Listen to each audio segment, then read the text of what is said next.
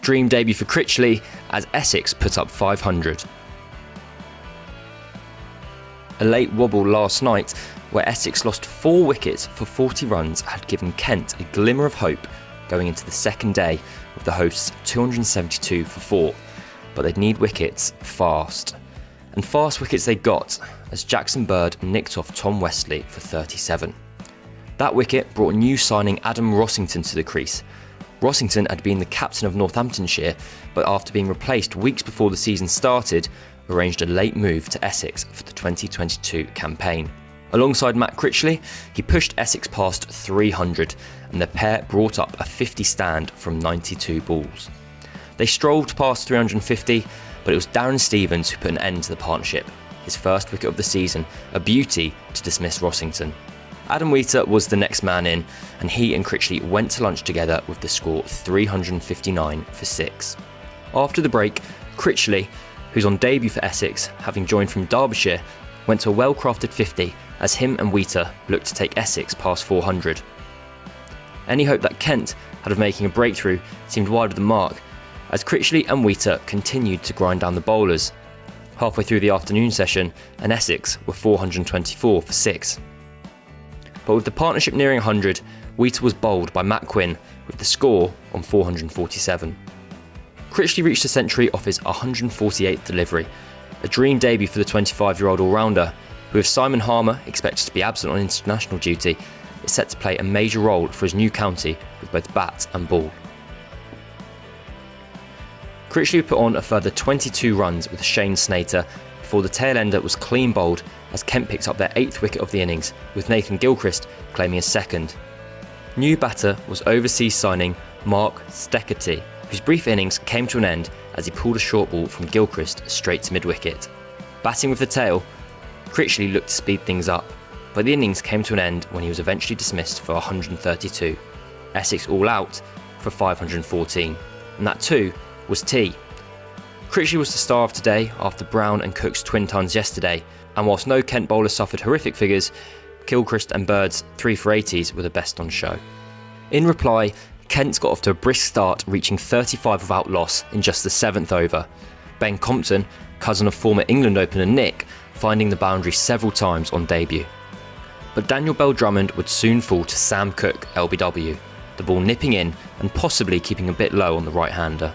Kent got their heads down though, with new man Tawanda Moyei helping them move past 50. This a particular highlight from the much fancied 21-year-old dispatching Shane Snater. They'd finished the day 122 for 1, still a long way behind Essex, but a decent start on what looks like a flat surface that the batsmen at the crease will be hoping to take advantage of tomorrow.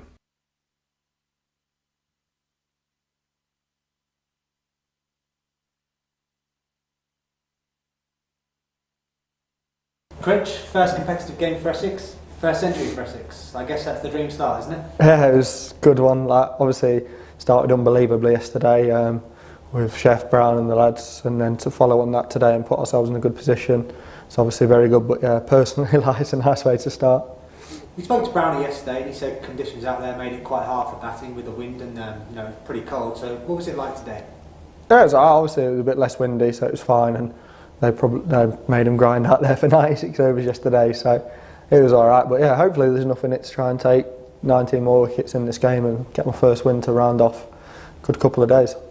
And how were you feeling out there today? We saw some shots that were pretty easy on the eye, one that smashed the camera, so how were you feeling out there? Yeah, probably went just in the moment really, didn't think about it too much. Saw it honing in on the camera and yeah, sorry about that. But I was just taking it ball by ball, and then obviously it was an unbelievable feeling to get over the line, getting 100, and it's great support here. I don't think I've played a 4-day game here when it's not been COVID. I might have done a few years ago, but yeah, it was great. It's great support considering how cold it is, so it was nice to have a few nice ripples. We scored 515 and Kent finished day 2 122 for 1. At the halfway stage, how do you feel the game's poised? I think they've obviously made a decent start, but we clawed it back at the end there, started creating a couple of chances, and when they're 400 behind still with 2 days to go, he obviously puts you in the driver's seat to hopefully it starts misbehaving off the seamers and then starts spinning. going into the last 2 days. We've obviously got the runs on the board, can be a bit more creative, you have a bit more freedom to go. And you just touched on it, but I just wanted to ask you, this is your first time playing at Chelmsford for Essex. What did you make of the support? That was a big old roar when you got your 100, so what's it like out there for you playing here? Yeah, it's good. It's amazing to have that support, especially with no fans in the last couple of years or smaller capacity crowds. So yeah, the crowd support all the way around the ground was amazing, and it was nice for the cheer to go up for people to want you to do well. Like, it's a nice feeling.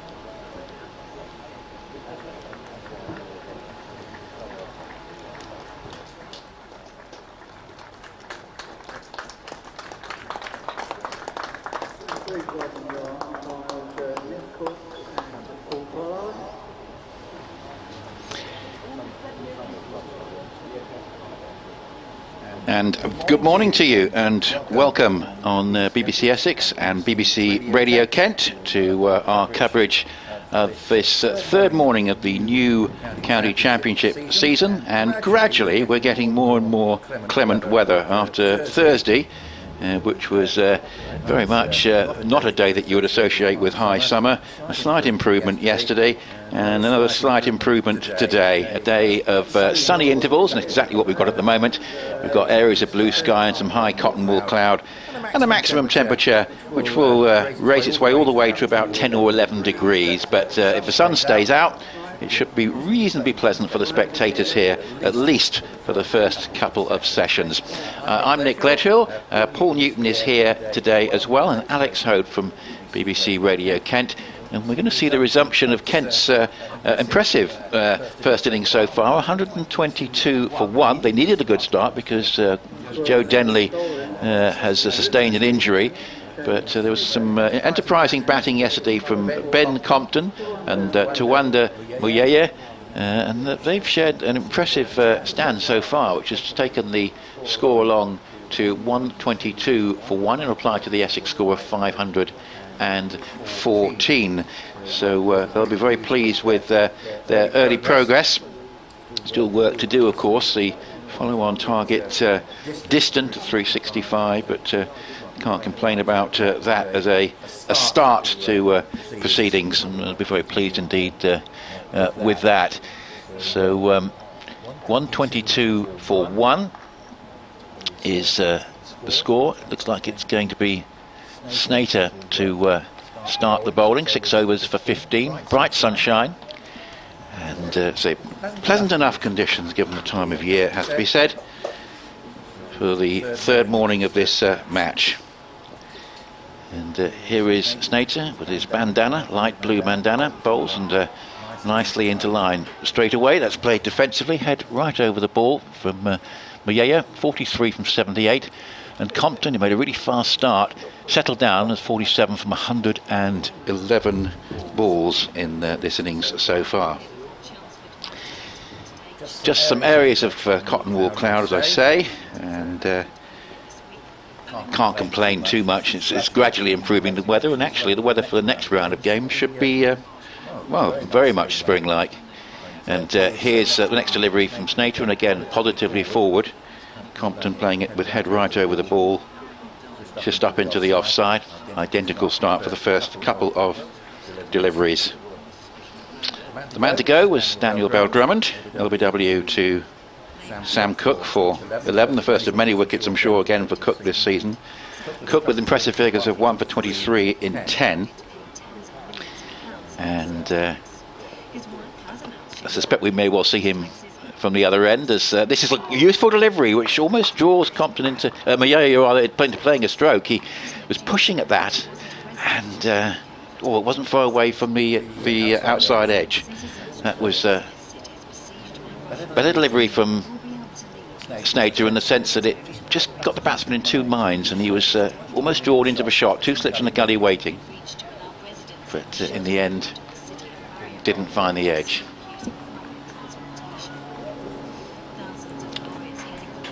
Update into our news coming up very shortly, as again this is a little push up into the offside. Another compact shot from Muyeye, who does look very good and very organised when he's playing those defensive shots off the front foot. And again a dot ball, as has been the case so far in this opening over of the morning. So Essex with work to do today after that good start for Kent. As Snater bowls, and again played defensively back down the pitch. And good morning to you. It's the third morning. The weather is gradually improving the longer we go on. It's sunny intervals, a little bit of high cloud, and Essex looking for early wickets because Kent fought back well yesterday evening. Essex having made 514 with 3 centuries, but a good stand between Ben Compton and Tawanda Muyeye took Kent to a fairly prosperous 122 for 1 at stumps. They haven't added to that in the opening over of the morning, being bowled by Shane Snater, but Essex looking for early wickets. Kent 122 for 1. And that last ball just played with an angled defensive bat out to Nick Brown in the gully. So that's the opening over of the morning, and it was a very decent one from Snater. Just caused one little bit of momentary concern for Mayaya, but the other 5 deliveries he dealt with very competently indeed, just playing defensively. And Kent's game plan, I think, fairly clearly here is going to be just to occupy time. It's hard to see Kent getting into a position where they can win the game, but what they will try and do is obviously bat time and look at that follow-on mark, 3-6-5. If they get to that, and the amount of time it will take them to get to that, you would imagine that we are very much in the territory of this game being likely to end in a draw. You never quite know, but particularly the history of these two sides recently. You might have heard Dick Davis on the new Around the Wicket Wednesday evening programme talking about a famous instance in 2019 when things didn't quite work out like that. Here's the start of the first over from the Hayes close end, and it is being bowled by Cook. That's just played defensively by Compton up into the offside. So 1 for 23 from 10 overs for Cook. Compton 47 and Mayaya 43. No runs added on this second morning. But as I say, having conceded 514, Kent, if they can make a good start with the bat here. Remember, the batting was their problem, and a really big problem at that, in the conference stage last year. That will set them up potentially for a draw here with a decent haul of points. And this is just pushed up by Compton, looking to hit it wide of cover. Doesn't quite manage to do so. Lawrence gets across well to his right. That could have been possibly 2 runs if it had just got past him, but he reacted well and made sure that it didn't. And there's no run to the board. In fact, there hasn't been one yet this morning. 122 for 1. Compton 47, Mayaya 43, and Kent just looking to get themselves established. Of course, the absence of Dennelly could be significant. As Hook comes in from the Hayes close end, going around the wicket to the left-hander, and that's just played again defensively up into the offside, and once again there is no run. Crowd, well, it's been pretty decent here from all accounts, and again good numbers. And Tom Pearce down looking across at the top tier, and although many are still wearing sort of bobble hats and of various types, they may feel that they can take them off today, certainly in the first couple of sessions. Might need them in the last session, particularly if the sun does go in. But I think gradually conditions as the game goes on are getting more pleasant to watch, and indeed they should be more pleasant still tomorrow. Cook bowls and coming resolutely forward. Compton playing it up towards mid-off, 2 slips and a gully waiting, and that rolls to mid-off, and there's no run. So interesting to see how this game develops. It's a pretty good batting wicket, certainly compared to a lot of the surfaces that we've seen in more recent times here, which have tended to be more bowler friendly. Mine goes back to the first game against Worcestershire last season, which turned into quite a placid pitch, difficult to force the result. Jake Libby got a big 100. But it'd be interesting to see if this sort of pitch, which looks to say quite straw coloured, quite light in appearance, is going to be the way of things as we go through the season. Cook bowls and coming forward again. Not much movement really for Snater or Cook. Just played defensively back down the pitch, and there's no run. You feel on the pitches that we saw last year, by now Cook would have got a bit of movement and maybe found an outside edge or threatened an LBW. That's his mode of operation, keeping a very tight line. And as he does it, of course, he creates chances for himself and the team. We're going to have Alex coming in from BBC Radio Kent in just a second. He's just getting himself sorted as Cook bowls again. And a late bit of judgment there from Compton to leave that alone. He was thinking about whether he had to play it, but in the end, what we call a positive leave, where he, with quite extravagant movement, just took the bat out of harm's way. So another couple of spectators, quite well wrapped up, just arrived down in front of us. Alex Hoad from BBC Radio Kent, good morning to you. How do you see things this morning? I'm really quite excited. I'm very glad to be here, first of all. I think that's the first thing to say. Good morning, everybody. Thanks for having me. You're welcome. Some rather large shoes to fill in the form of Matt Cole, who's been here for the last couple of days. thorough professional that he is. Yeah, I'm excited. It's nice. My first day of cricket this season. A lovely day for it too. Join the club, yeah. Snater coming in again, bowls again, straight to the die.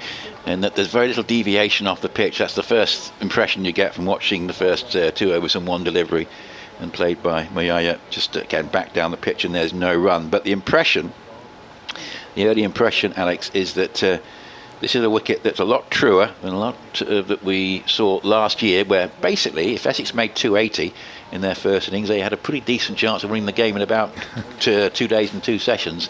A different sort of pitch this, as this one again outside the off stump, but this time too far outside to really tempt Mayaya into thinking about having to play a shot. Not quite as close to the off stump as the one was in the first over.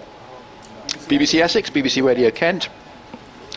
Nick Ledhill here, Paul Newton at 11:30, and we've got Alex Hode from BBC Radio Kent with us as well.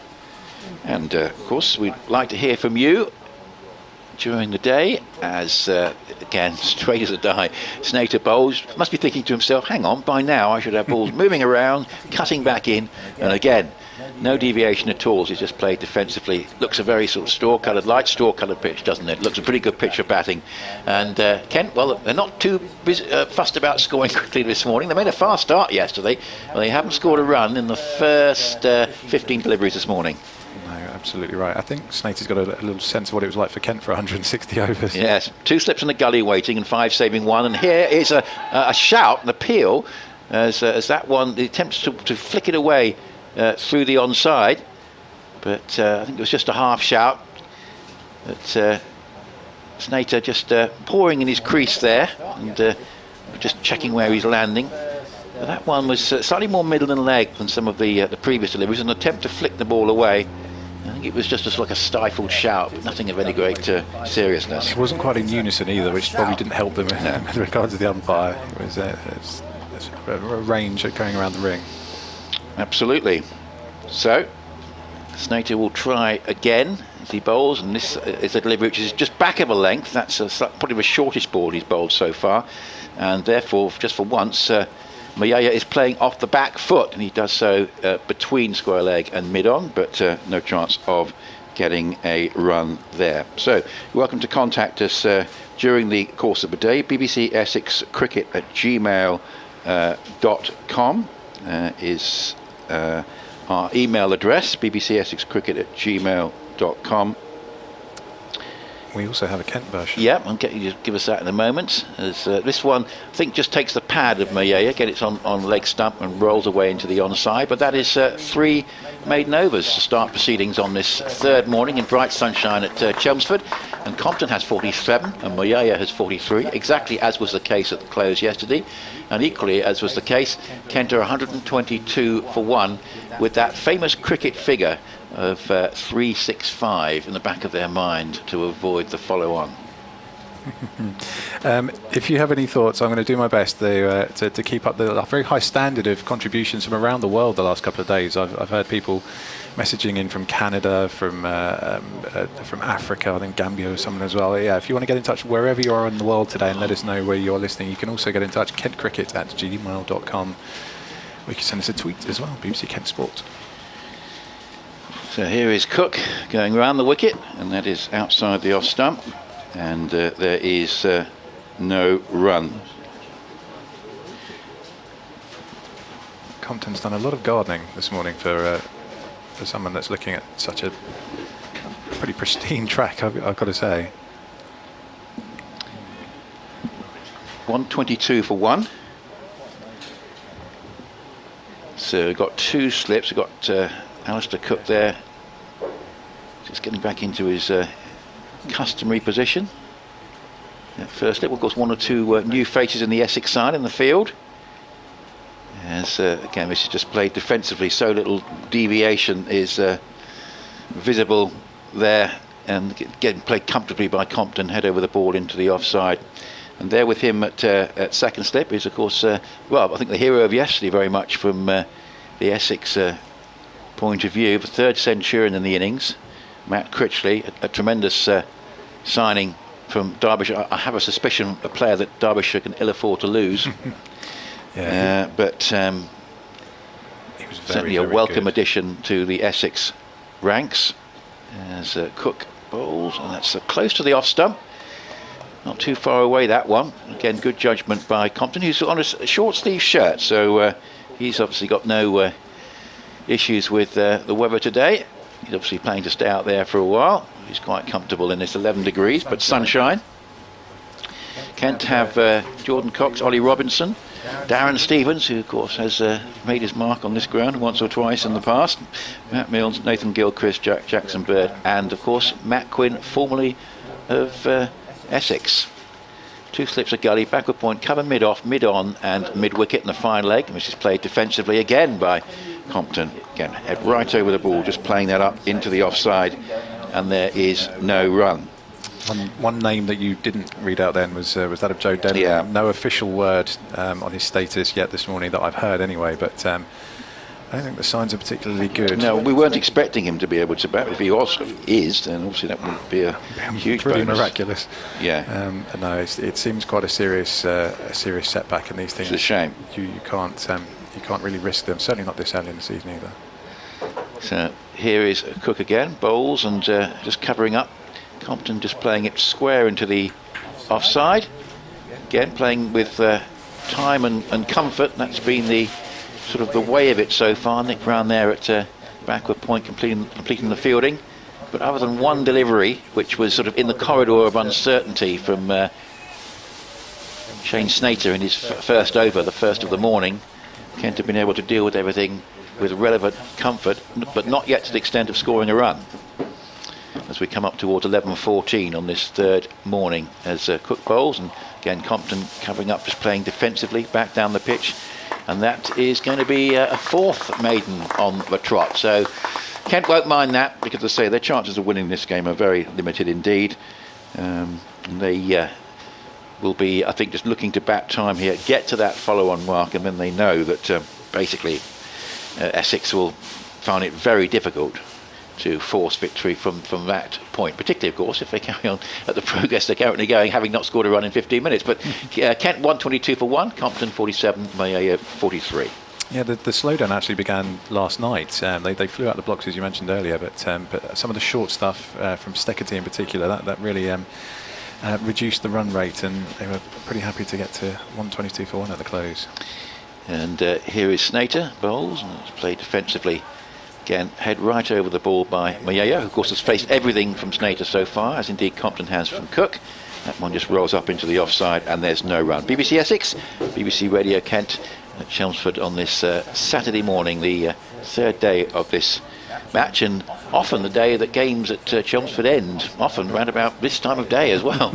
But it looks like it's going to be a different story on this occasion. Well, it's rare to get a game that's gone this long in April without a weather interruption as well. Yeah, actually last April was quite dry but very chilly, as this is played defensively by Mayaya up into the covers, the coldest April for a couple of decades I think.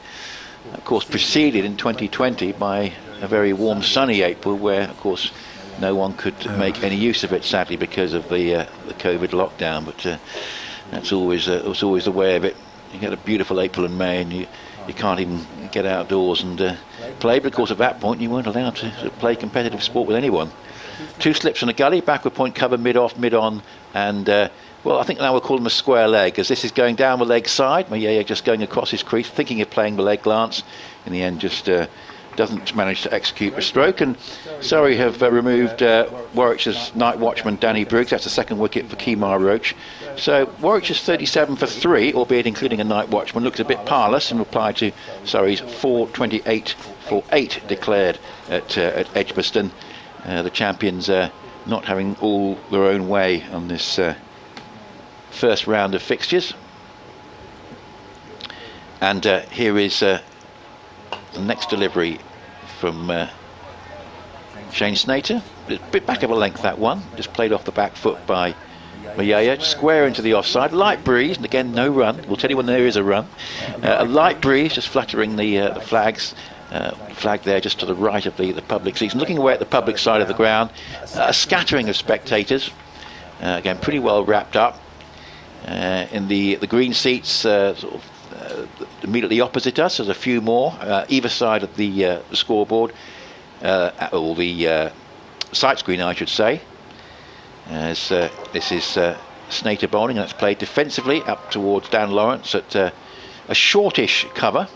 Let's say good numbers in the members area, just down in front of us, and to our left, just to the left of the scoreboard, and also away in the top tier of the Tom Pearce stand as we look across away to our right. And pleased to say that it looks like all the games around the country are underway on this third morning. A little bit of rain, I think, affecting Glamorgan and Durham yesterday, but that one is back underway as well in Cardiff.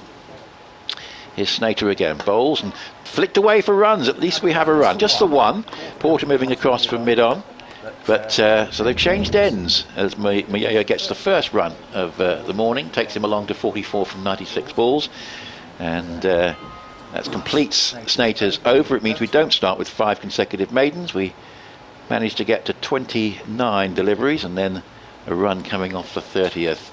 But as I say, Kent won't mind that because, as we were saying, Alex, a decent haul of batting points, a draw, given the batting problems they had in the conference stage last year. You know, it's like you're playing a top 6 side away in the in the Premier League, isn't it? If you can get it, if you can, a draw is almost as a win. Yeah, absolutely right. A draw here would be a fantastic start, particularly given the results of the last few years as well. It's been a long time. I think 2013 was it the last time we actually drew here. But of course, a long way to go, and Essex will be hoping for wickets, but they'll be a bit frustrated by the way the pitch is playing. The bowlers, I guess, at the moment, as Cook bowls, and that's just played up towards mid-on, and there is no run as Mark Steckety completes the fielding. Looking forward to him having another spell. Hostile in his opening spell. It might be the sort of approach that Essex need here, where just that little bit of extra pace maybe just forces a mistake. Interesting to see how he goes against the lower order. Also, a bit later on, he might just be the sort of bowler that can dislodge a tail if Essex can get that far. 2 slips and a gully, 5 saving 1, and here is Mayaya, having kept the strike, of course, at the end of the last over, playing it up towards mid-wicket. There's Nick Brown. He'll be very pleased with that century, which is just what he wanted at the start of the campaign. Even people talking about him being in the pecking order for England. He'll need to get a few more of those. He doesn't have any games against his favourite opponent, Derbyshire, but a great start for him. And of course, for Essex, a lot will depend on the extent to which they lose Lawrence and Harmer during the course of the summer. As Cook going over the wicket now to the right-hander, Mayaya leaves that alone outside the off stump. I think that's partly why seeing Critchley and Rossington as well settle in so early as well. I think we'll probably be seeing quite a bit of those two this summer for Essex as well. And having that strength and depth in that squad is so vital if you're going to contend in multiple competitions. BBC Essex Cricket at gmail.com, and just give us your Kent contact again, Alex. Ours is kentcricket at gmail.com. Not too dissimilar then. Paul Oakes, good morning to you, Paul. Come to your message in just a moment. A little bit more cloudy, sun going in and out behind cloud. Oh, what's a good delivery from Cook. That's the sort of delivery that can cause problems, quite close to the off stump, but well left by Mayaya, who stays on 44. Paul says, good morning from sunny Stevenage. Great to hear you back on the BBC Cricket. Yeah, it's very nice to be back. And what's your feeling on Dan Lawrence's tour of the West Indies, and what do you give a chance for Cook to get into the England team? Funny enough, I was talking about this off air about half an hour ago, Paul. Have a great day and come on, you Essex. So Paul nailing his colours firmly to the Essex mast. Thank you very much, Paul in Stevenage. As here's Cook bowling, and that's outside the off stump, and there's no run. Well, Lawrence, I think, missed out on a big 100 somewhere along the line in the West Indies. That's the thing that frustrates him. He probably ought to have got a few more runs, but I think he made overall a positive impression. Would you agree, Alex? Yeah, I would say so. I certainly think they'll be looking at him again throughout the summer. I can't imagine that he's... well, it obviously depends on other people cashing in early in the season and putting pressure on as well. It's a conveyor belt of players that they want to seem to look at the moment, but I'd be very surprised if he wasn't featuring this summer. Cook bowls, and well, that's a delivery which Moyella's trying to flick away into the onside. I think he actually plays it almost onto his boot, because it bounced slightly strangely and initially surprising Wheater, but he got across well and make sure that there were no runs. It bounced, went to ground and then bounced up to him. But that was interesting, a little bit of action off that last delivery, but keeping it very tight. Cook and Snater, just the one scoring shot, and Cook hasn't conceded a run in his 3 overs, 1 for 23 in 13 overs. Yeah, Lawrence, I just felt he had a chance there to make at least one big 100 and missed out on that. But he's the incumbent. I think England have recognised that he's probably not a number 3 for England at the moment. His more sort of style of batting probably suits the middle order a little bit more. And with Root, however it happened, being persuaded or volunteering to go to number 3, I think that gives Lawrence more opportunities to play his natural game. And I think we'll see Lawrence probably in that first test side against New Zealand. Cook is an interesting one, because if you look at the way bowlers perform in English conditions, and if Anderson and Broad aren't to be considered as Snater bowls, it's played defensively head over the ball by Compton. Again, very little deviation. In fact, I'd actually say none, to be honest, this morning. 123 for 1, just the one scoring shot. We're in the 40th over. And that's an interesting fact, actually. Kent are still going along at 3s, and that's because they made such a fast start yesterday. But these two have given away nothing this morning. 123 for 1. But there are a lot of other bowlers contending for places. Of course, will they pick one of Anderson or Broad? Will they pick both for the New Zealand series? Was this one just a hint of deviation from Snater, because Compton was trying to push it back down the pitch and it went square off the outer half of his bat along the ground towards backward point. So just an indication of a smidgen of movement, which is something to behold really this morning. 123 for 1. But I just feel that if Cook makes another good start, and there's no reason to think that he won't, and they're looking at options, then he deserves a chance as much as anybody else. If there was sort of A-team cricket in England, he'd certainly be in that A-team, as this is a pull shot, slightly short of a length, and put away by Compton for his 50. Well, he's been waiting for that scoring shot to get to that mark for quite a while this morning. He's been very patient, but he took the attack to Essex first thing when Kent were facing that daunting 514, and he thoroughly deserves his 50. He will feel there's plenty more to come in this innings if he can keep his concentration. 51 from 126 balls with 8 fours. Good knock. A good knock indeed. His first class 50 in England as well. He's piled on the runs in the second 11 cricket, but this is the first time he's really had an opportunity, certainly to start the season as well with Kent. He's been in rich vein of form playing first class cricket in Zimbabwe, actually. January and February he was piling on the runs. I think 450 runs in 4 matches. So he's in good nick, and he's looked pretty comfortable without wishing to put the mockers on him so far here as well. Yeah, it was a short ball, the first really short ball that Snater's bowled, and it was all he had to do really was clear the man at square leg, which he did, and it went for 4. This one much better from Snater, back on line and length, and just played defensively by Compton back down the pitch. So yes, Compton could be just the find, if you like, Kent need. And of course Moyella as well at the other end. You think about the problems they had with the top order batting last year. The fact that these two making a very impressive start is good news indeed. I see that his highest first class score is 109, so he might have that. It might have an eye on that, maybe getting his third first class 100. It could be an ambition for him today, the way he started, and this is flicked away off his pads easily enough for another single. He goes to 52, and Kent move along to 128 for 1. First class average of 44, so that's very respectable indeed. And he mentioned he was getting runs in first class cricket, a couple of centuries for the Mountaineers in first class cricket for that particular team. Actually, the Mountaineers would have been quite appropriate for the weather on Thursday, actually. It was almost like climbing a mountain with the cold wind. 128 for 1. Moyella is on strike now to Snater, and again, just get right into line. That's he's very comfortable with that for defensive stroke, with the ball not deviating. And again, he just plays it head right over the ball, up into the offside, and there is no run. Somerset have got to do a bit better with the bat this time than they did in their first innings against Hampshire at the Aegeus, but that picture essentially is a pretty good one, and Ben Green and Tom Lammonby are still together. 25 for no wicket. Somerset trail by 223, and rather like Kent, their ambition I think will be to bat long today. Both teams, their main ambition I guess will be to try and draw the game. I think first match of the season, one thing you really don't want to do is lose, isn't it? Absolutely right, yeah. I think Jackson Bird last night said that just getting through the first hour this morning was the key for Kent, and if they can do that, you would like to think it warms up a little bit, the sun might come out and it might get a little bit easier as well, and yeah, it's going well, fairly well so far, touch wood, from a Kent perspective, and I'm going to take great delight in, I'm going to go and tell the BBC Radio Kent listeners all about it in just a moment, so I will say goodbye for now.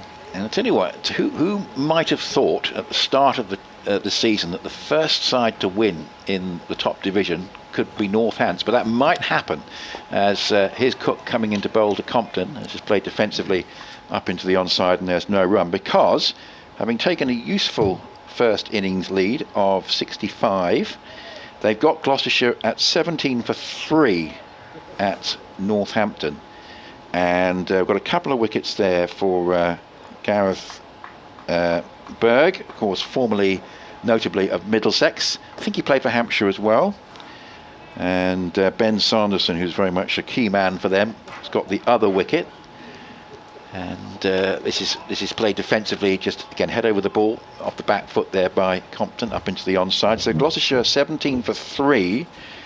They're still 48 behind, and you could have a very surprised early leaders, the early pace setters in the top division come the end of today in Northants. I don't think they'll stay there if they win, but tell you what, it'd be a huge lift for them. They've had one or two problems, of course, during the close season, resulting notably in Adam Rossington playing a second consecutive match at Chelmsford of two different sides.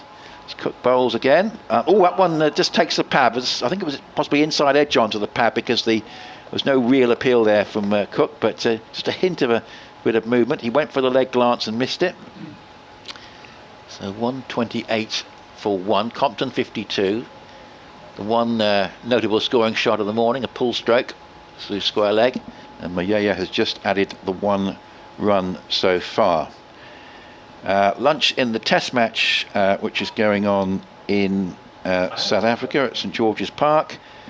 South Africa 384 for 7 as it's played defensively up towards mid-on, and there's no run. We'll see, keep more of a close eye on that than we would usually do on a South Africa-Bangladesh test match, because Simon Harmer at the moment is 3 not out with the bat. Keshav Maharaj, who with Harmer bowled Bangladesh out for 53 in the first test in the series. So doubtless we'll see those two in tandem again maybe today, and doubtless perhaps maybe in the second half of the English summer as well. So we'll keep an eye on how Harmer's going out there. 384 for 7 South Africa at lunch, as this is played off the back foot, and that's going to be at least 1. Cook, Brown rather chasing it back towards the cover boundary, and a comfortable second.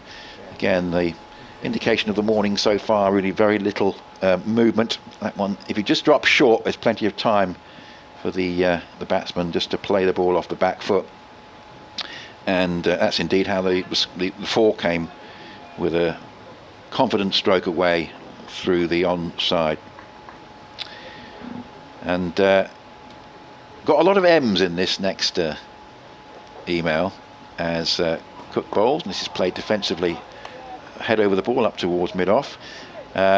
The end of Cook's over, 1 for 25 in 14 overs. Compton 54 and Mayaya 44, 130 for 1. And Christopher says, good morning from sunny Ipswich, Massachusetts. So an email from Ipswich, but not the nearby one. Can you say good morning to Mr. Maguire, who's listening in Marblehead, Massachusetts, and still hoping to make his first visit to Chelmsford one day. A little hard adjusting to the idea that Dan Lawrence is the leading test wicket taker on the field for Essex. Yeah, I guess that might well be the case. And Gary, we'll come to your email in just a short while. I want to try and bring in Paul Newton now. But 130 for 1 is the score. Paul will be coming back in tandem with Alex, who's just finishing an update for BBC Radio Kent. I'll probably let Alex get back into his seat and then bring Paul in. Gary, thanks very much for you. I might have a quick chance to have a look at that while we're just doing this changeover. Gary, you're saying you haven't been able to see all the game this week. Is the pitch good for 4-day cricket? You like to see runs as much as anyone. First ball of the new over being sent down, and it's now Stacchetti who's come on from the. This is going to be interesting, coming on from the River End. So very interesting to see how he goes. First ball is played up into the offside, and there's no run. So Mark Stacchetti, 8 overs yesterday for 42, back in the action today. Do you think this pitch is good for 4-day cricket? You'd like to see runs, but like to see it do something after 2 days. It's not doing anything. You're right about that, Gary, and we need wickets certainly without Harmer. So what do we think as Stacchetti bowls? And that's driven away, back down the pitch, and they think of a single. It's not there. Porter was moving across at mid-on and cut off any chance of a run. But yeah, it's not doing a lot, and it might be quite hard to force the result, just as it was in the opening game last year when Jake Libby got that big 100. So it's hard work for the Essex bowlers, and you do feel Kent, clear match objective here, bat through the day, get to 365, and really there's not a lot left that Essex can do, you feel. This is played defensively by Mayea up into the offside, and there's no run. Steady start here by Stacchetti, getting instructions on how to pronounce his name yesterday. I told you, you think about Zebedee, but of course, to think about Zebedee, you've got to be of a certain age. And remember the magic roundabout from the 70s, biting political satire for children, if I remember. and children of all ages. But that's the guy. Think Zebedee, and you get Stacchetti. Here he is, coming into bowl, and that's played defensively up into the outside, head right over the ball from Mayea. So nice to hear from you, Gary. I'll bring in Alex to do a next delivery, and I'll bring in Paul Newton. I will give it a go. Absolutely right. I'm trying to see. I've been too busy updating the Radio Kent listeners. They're all quite happy, I think, by the sounds of things. Here we have Stacchetti at the top of his run-up, stretching out his shoulders and steaming in here to face Mayeye. He just fends it off into the offside. There's going to be a run there. Pretty casual, might even come back for 2. They will indeed. Jogs through for 2 for Mayeye, who's moved on to, I think, 46. All going rather smoothly for Kent this morning without drama. I don't wish to hex it. What are we, 36 minutes into the morning? But yes, there's some encouraging signs anyway. It's my colleague from BBC Radio Essex, Paul Newton, plugs in alongside me. Thank you very much, Alex. As we're going to see Stacchetti continue from the River End. Good morning, everyone. Very nice to be with you for another season. Kent added 10 this morning. No real threat of a wicket as the next ball is hit straight back to the bowler. That completes the Stacchetti over. So a 54 to the impressive Ben Compton. Muyeye's been just the more reserved of the two so far, but has moved on nicely to 46 and approaching the 100 partnership here. It's looking fairly plain sailing for Kent at the moment, Alex.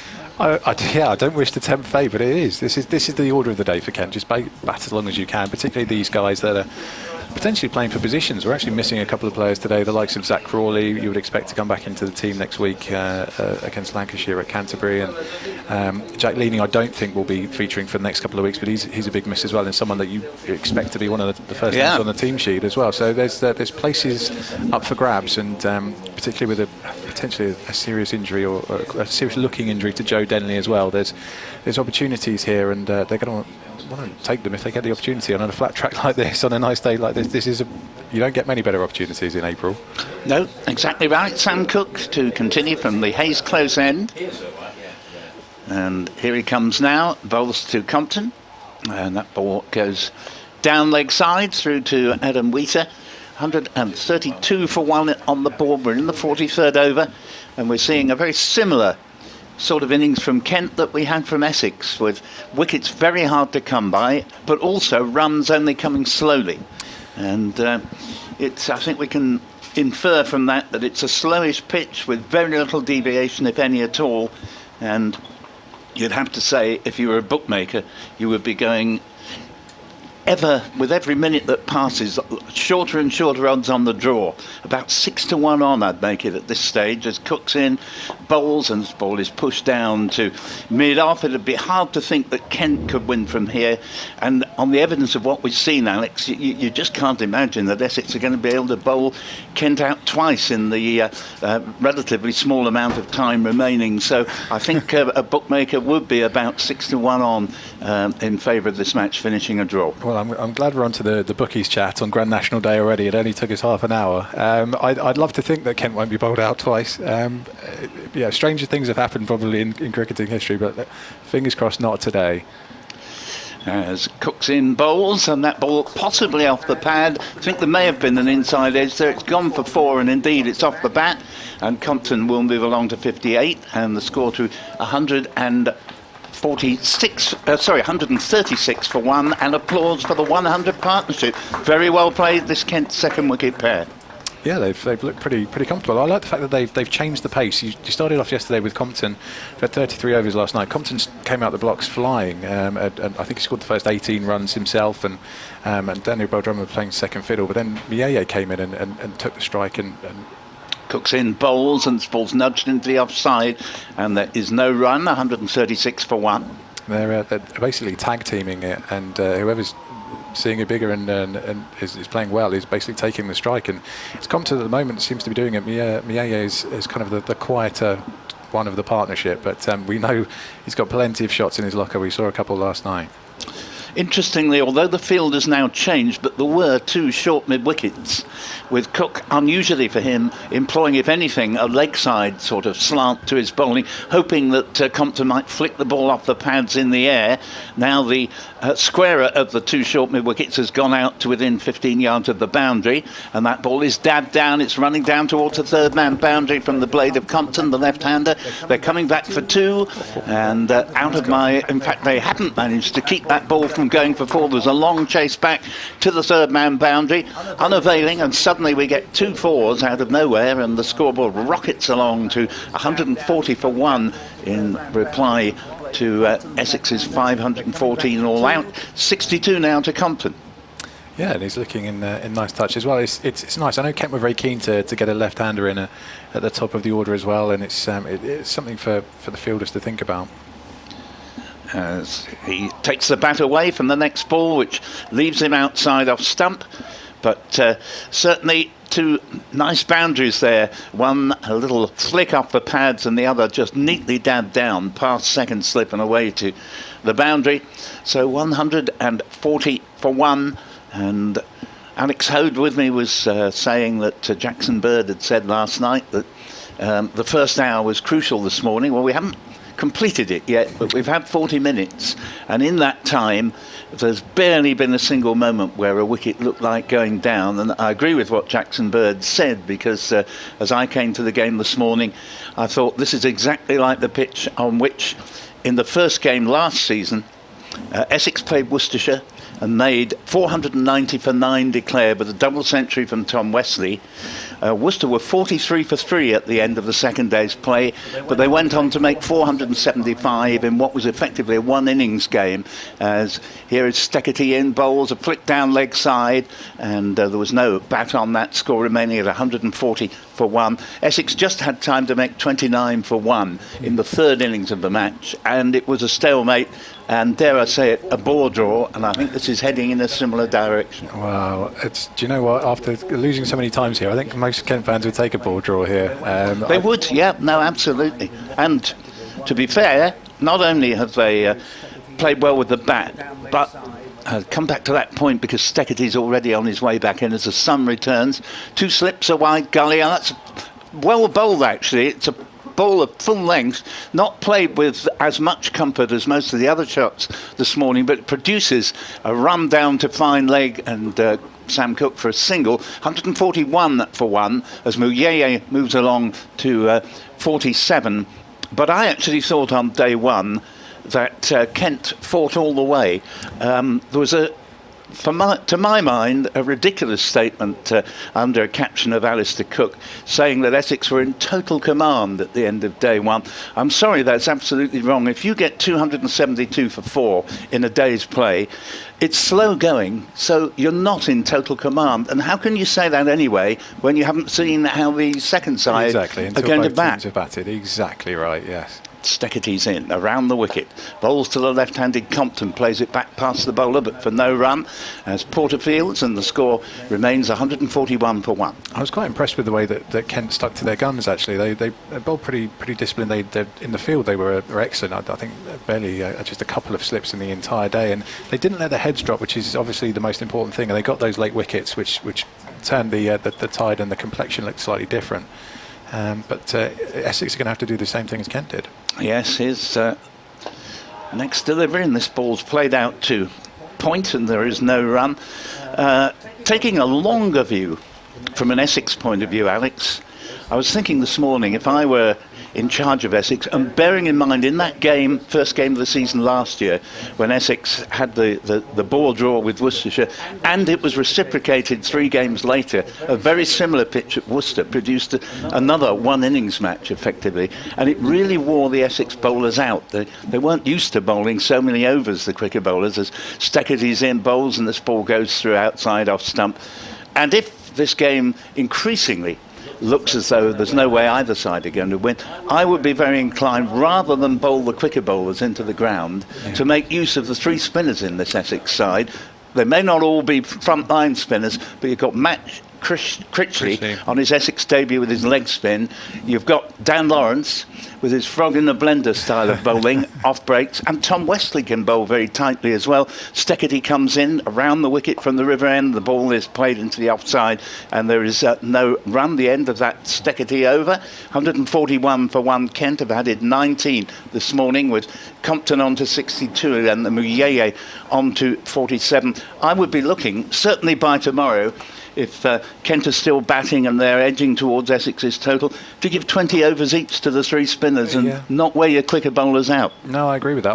I must say, I thought we probably would see Critchley at least in the last hour yesterday. Obviously, he had a wonderful day, got the confidence soaring, and as the kind of the shadows lengthened, I did expect to see him, but they found a bit of joy from some of the short stuff from Steckerty and Cook, which I think is probably why Wesley persevered with that. But I absolutely agree that the spin is probably going to be the way. You don't really want, Kent had 160 overs in the field, and for your first game you don't expect that. The body's not prepared for it. They've had limited options and opportunities in pre-season to get up to that kind of a speed, so it takes its toll. Cook, again from the Hayes close end, bowls, and this ball's played down to mid-on. There's no run, 141 for 1. And Critchley's evidently been listening to you because he's fielding at second slip, Alex, and he's now making it pretty clear that he's been given the nod to come on, if not the very next over, well, certainly within the next couple. It makes me worry I'm talking too loudly through this window. Should I tone it down a little bit? No, I don't think so. You've got a very quiet voice, actually, I think. Here is Cook in the bowls, and this ball's played down to mid-on, and there's no run. You're listening to Ball by Ball commentary on behalf of BBC Essex, BBC Radio Kent. I'm Paul Newton. With me is Alex Hode, and we will be rejoined by Nick Gledhill at midday with a game that looks as if it's absolutely bound to meander to a draw, because although a batsman can make a mistake, but if you get your head down, as these 2 lads have for Kent, and as Cook and Brown demonstrated so ably for Essex on the first day, was appeal here for LBW, but Muyeye got forward and just outside the line of off stump. Good delivery from Cook. The ball ricochets to Brown at mid-wicket, and there is no run. 141 for 1, but that's one of the few times there'd be an eyebrow raised, and it just didn't quite look right for the finger to go up there in any case. No, it didn't quite. I think, as you say, he got forward to it enough. It was just unusual to hear a strangled cry from the middle. I think everyone was just sitting quite peacefully in the sunshine, enjoying it, and all of a sudden this racket emerges from the middle. Nick Cook, the umpire, who would have to have made the decision, and indeed did, rocks backwards and forwards in his familiar way as Cook comes in again, bowls, and this ball's played up to Dan Lawrence. in the covers. There's no run there. We did have an email from Paul to BBC Essex Cricket at gmail.com, and Paul was asking us for our thoughts on Dan Lawrence's performance in the West Indies. Of course, he never got a look in the Ashes, and I felt by the last test he should have done, because England were failing. Lawrence had not, without convincing, he'd not done that badly either in his previous test appearances. Cooks in and balls played back to the bowler, and of course he made that 91 in the second test in the Caribbean, and a little bit of a lesson for him. He hit the second and third balls of the final over. I think it was from Jason Holder for 4, but then got an edge and was out with just 3 deliveries, or to the third last delivery of the day. It turned out to be the last delivery, of course, because they all walked off with that. And really missed out, as Nick was saying, on 100 there. Here's the next delivery, and this ball is cracked through the covers, and that's running away towards the pavilion for 4. So that'll make it 145 for 1, and that is Muyeye's 50, and it's his first real shot of aggression today, actually.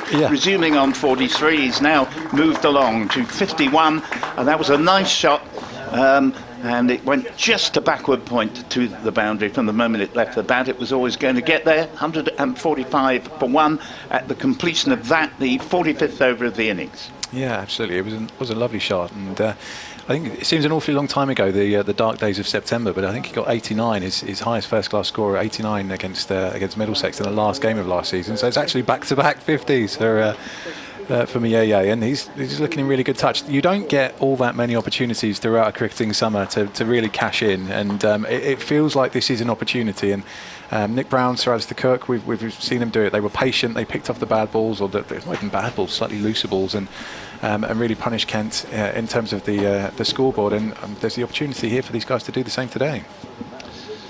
And Mark Steketee, the Australian, comes in from the river end, bowls, and this ball is played with so much time in hand there by Ben Compton, who I have to say has shaped up in a very classy manner today. It's the first time I've seen him. I wasn't here on the first 2 days, but has that quality good batsmen have of looking as if he's got plenty of time. And on this pitch, I think everybody's got plenty of time, but he looks, at the moment at any rate, pretty secure out there. I do anticipate Matt Critchley coming into the attack, perhaps next over from the Hayes close end, as for the moment it's Steketee who aborts there. He was just about to deliver, and obviously felt that he hadn't quite got his run up right, and now returns to the top of his considerable run, 145 for 1.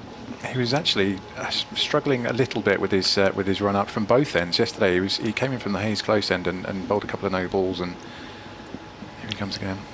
Bowls, that ball, a mixture of bat and pad. Dan Lawrence will do a bit of formality of fielding, because the ball was only going very slowly towards him at cover, and Steketee wasn't a bad delivery that.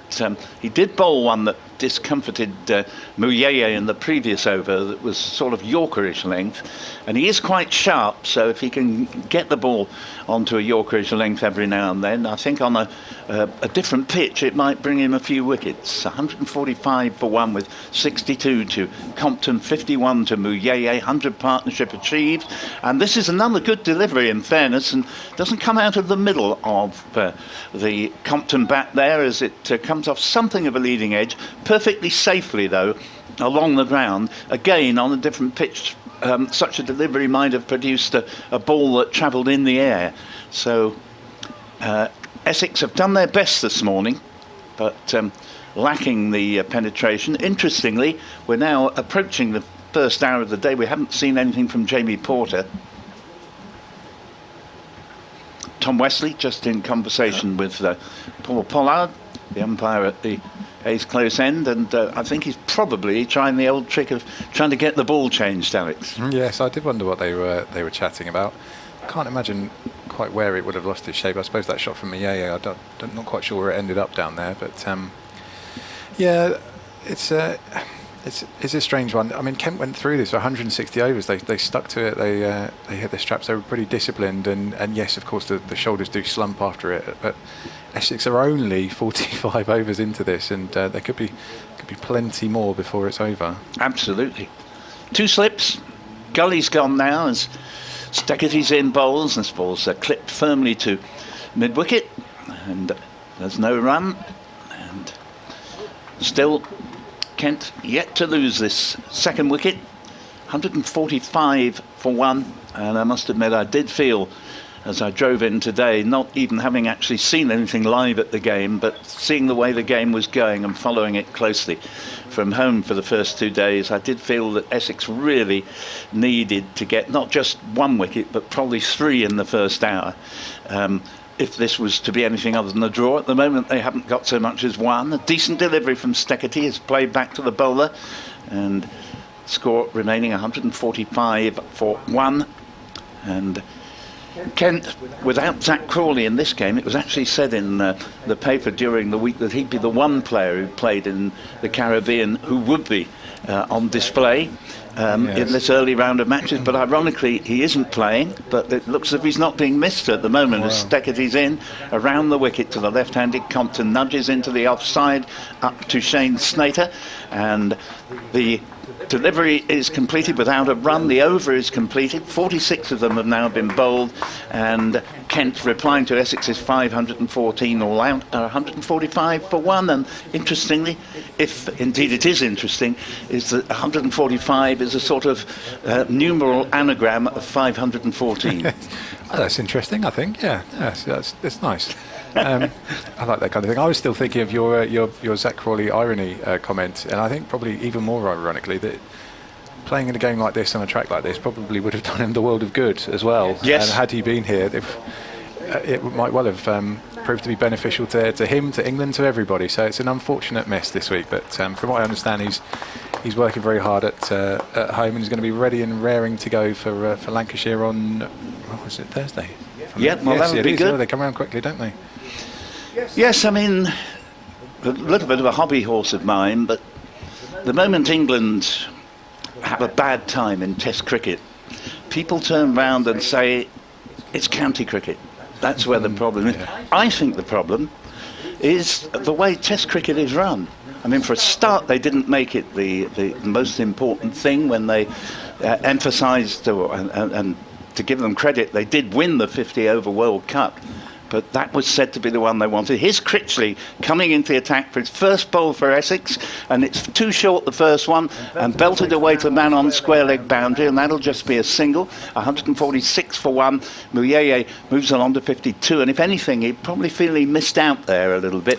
Now, to his credit, he didn't lob the ball in the air and get caught on the boundary, but it was a long hop, and it perhaps should have gone for 4. Perhaps so, yes. Is it? I don't know if he wanted to risk it too much. The first ball and getting the timing right, he might get another opportunity. You never know in Critchley's first over. It's not the warmest of days, and it looks like the wind's just picked up ever so slightly as well out there. Well, you're better with a single than going for the big one and being caught. The man was posted there as Critchley is in, bowls through the left-handed Compton, stretches forward, plays it up to mid-off. There's a very interesting article just on my point about whether county cricket is to blame for England's ills.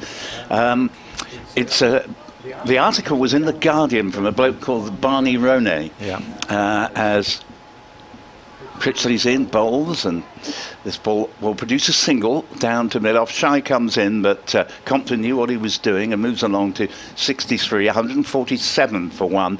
Now, the only 2 other people I've ever known called Barney turned out to be bonkers. So I didn't expect a great deal of the article. I hadn't read his work before. I don't usually get that particular newspaper. But he made one heck of a good point. As here's the next ball. Oh, that's morally beaten the batsman, who's actually going to pick up a couple of runs here as he stretched forward, and it took the edge and has gone down just to the left of the wicket-keeper for 2 runs down to fine leg, 149 for 1. And Muyeye moves along to 54. Barney Ronay made the point. He nominated Rory Burns, is the next delivery, and it's played down to mid-off. Zach Crawley, of interest to Kent.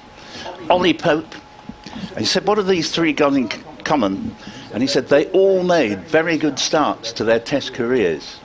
And as Critchley comes in again and bowls, and the peel here, it wasn't going to be given outside leg stump where it pitched, but nevertheless, not at all a bad start from Critchley there, and made 100 with the bat, and after a loose first delivery, had the batsman in rather more trouble than the quicker bowlers have managed to do. 149 for one. I'll take one more over and we'll bring Nick Gledhill back in. But it is true, Ollie Pope was averaging over 50 after 12 Test matches. Yeah. And you can add Sam Curran to that list, another guy who looked tremendous player when he came into the England side, and then, you know, has not had, I know he's had injuries and so on, but I think it is true that often players from county cricket, when they first go into the Test team, actually do rather well, and it's after they've been taken away from county cricket that the problems seem to occur. Yeah.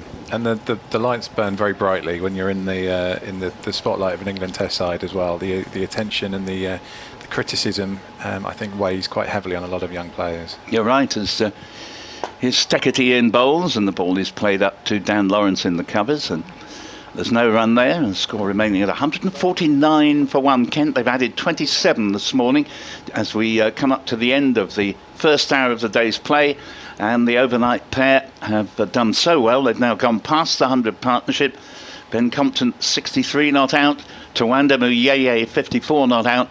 And, well, the closest we've got to a bowler causing a few problems for the batsman today was that over from Matt Critchley.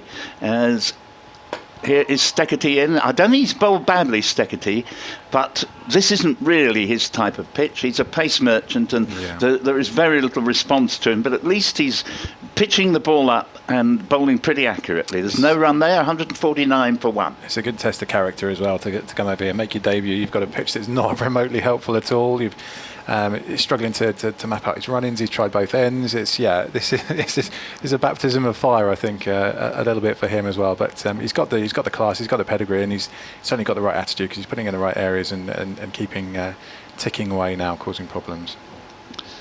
And Steketee's in again. Bowls, and that's a bouncer, taken the shade uncomfortably but effectively there by Adam Wheater, and Mark just has to leave us for a moment or two while he does an update for BBC Radio Kent. Nick Gledhill is about to return. He'll take over from me in due course, and in the meantime, coming round the wicket to the left-hander, Steketee bowls to Compton. It's a decent delivery, but the time at which Compton has just to rock onto the back foot, play it back to the bowler, illustrates that this is a slow pitch where if you get in and you don't... last season, as I'm joined by Nick Gledhill, I don't think you and I met until well into September, so a very early good morning to you. Yeah, April is really quite soon. Good morning, Paul. Yep, it is a lovely sunny morning here, albeit it's a lot cloudier than it was when we first arrived at the ground, and Nick and I met in the car park just after 10 o'clock this morning, and all of us coming off the subs bench. Your team today had been Glenn Speller, Matt Cole and Don Topley, as the next ball is pulled away down to fine leg for a single, taking the score to 150. The Kent 150 up, just the one wicket down, and Compton moves along to 64. And with me is Nick Gledhill. I'm Paul Newton, and Alex Hope will be back with us again shortly. Yeah, I certainly agree with you. Your comment about Steketee's bowl very tidily this morning, but it's not his sort of pitch. I mean, he'd much prefer to be at home in Brisbane, I suspect, on that sort of surface, offering some pace and bounce to him. Leading wicket taker in the Sheffield Shield during the past season. He's been a target for Essex. I think he got 10 wickets in a match at Adelaide, actually. He did, yeah. So it really had a very, very good Australian summer. And this ball goes through outside off stump. Considering the slowness of the pitch, good lift on its way through to the wicket-keeper, and I think he is going to be a decent signing. He strikes me as, I've seen him interviewed as well, he seems a very nice bloke, very well-mannered and very enthusiastic about life, and he's giving it all he's got there, but I don't think any bowler is going to be particularly venomous on this pitch. 150 for one. Yeah, Taunton, which sometimes can favour the seamers if the conditions are right, might be interesting. Not sure they'll find much joy at Edgbaston, but look for him at particularly the Oval and Old Trafford for me. Might be very useful on those two surfaces. Yep, good point. And certainly I think Essex, assuming this game's a draw, will be out to see what they can do to get into their stride at Taunton, which is usually a pitch that will help the bowlers. As this ball is played to mid-on, the bowler is Matt Critchley, the batsman's Ben Compton, and that was a nice clipped-on drive there, but straight to the fielder. 150 for 1 as Essex. So far, searching in vain, no breakthrough this morning after the first hour. Critchley, who bowled quite a testing first over, not afraid to give the ball air, as he does here. The ball's played out to Nick Brown in the covers, and there is no run. But Ben Compton in particular has played very stylishly here this morning, as Critchley bowls to him, and Compton gets right forward, almost on his haunches as he plays that into the covers. There's no run. Critchley last season for Derbyshire, 32 wickets at 38. Doesn't sound outstanding, but I'll come back to that after this ball. Well, it's a lot better than most leg spinners manage, as this ball goes through outside off stump. And I know Derbyshire were very sorry to lose him. Absolutely. But he's ambitious, and he looks a seriously good signing. And it's good as well from an Essex point of view. The one sort of spinner they didn't have really was a leg spinner. And next ball tossed up, played into the offside, and no run. For anyone sort of saying, well, they haven't got a slow left arm, they have. Aaron Nijar doesn't tend to get in the team, but he's actually a very useful bowler. Critchley coming to the end of this over, and bowling a good line here. I think he's bowling pretty well. Looks, a serious spinner, and we know how well he can do with the bat. That ball's played into the offside. There's no run there. Maiden over. And that's to Compton, who's going pretty well here. He's on 64, Muyeye 54, and Kent remain 150 for 1. Yep, and this partnership continuing. It's been very, very impressive, and just really given Kent a great chance of at least, well, saving this game. They haven't got any chance of winning it really, but having been on the receiving end of 500 plus, I'll be delighted with the way they've responded. 150 for 1, and I say any wicket would be against the run of play, the way this pitch is playing. But Critchley's 32 wickets at 38. The one thing to remember, of course, is that he would have had no platform playing for Derbyshire. You want, as a leg spinner, to have a lot of runs on the board, as Harmer will find, for Essex when things are going well.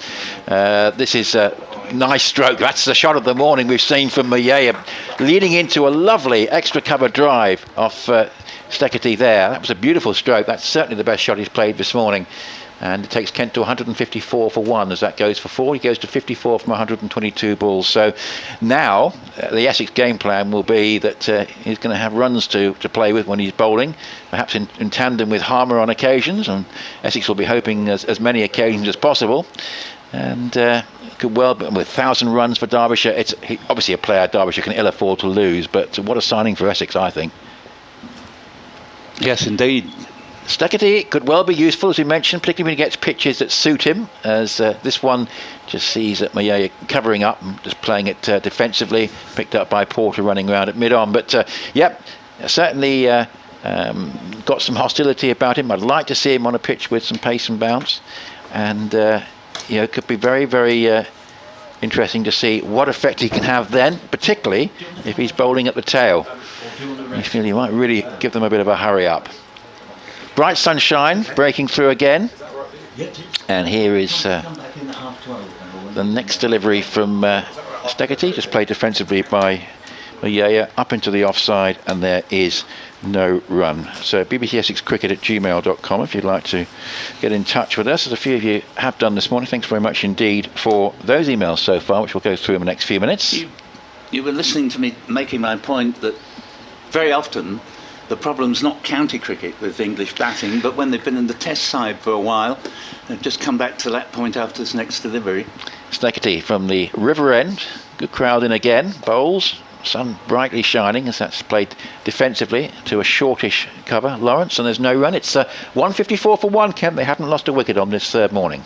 And my thoughts about what goes on when players go to play for England were not improved by hearing that batsmen were being asked to bat on one leg in the nets in Australia, and I thought, well, it's hard enough, when you're playing on two legs without practising on one.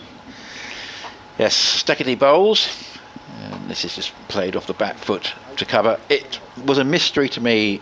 I guess it's a different job, different pressures, but Chris Silverwood, who to me didn't put a foot wrong when he was with Essex, whether the job got on top of him, I'm not quite sure whether the whole ECB structure, but he never seemed the same man in the England role. No, he didn't. I think it didn't help either, because you've got to remember it was actually his first job at international level. Yes. To lumber him with all three forms Absolutely. of the game and the Dreadful sole selector. Oh, awful mistake that.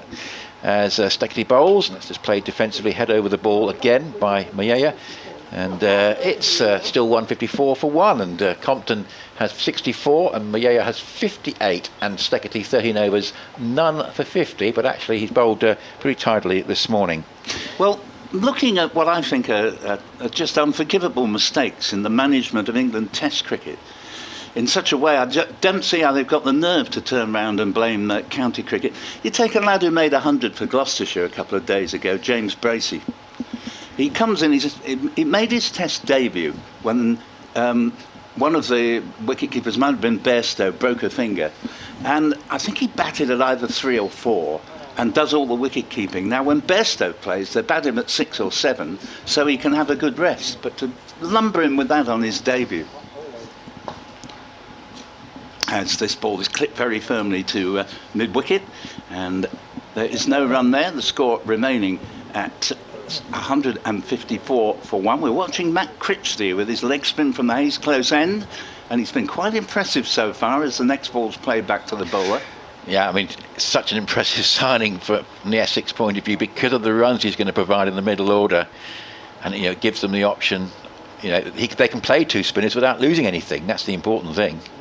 Critchley's in again, and this ball dabbed down very neatly by Compton. He's got at least one here, and he can see that there's every possibility for a second as deep backward point has to run round, and that's 156 for 1 with 66 to Compton. And let's remember that when it came down to the business end of last season, 2 of the 3 sides in contention had a leg spinner making impressive performances in Parkinson and Crane for Lancashire and Hampshire respectively.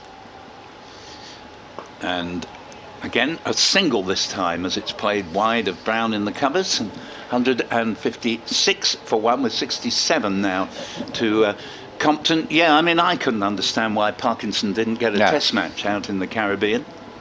No, he certainly deserved it. I mean, it's a very conservative selection that, not giving him a go. Be interesting to see how Crane goes this season after that very good end to last year. And Critchley bowls as a sort of token appeal simply because Muyeye was taken on the pad, but it looked to be down leg side, and not surprisingly Nick Cook finds in favour of the batsman. Yeah, we can talk quite a lot of time to talk, I guess, about what happened in the winter, but it was a bit of a mix, to put it mildly, for England. Critchley's in bowls and appeal for LBW, and he's given.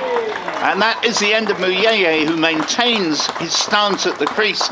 He was well forward, but Nick Cook has raised the finger, and Muyeye departs for 58. And well, we were saying that Critchley's the one bowler who's looked like taking a wicket this morning. You heard me saying as well, Nick, that for me, in order not to wear the quicker bowlers out, I would bowl oodles of spin for the rest of this game, and I think it might be the better bet actually to get a few wickets. Very impressive start with bat and ball in this game to Matt Critchley on his Essex debut, and he's got rid of Muyeye for a fine 58, and it's 157 for 2. Yeah, and he's looked dangerous since he started, and it's well batted Muyeye. That could prove to be an important innings in the final outcome of the game. Compton now needs to get 100 from the Kent point of view, and Stan was worth 121 in the end between those two. The only other man out was Daniel Bell-Drummond to Sam Cook yesterday evening for 11, and he batted very nicely indeed. And yes, maybe that gives a little bit of an opening in the absence of, we think, the continuing absence of Joe Dennelly. Heard from Alex earlier that we're not expecting him to bat. I suppose in an emergency, if it comes down to tomorrow evening, he might do, but Essex have got to bowl Kent out for less than 365. If before the follow-on, the game's all over, isn't it, Paul? Looking at the pace the game's going. Yeah, indeed. And it does look a very big ask indeed, but obviously it doesn't look quite as big as it did before that latest delivery, and indeed before Critchley's spell generally, where he has thoroughly impressed. He bowled one long hop first ball that should have been hit for 4 or 6, just yielded a single, but after that I don't think he's put a bad delivery in at all, and leg spinners often do prove rather expensive, but he's bowled tightly and had the batsman in considerably more trouble than any of the quicker bowlers. Jordan Cox has come in. He's going to be the non-striker because Compton will continue on 67, and it's going to be Steketee to bowl to him with 2 slips, no gully, and just a 4-saving one that's clipped away off the pads down towards deep square leg. They'll have a much more aggressive field, I think, for the new batsman in Jordan Cox. And it's interesting there, a few boundary riders there with Steketee bowling to Compton, maybe underlying even with a new Australian pace signing, but there's not a lot in the pitch for him. Yes, while we're dissecting England's winter, everybody knows in Australia that you can't afford to make a bad start at Brisbane. Yeah. God very kindly provided English conditions in Brisbane, the sort you put the opposition in on, and they had 2 bowlers with 1,100 wickets between them at Test level, and they bat first and they play neither of those 2 bowlers, Broad or Anderson. I'm sorry, if you make that kind of mistake, don't turn round and blame county cricket when you lose. No, and that's the point about Chris Silverwood. I can't believe he would have sanctioned that. You know, it's a good bouncer. That's a good delivery. A bit of aggression there to the new batsman there from Steketee. Good to see. Cox dealt with it perfectly adequately, but nice to see a ball actually get up with just forced into the pitch, and it got some good carry through to Wheater. And while we're on the subject of massive blunders in the running of English Test cricket, here is another instance. God also provided England with a bowler they shouldn't really have been able to have, Jofra Archer. Yes. And what do you do with a guy who can bowl over 90? We'll come back after this ball. Yes. So much the same about Stokes, I think, as well. As this is a delivery which is, again, good pace. It's certainly upped his pace to a new batsman here, Steketee, and that one he left alone by Cox as it rushed its way through to Wheater, but suddenly having a real go at the new batsman here. I'm liking him. He's really, you know, on a slow pitch, getting it to talk. I'd like to see him on a quicker pitch. Exactly. Yes, what you don't do with Jofra Archer is bowling 36 overs in an innings in England and 42 overs in New Zealand. Absolutely, and that's a delivery which is outside the off stump, and again, a good leave. But I linked what I knew you were going to say there to Ben Stokes, who I understand isn't going to play much before May, having, I think, bowled more overs than anybody for England in West Indies. You don't really want Stokes bowling the lion's share of the overs, do you? No, exactly. But I mean, surely Joe Root knows enough about cricket to say, right, we've got this guy, he doesn't bowl any more than 5 over stints, and not more than 4 of those in any one day, and it is said he may not even play Test cricket again.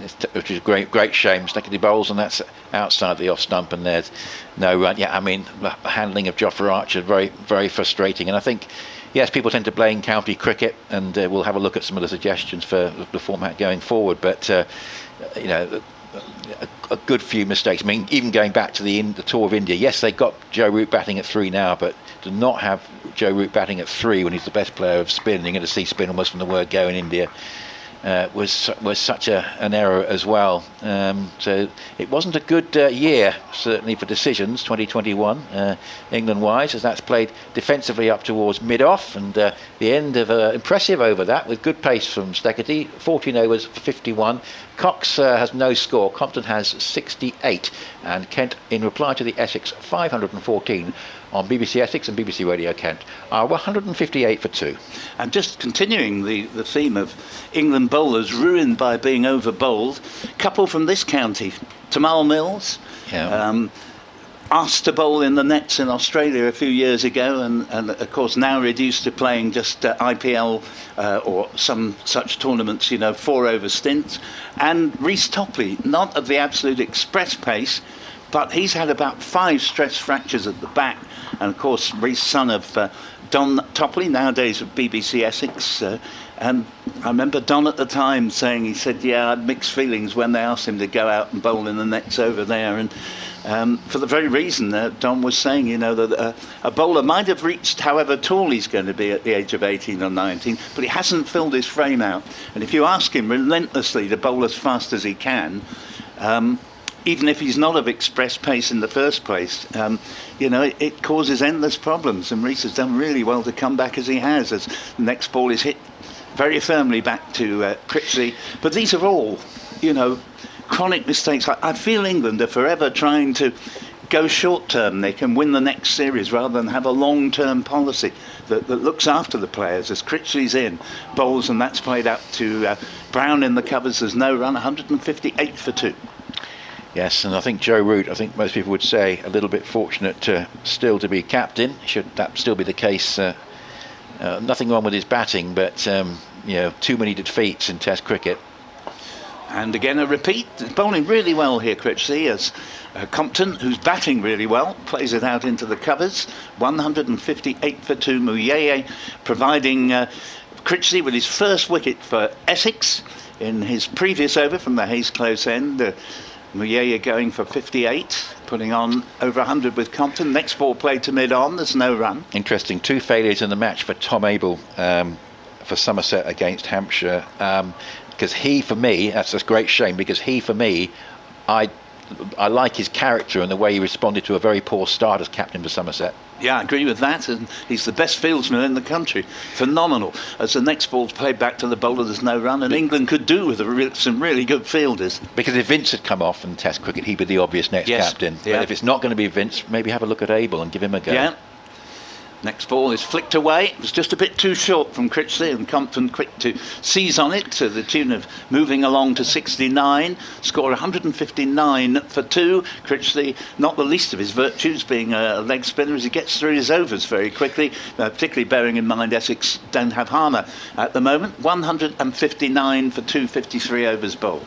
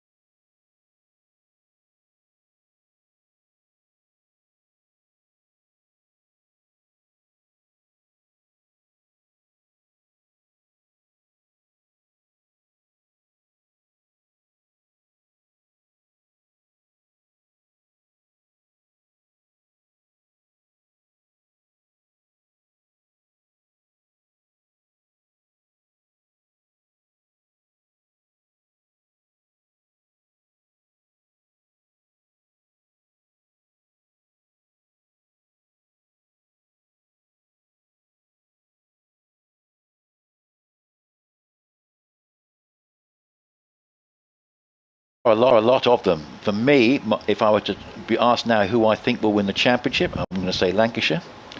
But you've got you've got Essex, you've got Hampshire, obviously, if they can carry on this hot form that they had at the end of last year, and they could well start with a win. Warwickshire are the defending champions. The 8 points for the draw, I think, plays into their hands, Paul, because they won't win many games, but they won't lose many as last year. Will they be more like their 2018 side, Steckley Bowles, and that's outside the off stump and left alone by Cox. If I could just follow up your point there, not unless they find an adequate replacement for Mornay Morkel. Yes. They wouldn't have won the 2018 title without him. You're right. And, you know, he played one more season but didn't look the same bowler. They need someone on that oval track back with the extra pace. Well, Stegarty might be the man, but Essex have got him, so maybe he can shine when the two sides meet at I think it's in July, actually. It's a very isolated away match when there aren't any other away matches for ages. This is played off the back foot, run down towards the gully, and there's no run. It's a strange schedule where Essex have 2 away games in April, 3 in September, which seems very lopsided, and then a couple of others scattered around somewhere. Old Trafford in late May, and I think the Oval in mid-July. That's right. So it does mean that they play a lot of games at Chelmsford in the middle of the season. And that just brings another point where I think the people who run cricket, it's not the counties who decide to ram all the championship games into April and September. There's Stegarty bowls, and attempted pull shot again. Now he's hurried into that. Was Cox, who's new to the crease. Basically, he was looking to sort of hammer that through mid-wicket, but it got big on him, and he was a little bit fortunate. It just went away off the toe edge of the bat to the ground. But again, indication of Stegarty just causing a few problems. That's right. Certainly, Cox looks a little bit concerned about his bat there. I don't know if he might change it, but good bowling, and it's good the way that Stegarty is giving everything he's got here in conditions that don't suit him all that well. He will be a handful on the quicker pitch. Stegarty up to the wicket, bowls, and this is played defensively up into the offside. It's now 12:22, Paul, and you mentioned about half an hour ago that Porter hadn't had much of a look in this morning, so I wonder if there's a bit of a niggle there. He's on the field, but Westies actually just had a word with him. Maybe Porter said, when am I going to bowl, and Westie's just given him the answer. So 160 for 2, Compton 70, and Cox no score.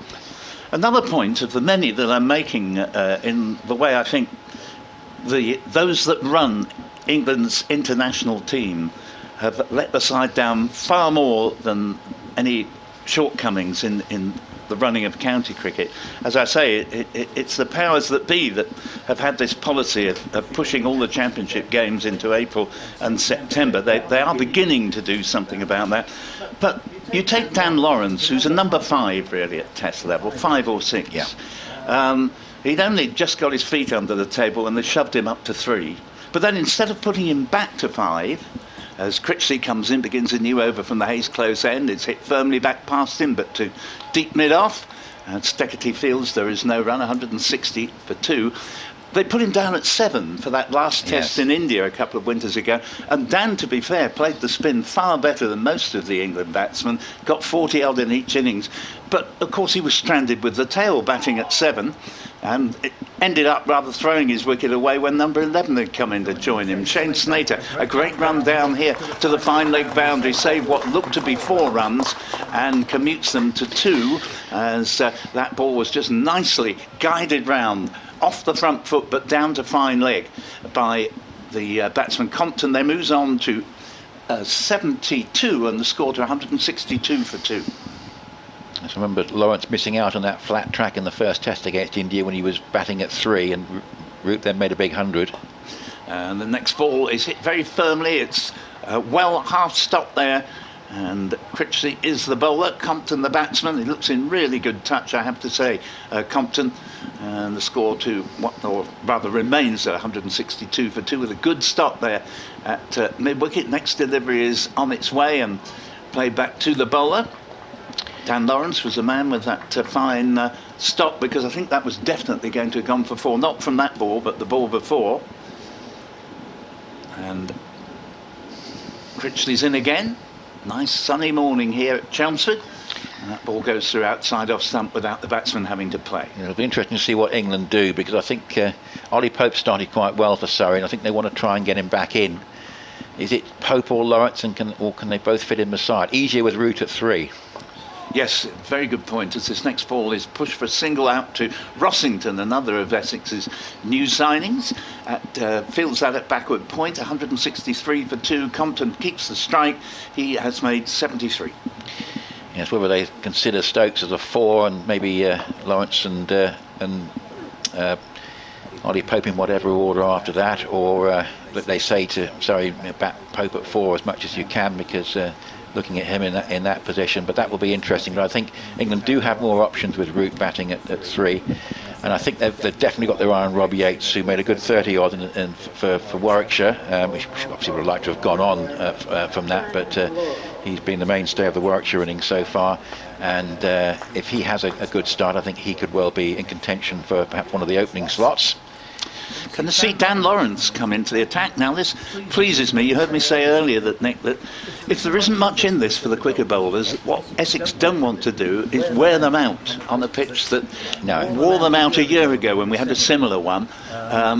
Cook had to be rested from the game at Trentbridge last year on a pitch that would have really suited him. Yeah, and he shouldn't have played at one of the few out-and-out mistakes Essex made last year was I think playing at New Road. Why not give Critchley and Lawrence, and it looks as if Wesley is going to do this, why not give them long spells? And why doesn't Wesley think of giving himself quite a long spell? He's a decent spinner. Lawrence, of course, there may have been reasons about bowlers' niggles and things why he had to play in that game at New Road rather than at being rested for that and playing at Trentbridge. Here is Lawrence bowling, first ball of his off-spin and greeted with a 4. Just paddled round the corner, nice straightforward shot from Compton, just almost meeting it on the full, paddling it round down to the fine leg boundary, all along the ground. He goes to 77 with that, and it's 167 for 2. It sounds a good innings, and certainly is one from Compton. I think he's played with the utmost aplomb out there this morning. I can't remember him making a mistake. There's Lawrence with his off breaks, but they can seem to turn into leg breaks, the frog in the blender style, and that's a much better delivery, which he's out there to confuse the batsmen because they're never quite sure what's coming in, and that one was a much more tricky one for Compton to negotiate. He did, but any evidence of turn will be quite interesting here for Lawrence. And he got a few overs for England, I was pleased to see. And can't remember which top batsman he got out. But slip and a leg slip and 5 saving 1. Going on the sweep, Compton will take 4 more here. That's really well executed stroke, actually. Really played that well. Similar to the stroke off the first ball, which was hit a bit squarer. But a very fine sweep past the leg slip and away for 4. And suddenly he goes into the 80s, Compton, 81 to him. We mentioned he was looking at that 109, I think it was, highest first-class score. And he's got a good chance of getting past it, 171 for 2. We'll be welcoming Alex Hogue back when he's done his next piece for BBC Radio Kent. Paul Newton here with Nick Gledhill, and complete change in the commentary box from the first 2 days. Commentating for BBC Essex, BBC Radio Kent. As Lawrence bowls in another sweep shot. This probably won't go for 4 because the fine leg will get round. They might be thinking of moving long leg more to sort of he's more at long leg at the moment, could move a bit finer but to cut off some of those strokes, but it's another well executed stroke, and he picks up another single, and 3 good sweeps in this over, 172 for 2. Yep. Lawrence, I think, rightly switching to over the wicket now. Right. Maybe just be that he's bowling to a right-hander, but he didn't quite get the line right in the first 3 or 4 deliveries. They were sort of starting on leg stump and making the sweep shot rather easy for Compton, who plays the shot well. As Lawrence comes in to bowl again, and he's driven away, good-looking shot. That's going to be stopped by the rider on the extra cover boundary, but it would have been 4 with the sort of infield because it was well struck. I think it's Nick Brown out there who made sure that didn't get past him. Just a single to Cox, turning into a bit of an expensive over, but 173 for 2. Lawrence looking just to surprise the batsman here, maybe lull him into a full sense of security. The leg slipper's gone, and we've got a short fine leg to try and cut off that stroke we were talking about, and now, as I say, a deep backward square leg, and which is punched away. Good looking stroke, that's gone for 4, just over pitching a bit there, and it has proved a rather expensive over, and Compton has really tucked in there. He's taken 3 fours off the over, and Lawrence starts with 14 off his over, which is a rather higher scoring rate than has been achieved for most of the game so far. 177 for 2, Compton 86. Yes, last year, Paul, I thought Essex, the luck that it had in the previous season deserted them slightly last year. We don't know whether it was an enforced decision that Cook had to play at New Road and basically missed out on Trent Bridge, which really would have suited him, or a misjudgment. Could have been one of the two. But I don't think Essex got much wrong. It was just they had a little bit of ill luck. They had to play throughout May without a break. They had the COVID thing at Derby. The one thing that, fair and square was that collapse at Edgbaston, which really yes. mattered. Well, it's not a ground that suits them. They haven't done well there at all in recent seasons. As here is Critchley continuing from the Hayes Close end, and Jordan Cox plays it back to the bowler. And they lost the toss at Trent Bridge, didn't they? Just one or two little things, bits of luck they'd had in the last couple of seasons, just deserted them in 2021.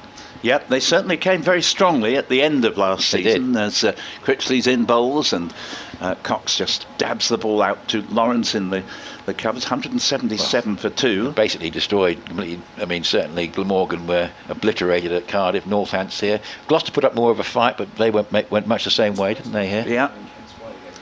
Again, Critchley's in, bowls, good delivery, but played on its merits back to the bowler by Jordan Cox, who's newly underway with a single. Muyeye, the 1 wicket to fall this morning for 58, LBW 2.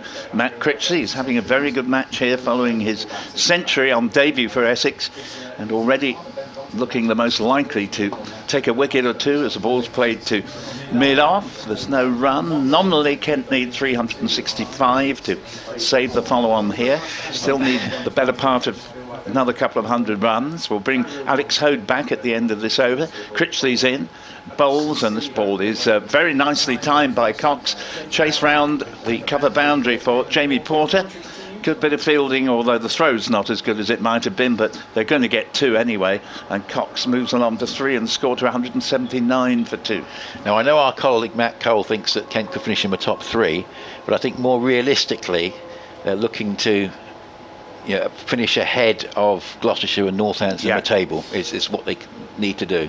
Critchley bowls, and Cox with exaggerated caution gets a long way forward, head right over the ball, and I'll leave you with it, Nick, and you'll be joined by Alex Hode. The score at the end of that over, 57 overs bowled, Kent 179 for 2. And with the draw points, getting a draw with some batting points for Kent in this opening game away from home is a really good start. So they'll quite interesting if Northants do beat Gloucestershire, because I think Northants are most people's tip probably to finish bottom of the table. It'll certainly be a very eye-catching start for them, although I do think they will struggle over time, Northants, but I guess if they come to Chelmsford and win at the end of April, we'll have to reassess that, but I don't think that will happen.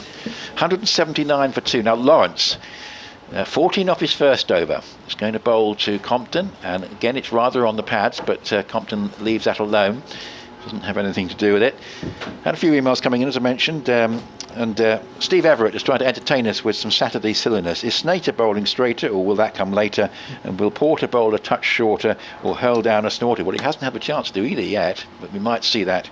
Thanks very much for that, Steve. Lawrence bowls, and it's just clipped away around the corner for a single, but Kent looking very comfortable here. 514 was the Essex score, and Kent have replied with 180 for 2, Compton 87 and Cox 3, and have done so very nicely indeed. So Kevin, you were asking any sign of Critchley or Lawrence bowling, and we've got your answer. Both are now bowling. Perhaps having heard Paul Newton mention that there's not a lot in it for the seamers, don't wear them out. The interesting thing is when we're going to see Jamie Porter, and I'm sure we will do at some point. Here is Lawrence bowling, and that's a good delivery, right on line, just played defensively by Cox, just into the offside, and Wheater moves round from behind the stumps. But well, Alex, Kent, they've lost Muyeye, but I have to say they're probably pretty satisfied with the morning. I think so, yeah. I've just told the BBC Radio Kent listeners that I feel like he'll probably be disappointed. I think he's probably left a few out there, and and they seem to be pretty set fair, the two of them. Credit to Essex for changing things up and giving them something to think about. But yeah, Cox plays defensively off the front foot to Lawrence. He does indeed. I mean, yeah, Compton is ticking on very nicely at the moment. I don't want to put the mockers on him either, but there are runs here for them. Yeah, given out LBW on the front foot, didn't seem totally happy, but umpire pretty positive. Critchley took the wicket as that one just played defensively. He got away with one. I don't know if he got away with one, but he certainly had the shout from, I think it was Cook earlier in the day. He got forward, and the fact that he got forward perhaps benefited him. But Yeah, it was an unfortunate one. I'm pretty sure he's, if not throwing teacups, he'll certainly be kicking his kit bag in the changing area at the moment. Slip and a short leg for Lawrence, as Cox just comes forward and just plays defensively. Much tidier over that from Dan Lawrence. He'll be pleased with that. Just one off the second over after 14 came off the first. And Charlie Wright at 180 for 2, Compton 87, Cox 3, says, any word on Joe Dennelly's hamstring injury and whether he'd be able to bat? I imagine that the way Kent are going now, that Dennelly would only bat in an emergency tomorrow afternoon. Is that? I would be staggered if we saw him at any point in this game. To be perfectly honest, could he bat in an emergency? Do you think? Or I haven't seen him, and to be honest, they're very tight-lipped about it all. I would be very surprised. The nature of it, you could tell at the time watching on the stream, it wasn't good. I mean, to be sprinting. I mean, it's the first game of the season, so early in the first game of the season on a cold day. First real sprint of the day towards the boundary. I think it's a bit of a slope as well down there, isn't it? It's just, you can always tell immediately something is not right, and it's just about the nature of it, what grade of it is, of a pull or a tear, and these things take their time to heal, and you can make them a lot worse before they get better if you try and come back too soon. So hopefully that answers that point, Charlie, and thanks for your email. So now we've got Critchley, Compton and Cox. Compton is batting at the moment on 87. It really has been a fine innings, as we say. One of the critical parts of the innings, I think, was the way he took the attack to Essex early on, just to say, send a message to Essex that we might have got 514, but we're in business in this game as well. He settled down, playing for the long haul, and he goes defensively forward, head right over the ball, and just plays that one back down the pitch, and there is no run. So Ben Compton, we mentioned that his highest score is 109 not out to date in first-class cricket. He's got a great chance of what would be his third century, as this is played defensively again, head over the ball. Incredibly, his first-class 50 didn't arrive until, I think it was the very last week of January, first week of February. So he's making up for lost time. He's 28 years old now, but he's making a real good fist of this first-class cricket gig. Yeah, and of course part of the Compton dynasty. It's played well, not defensively, with more attacking intent actually. That one up towards mid-off, but again there's no run. So he's the grandson of Dennis, of course, Middlesex in England, 1936 to 58, and the cousin of Nick, who you remember, of course, with Middlesex, and mainly the Middlesex player, and Somerset as well, and previously with Nottinghamshire. And say he's got that 109 not out, but that was in Zimbabwean first-class cricket. Just looking to see what is. I mean, basically, he's basically uncharted territory in the championship. This is floated up by quickly going around the wicket to the left-handed Compton. He scored a lot of runs. Sorry, forgive me. He scored a lot of runs for Kent seconds in 2019 before the pandemic, and it certainly caught the eye. And then he got a gig at Notts last year. I think averaged 55 odd for Notts seconds as well. So he's plugged away for his chance for a long time, and now he's got one. He's not looking back. There's a shortish mid-wicket in, and a slip, as this is played defensively, to a shortish cover, actually. That is attempt, I think, just to try and to put men sort of within sort of fairly close range. So short cover and a short mid-wicket. We've got a mid-on, mid-wicket, short fine leg, and conventional mid-off, and a slip, and a deep backward point, as that one is just left alone by Compton. Just a little gentle turn from Critchley, but he's bowling very tidily. 7 overs, 1 for 13. He's taken the only wicket for this morning, that of Moyea, who batted very nicely himself. Somerset 78 for 3, still 170 behind at Southampton, and James Fuller has got to all 3 there, and so that's certainly left Somerset with a lot to do in that game. Tom Lammonby, interesting to see how he goes. He had I remember him making 100 at Lords in that Bob Willis Trophy final. Had a very lean season last year. Remember him getting runs, I think, in a T20 or a Blast game and being very, very impressive. But interesting to see how he goes. But not a lot else from the Somerset batting to date. 79 for 3. They were 169 behind Hampshire in that particular game. So I'm going to have a quick look at the other Division 1s. Warwickshire 85 for 4. Matt Lamb, consistent performer for Warwickshire, 44, and Sam Hain, one of the best white ball batsmen in the circuit. He's 16 not out, So a bit of a partnership there for Warwickshire, and they certainly need it. And they're 100 now for 4 in reply to Surrey's 428 for 8 declared. So that's signs of an improvement, because they were in considerable trouble early on there. Lost a couple of wickets yesterday evening and one more very quickly this morning. But that's a little bit better from the champions' point of view.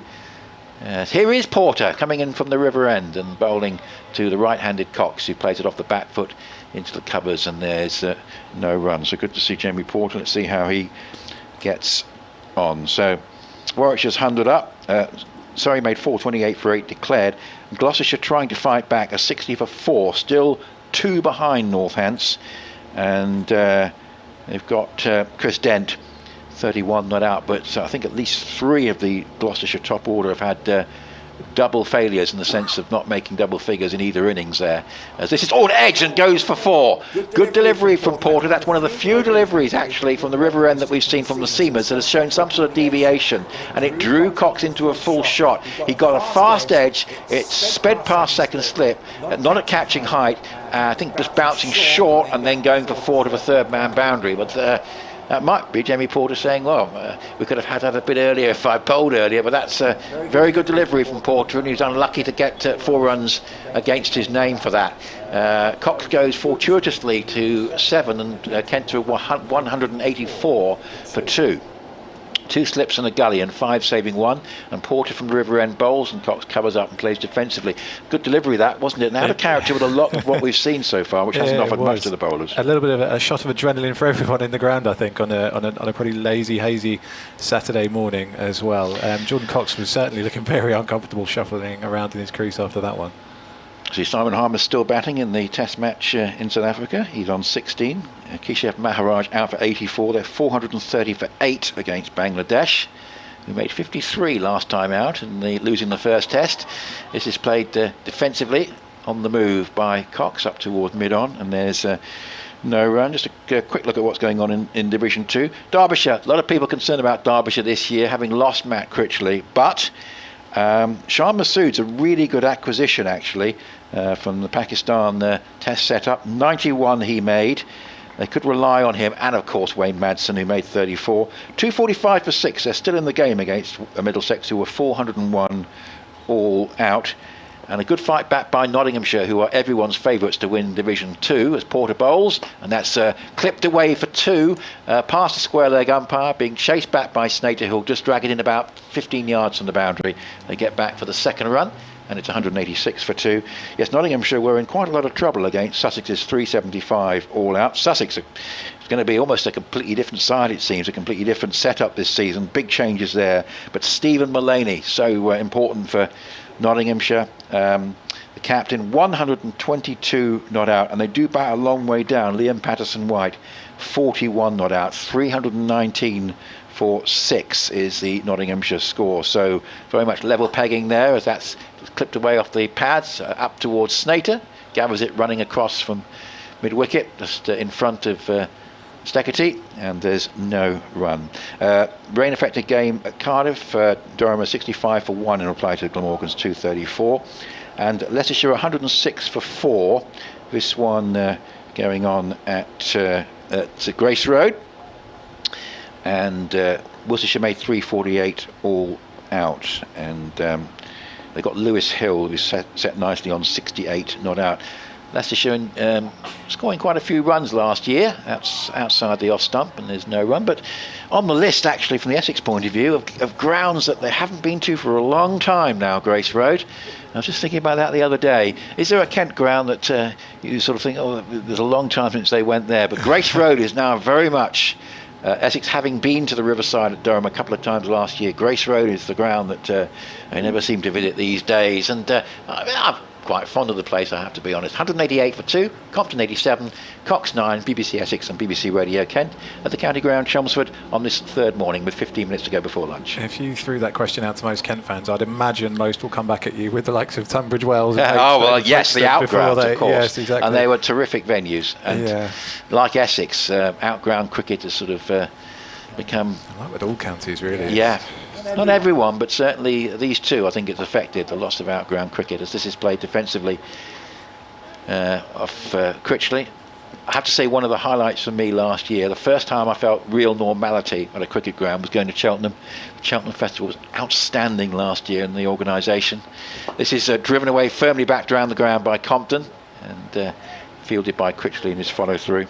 And that was the first time they just, crowds had just come back in, and it actually felt a sense of normality, which was really nice. Much needed after, the games last year without the fans were just dreadful. Short mid wicket and short cover, and a sweep by Compton. Goodness me, he's good on that shot. This will go for 4 as well. I don't think it's going to be stopped there by Snater. He gave it a really good attempt down in front of us to the Tom Pearce stand, but I have to say, this chap looks very good on the sweep, and that's another 4. He's executing them superbly. And Compton 91. I'll tell you what, this could be a revelatory innings from a Kent point of view, because we know what problems Kent had in the top order in the conference stage last year, and they're going to need runs to, make sure that they can stay in games, to give their bowlers a chance to perhaps force the wins they need to make sure that they're confident of retaining their top division place. And this is a good sign the way that Compton has started, which is played defensively up into the offside, and there's no run. It's a dream start really for him and for the club as well. They've made some pretty astute signings the last few years, and this just looks like the latest in the long line. I think they actually got him signed in October time, so did the business early.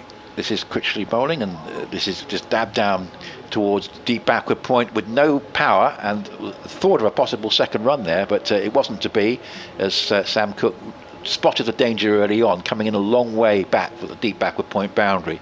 Ball had no pace, it sort of ground to a halt round about where a backward point would have been. There was a danger of a second run, but Cook got in quickly enough to prevent that. Compton 92, Cox 9, 193 for 2. Just Mayaya, the only man to go this morning, and it's been a very good morning. He went for 58, LBW on the front foot, given out LBW on the front foot to Matt Critchley, Centurion of yesterday and the sole wicket taker this morning. 193 for 2, Kent. 365 the follow-on target. That one just holding its line a little bit from Critchley. Not really getting much in the way of turn at this stage, but that one just interested him momentarily, but Cox just let it go. Happy to do that. And Kent's very good morning continues. They're 193 for 2. And to say the key figure is 365. That will save the follow-on and really put them in a good position to save the game. Say Somerset are 4 down. I have to say, from the Essex point of view, Paul behind me, that they've got Somerset at Taunton next week, and it might be a very good time to play Somerset because they've got a lot of injuries, and it could be that Essex's fixture list with an early game at Taunton might actually be much more comfortable than one a little bit later on in the season. So Somerset in a lot of trouble there, 4 down at the Aegeus Bowl, still a long way behind. Here's Porter coming into bowl and driven, play just off the front foot into the offside, and there's no run. I suspect somewhere there's a BBC Radio Lancashire or some equivalent saying, Kent are going to be injury prone. It's a good time to play them next week. No, I think limp off. I just think there are 5 or 6 sides that could win the championship. I don't think Kent are one of them. Then it's a question of Kent finishing ahead of the other sides that might get into trouble. Porter bowls, and this is played defensively to mid-wicket. I just felt a couple of years ago, it was a couple of years ago, it was all Essex and Somerset, wasn't it? The final game of 2019, the Bob Willis Trophy final of 2020. You look at Lancashire's emergence; they've got every base covered. They've got Jimmy Anderson playing in the first couple of months, looking to make his case to return to England. Hampshire really finished strongly last year, particularly if Mason Crane plays a lot. The batting looks pretty strong. They've made a couple of good acquisitions. Ben Brown from Sussex is one. This is just to play with an angle bat down towards backward point. Lad called Weatherly, I can't remember his first name, I think it's James. Joe Weatherly. Yeah, Joe Weatherly was viewed perhaps as might be the weak link for Hampshire. He made 160 odd. Didn't get a 50 last year. No, I mean 160 today. I think they could be whether you call them a dark horse or not, because they finished so strongly last year. Warwickshire, I think the 8 points for the draw plays into their hands a bit. Yeah. They won't lose many games. That's a big game for Essex coming up in a couple of weeks' time at Edgbaston. Porter Bowls, and this is just clipped away up towards the deep square leg for a single. 194 for 2. Somerset, I think, going to have a difficult April because they've got so many injuries, but you feel as though they're going to hit their... They had such a dreadful end to last year, didn't they? They're going to hit their stride at some point. Surrey were anonymous last year, and you just wonder, will it be a different story for them this year? That doesn't tend to happen two years in a row, no. Yorkshire, well, I'm not sure about Yorkshire. They've had such a turbulent winter. You don't know, quite what's going to happen. And Gary Balance obviously is out at the moment. That's a big miss, particularly when they haven't got the England players around. By the way, neither Lancashire or Yorkshire playing in this first round of games. Porter Bowls, and that's played defensively, head over the ball by Cox, and it's still 194 for 2. Basically, when you sort of analyse it, you've got a few sides there that could be in the mix, and then you're sort of I would say you probably exclude Surrey unless they really improve from last year. You probably exclude Yorkshire, but certainly Hampshire and Lancashire. They ended last year very strongly. No one thought Warwickshire would. Yeah. Who are you playing? So we've got Lancashire there, Hampshire next to. Right, interesting. This is played off the back foot up towards mid-off, and there's no run. And therefore, if they get a draw from this game, Kent, isn't that useful in terms of giving a platform going hugely. On to... Is it Lancashire next? Lancashire next at on Canterbury, presumably. Canterbury, yeah, and then Hampshire at Canterbury as well. All right. Well, at least you got them at home. Unbeaten in 3 to start the season. You can't ask for more than that, can you? Oh wait, hang on. We'll wait and see. 194 for 2, but Compton 93 and Cox 9. But my feeling is just there's more sides in contention for the championship, whereas 2 or 3 years ago it was all Essex and Somerset, and the rest you can almost forget they're way behind. That for me has changed now. It almost sounds like you're saying that county cricket's are really good and the standards Well, I just think it could be a games. really cracking season. The fact that Lancashire, just for me, they're the favourites. They've just got every base covered. I feel. As Critchley Bowls, and this is played up to cover point, and there's no run, a bit awkwardly by Compton, but he stays on 93. It's going to be fascinating. So Essex are in the mix, there's no doubt about that. Critchley looks a tremendous signing. Steckerty's going to be fascinating on quicker wickets. This is played defensively up towards mid-wicket, and there's no run. And then the good signs with the batting yesterday, albeit on a flat pitch. But Adam Rossington, actually, I think in a way, but the blast is going to be his strong point, because I think he was really impressive, wasn't he, in the 100 last year. And this is played defensively again by Compton, but it's playing for lunch now. I think Kent, about 7 minutes to go. Diana, thanks for getting in contact for the first time, certainly for me this season, from Calgary. Seems that England can only concentrate on one form of cricket at a time. Why is this? Yes, you're right. That's driven away up towards long on for a single by Compton. He goes to 94, 195 for 2. Yes, they more or less abandoned Test cricket, didn't they, in pursuit of one-day glory, and now they're trying to sort of get Test cricket back on the wagon. There's a lot of talk about the fact that the limited oversight had all the best players, whereas the Test side certainly didn't. About this time last year, as that's played defensively by Cox. Not really many problems for the batsman. Critchley just causing the occasional problem, but there's very little in it for the Essex attack at the moment here. 195 for 2, 365 is the follow-on target. Critchley from the Hayes Close End bowls, and again just defensively played by Cox up into the offside, and there's no run. It's just that thick edge from Porter. I was going to say that's the only real thing. Is if you know things are going for you or against you, whether or not that goes to your slip fielder or if it races away and it's not your day. And that's that thick edge is about as close as anyone's come to the breakthrough. Andrew, thanks very much in Kent. Completely agree with the ECB blunders and the scapegoating of county cricket, especially with Darren Stevens' name being bandied about as the cause of all England woes. Yes, there was a running joke, wasn't there, among the Australian batsmen who'd got out to Stevens. Steve-O's going to get yes, and the main argument being that he doesn't prepare England batters for international cricket as they won't face his wobblers on the international stage. Yeah, it's a completely spurious point, isn't it, Andrew? I agree with you. After England were dismantled by Boland and Mayers, is it time that Darren Stevens is called up as Porter bowls, and that's a fine leg glance, and it's going down towards the boundary. It will be cut off. Just the one run on that occasion. It's a good bit of fielding out there, because that was another good stroke, fine on the leg side. He's been very strong in that area, and goes along by one more. Compton to 95, 196 for 2. The answer is, of course, yes. He absolutely has to get a call up somehow. But I think there's a one-day tour, I think it is, to the Netherlands in the summer. Does that ring a bell? I think what an opportunity to chuck Darren Stevens a cap. I think that's perfect. I don't know what the wickets are like out there if they're playing away from home. This is played. Oh, could have been an interesting quick single to Steketee had he picked up cleanly that, because it was hit Steketee's right hand at mid-on. And if he'd picked up cleanly, and he's just actually ruining the fact that he didn't, that would have been quite interesting. And it could be one of those occasions where the run-out can be as good an avenue as the wicket as anything else. But anyway, it was a run, and Cox to 10 and Compton 95, 197 for 2. I did wonder if he'd actually caught his finger on it. I think he might be okay. Is the next delivery to the left-handed Compton. It's played defensively back down the pitch to Porter, and there's no run. So yes, Andrew said surely England need the wobbler king. Well, I'll tell you what, Essex won't fancy Darren Stevens coming in at 400 for 5 with licence to play his natural game, which could happen here. He'll be licking his lips. He'll be up there thinking, I just want to get out there today. He won't want his teammates to get out, of course, but he has got history on this ground. I'll mention that. We'll talk about that game I mentioned probably this afternoon. This is played away off the front foot, just clipping it away down towards deep backward square leg for a single there. Compton takes him along to I think he goes to 96 with that, just waiting for it to be updated. He does, 198 for 2, so it's a boundary away from his 100.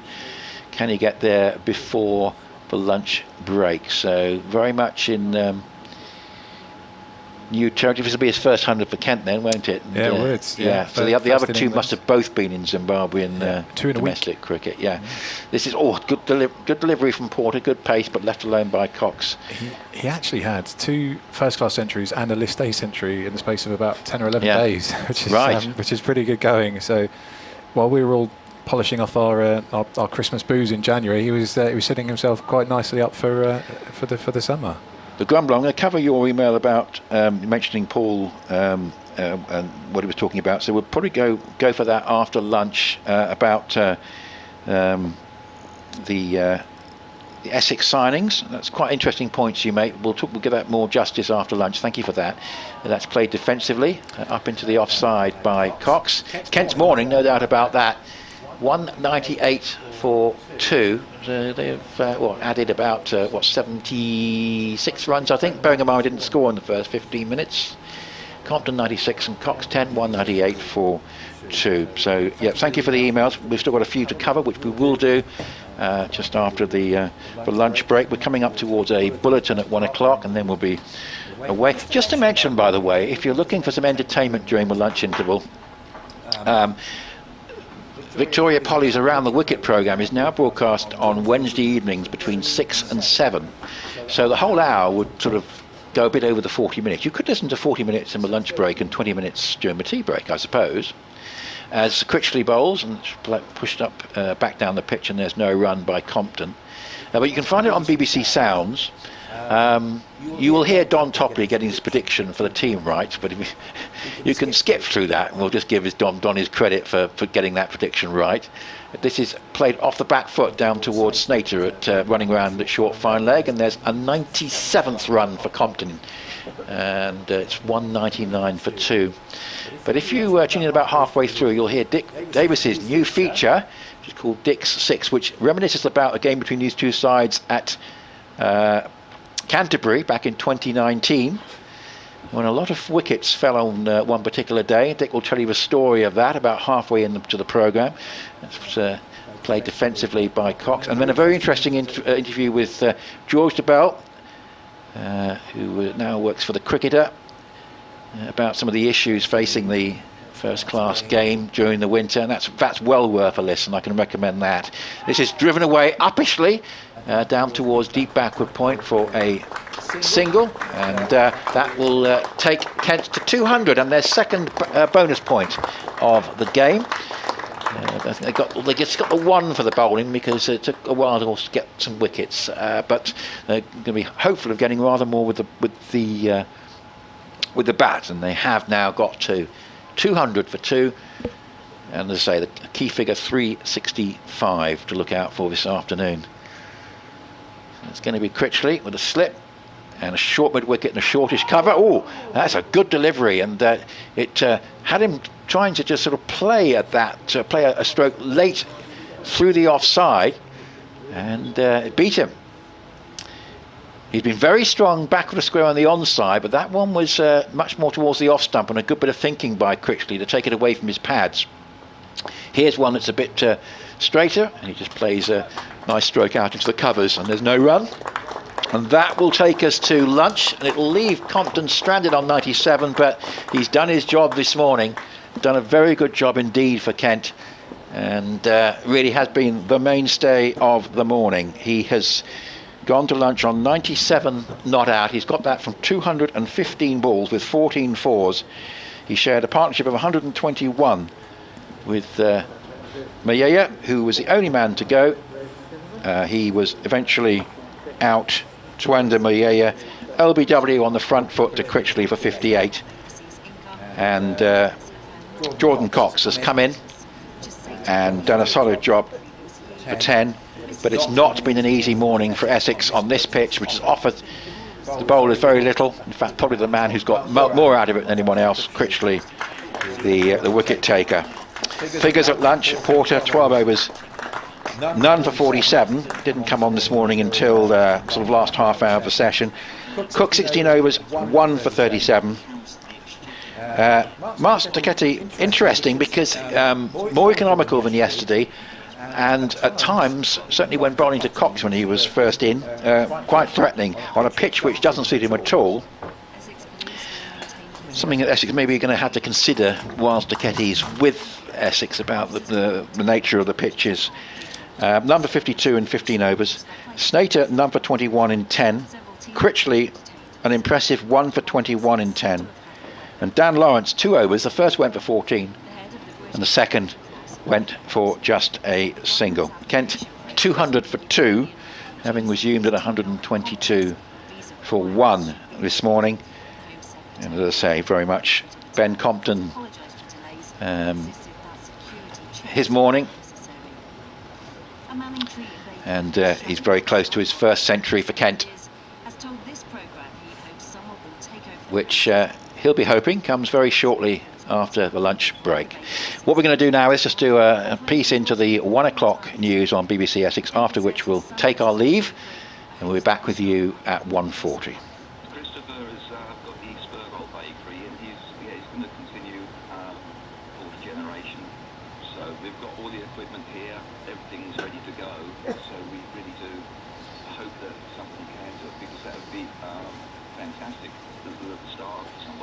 It's day 3 of Essex's County Championship match with Kent at Chelmsford. Let's go live to the county ground now with Nick. Yes, it's been very much Kent's morning on a pitch offering really very little to the Essex attack. Essex made 514 and Kent are now 200 for 2. They started at 122 for 1, and the overnight pair of Ben Compton and Tuanda Mayaya settled in very quickly with very little deviation off the pitch for the Essex seamers. It was Matt Critchley's intervention coming on to bowl his leg spin that brought about the breakthrough. He had Mayaya LBW pushing forward. He was on the front foot but given out LBW for 58 with 8 fours. A fine knock and a stand of 121 with Compton, who has gone on and on. He's been very impressive with his sweep shots against the spinners. 97 not out, just 3 short of his first century for Kent, and Jordan Cox with him on 11. 365 is the follow-on target. Kent at 200 for 2. And you can hear commentary on day 3 from Chelmsford.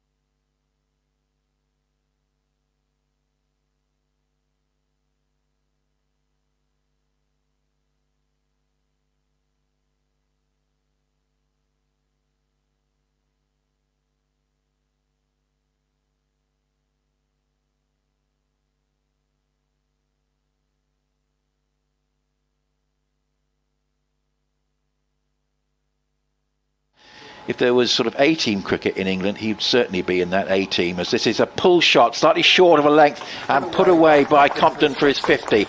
Well, he's been waiting for that scoring shot to get to that. Things have happened probably in cricketing history, but fingers crossed not today. As Cook's in bowls, and that ball possibly off the pad. I think there may have been an inside edge there. It's gone for 4, and short mid-wickets has gone out to within 15 yards of the boundary, and that ball is dabbed down. It's running down towards the third man boundary from the blade of Compton, the left-hander. They're coming back for 2, and out of missed out, as Nick was saying, on 100 there. Here's the next delivery, and this ball is cracked through the covers, and that's running away towards the pavilion for 4. So that'll make it 145 for 1. Yes, Harmer will find, for Essex when things are going well. This is a nice stroke. That's the shot of the morning we've seen from Mayea, leading into a lovely extra cover drive off.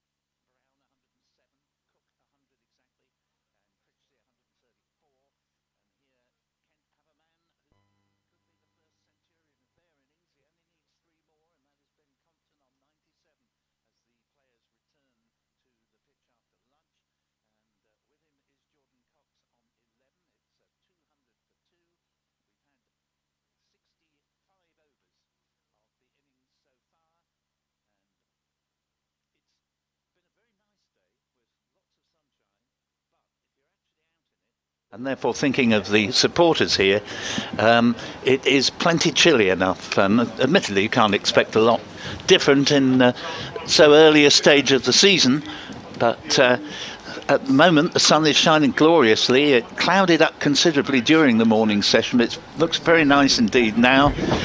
And well, with Ben Compton on 97, a good moment to hand the commentary duty over for his first go in a cricket match on commentary to Alex Hope, to see if he can take Ben Compton, who's played beautifully all morning, Alex, and let's hope he can get to his 100. And let's hope he can indeed, and let's hope I don't put the mockers on him in any way, shape or form. It's not us, we're being waved at there. It wasn't because our window was reflecting the light or anything from the umpire there, was it? I don't know which way to lean, because I have a barrier in my way. I'm going to go to this way. So Porter is coming in around the wicket right arm to Compton. It's just straight drive down the ground. That's actually Cox, isn't it? Yep. That's not the moment. There we go. Oh my goodness me. It was very nice. Straight drive from Cox, actually. Beautiful shot. Really, apart from a shot from Uyeye that went to the cover boundary, yep, and was full of grace and elegance. Yeah. That was the shot of the morning, which sounds a bit rude to Ben Compton, because he too has played beautifully. He's timed it incredibly well. A lot of his stuff's been kind of classy touches, whereas that was just dispatched again. Porter steaming in again from the river end, and Cox has clipped this one away nicely through square leg. There's going to be 2 there. I think it's a very simple 2 as well. Cox is going to retain strike, keeping Compton away. I wonder if Compton's been thinking about it for the last 45 minutes, just been sat there thinking, I wish I got it out of the way before lunch. They've eaten a lot more simply, I'm pretty sure. I'll tell you what, he's played with such composure. I don't think he'll have spent a moment worrying about that. What I think will have exercised his concentration is it just isn't worth taking any risk for the glory of getting to your 100 before lunch rather than after. Why not just, rejoice in how well he's played and come back and complete the job after a good meal? Here comes Porter once again, and Cox just fends this away over on the offside. Do feel free if the window blocks in your way there to open that window. It's going to come back at me, isn't it? I just feel like it's going to... I'm fine. It's actually lovely sat here now as well. It is. They were moaning about the guys the first couple of days, saying how... well, they're softies, you see. They really are. Yeah, they've had to bring the hard men in for the last 2 days. Absolutely, yes. Porter at the top of his run-up, and he comes again from the river end. Pulls right arm, defended away from Cox on the front foot there. No run. Yes, thank you to the Grumbler who came through to BBC Essex Cricket at gmail.com, addressing much of his email to me and saying how he appreciated that I waited 10 minutes before launching into a broadside on England's management of the cricket teams. 10 minutes is a good ratio, I think. Yeah. Then comes Porter once again and defended away.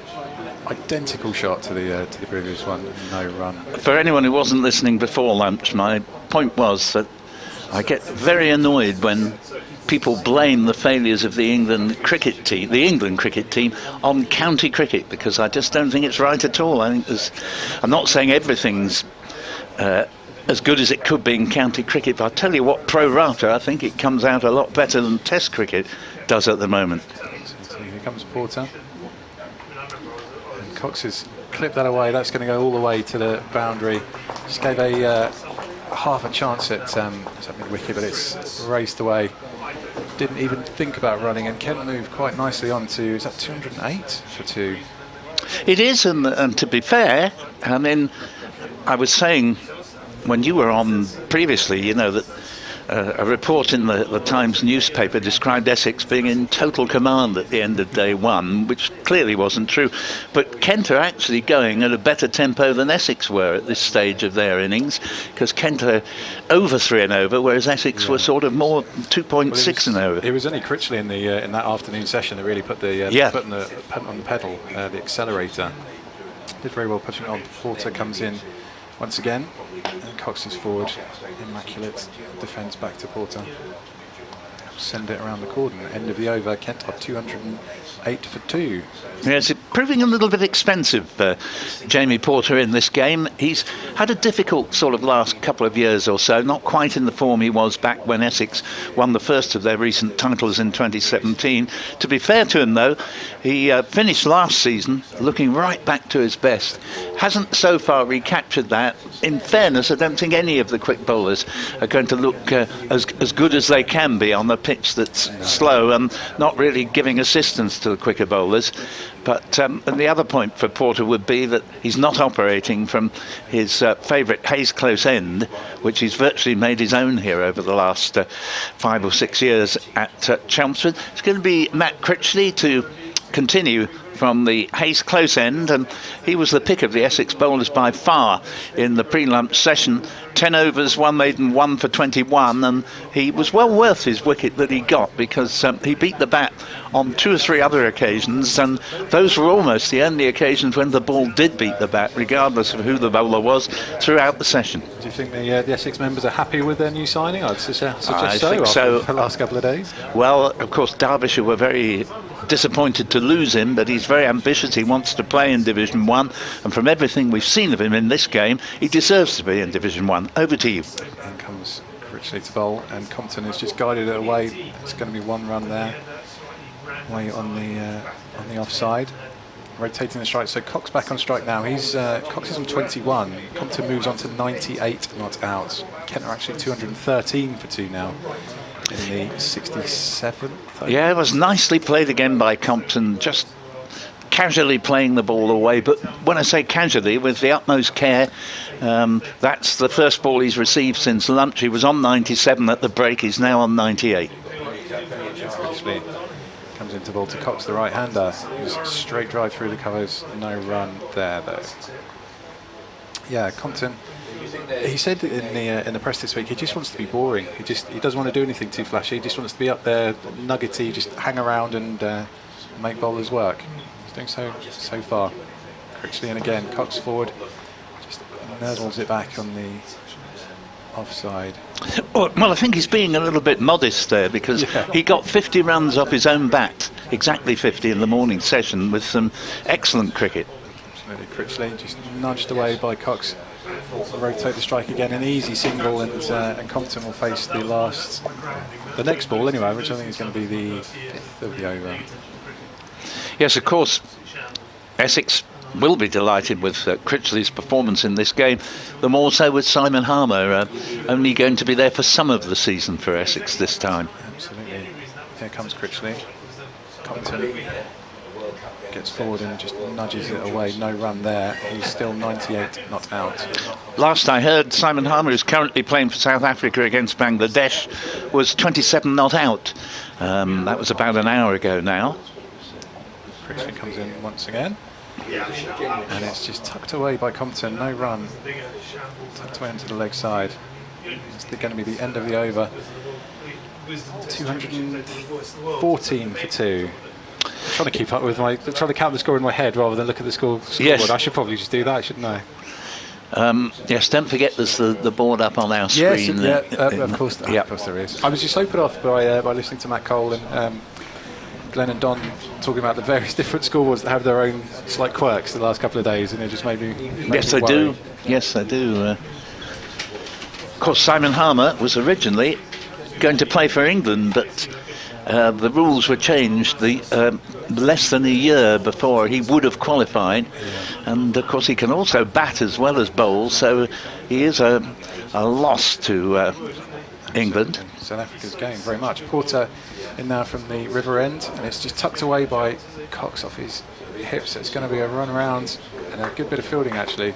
I think they ran 2, so Cox will maintain the strike there. Moves on to 23 not out. Yes, he's played 24 not out. There you go. I'll check the screen that you told me to check. Took his time to play himself in, Jordan Cox, but he too has he's begun to accelerate and looks in pretty good touch. He's another 21-year-old. We've had Miaya, who's obviously just turned 21 last month, and Cox slightly older, but still 21 and relatively inexperienced despite his big scores. Porter comes in once again. Cox gets forward, that's a drive straight back down the throat of Porto. Snaffles it at the first attempt, no run. It was a nice drive that from Cox. Everything looked right about it. Left foot to the pitch of the ball, head right over the ball. And you can't ask for much more than to have 2 or 3 people who are just beginning their careers, very early 20s, as you were saying. And of course, Zach Crawley hasn't been in the game for all that long, so Kent beginning to get a good-looking young batting order together. So Porter comes in again. That's lovely from Cox. Just slapped away. He doesn't even think about a run. Swatted just on the onside and down the ground for 4 runs to move on to 28. Well, I think that was almost insolence, yes, the way he played that. And I love the way as well that he never moved after playing the shot.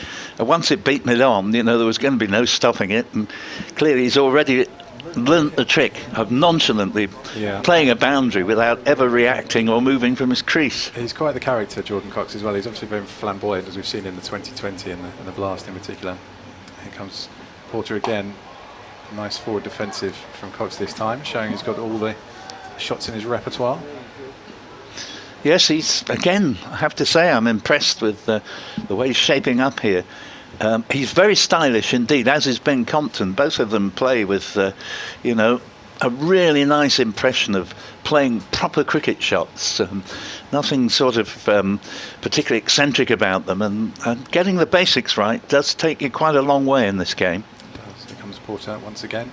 Cox lets this one go past his off stump through to Wheater behind the stumps. One of the many criticisms of the performances of England players on the various tours this winter has been precisely the lack of sticking to the basics, and I've heard sort of fellow players saying, well, they're just not quite getting the basics right. Yeah, the foundations aren't there because they've rushed through, and because they're trying to play different formats and all that kind of stuff.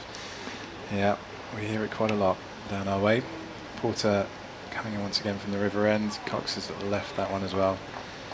I think one of the dangers, we were sort of talking before, that's the end of that over. Kent 220 for 2, now only requiring a further 145 to save the follow-on, and now fewer than 300 runs behind Essex's 514.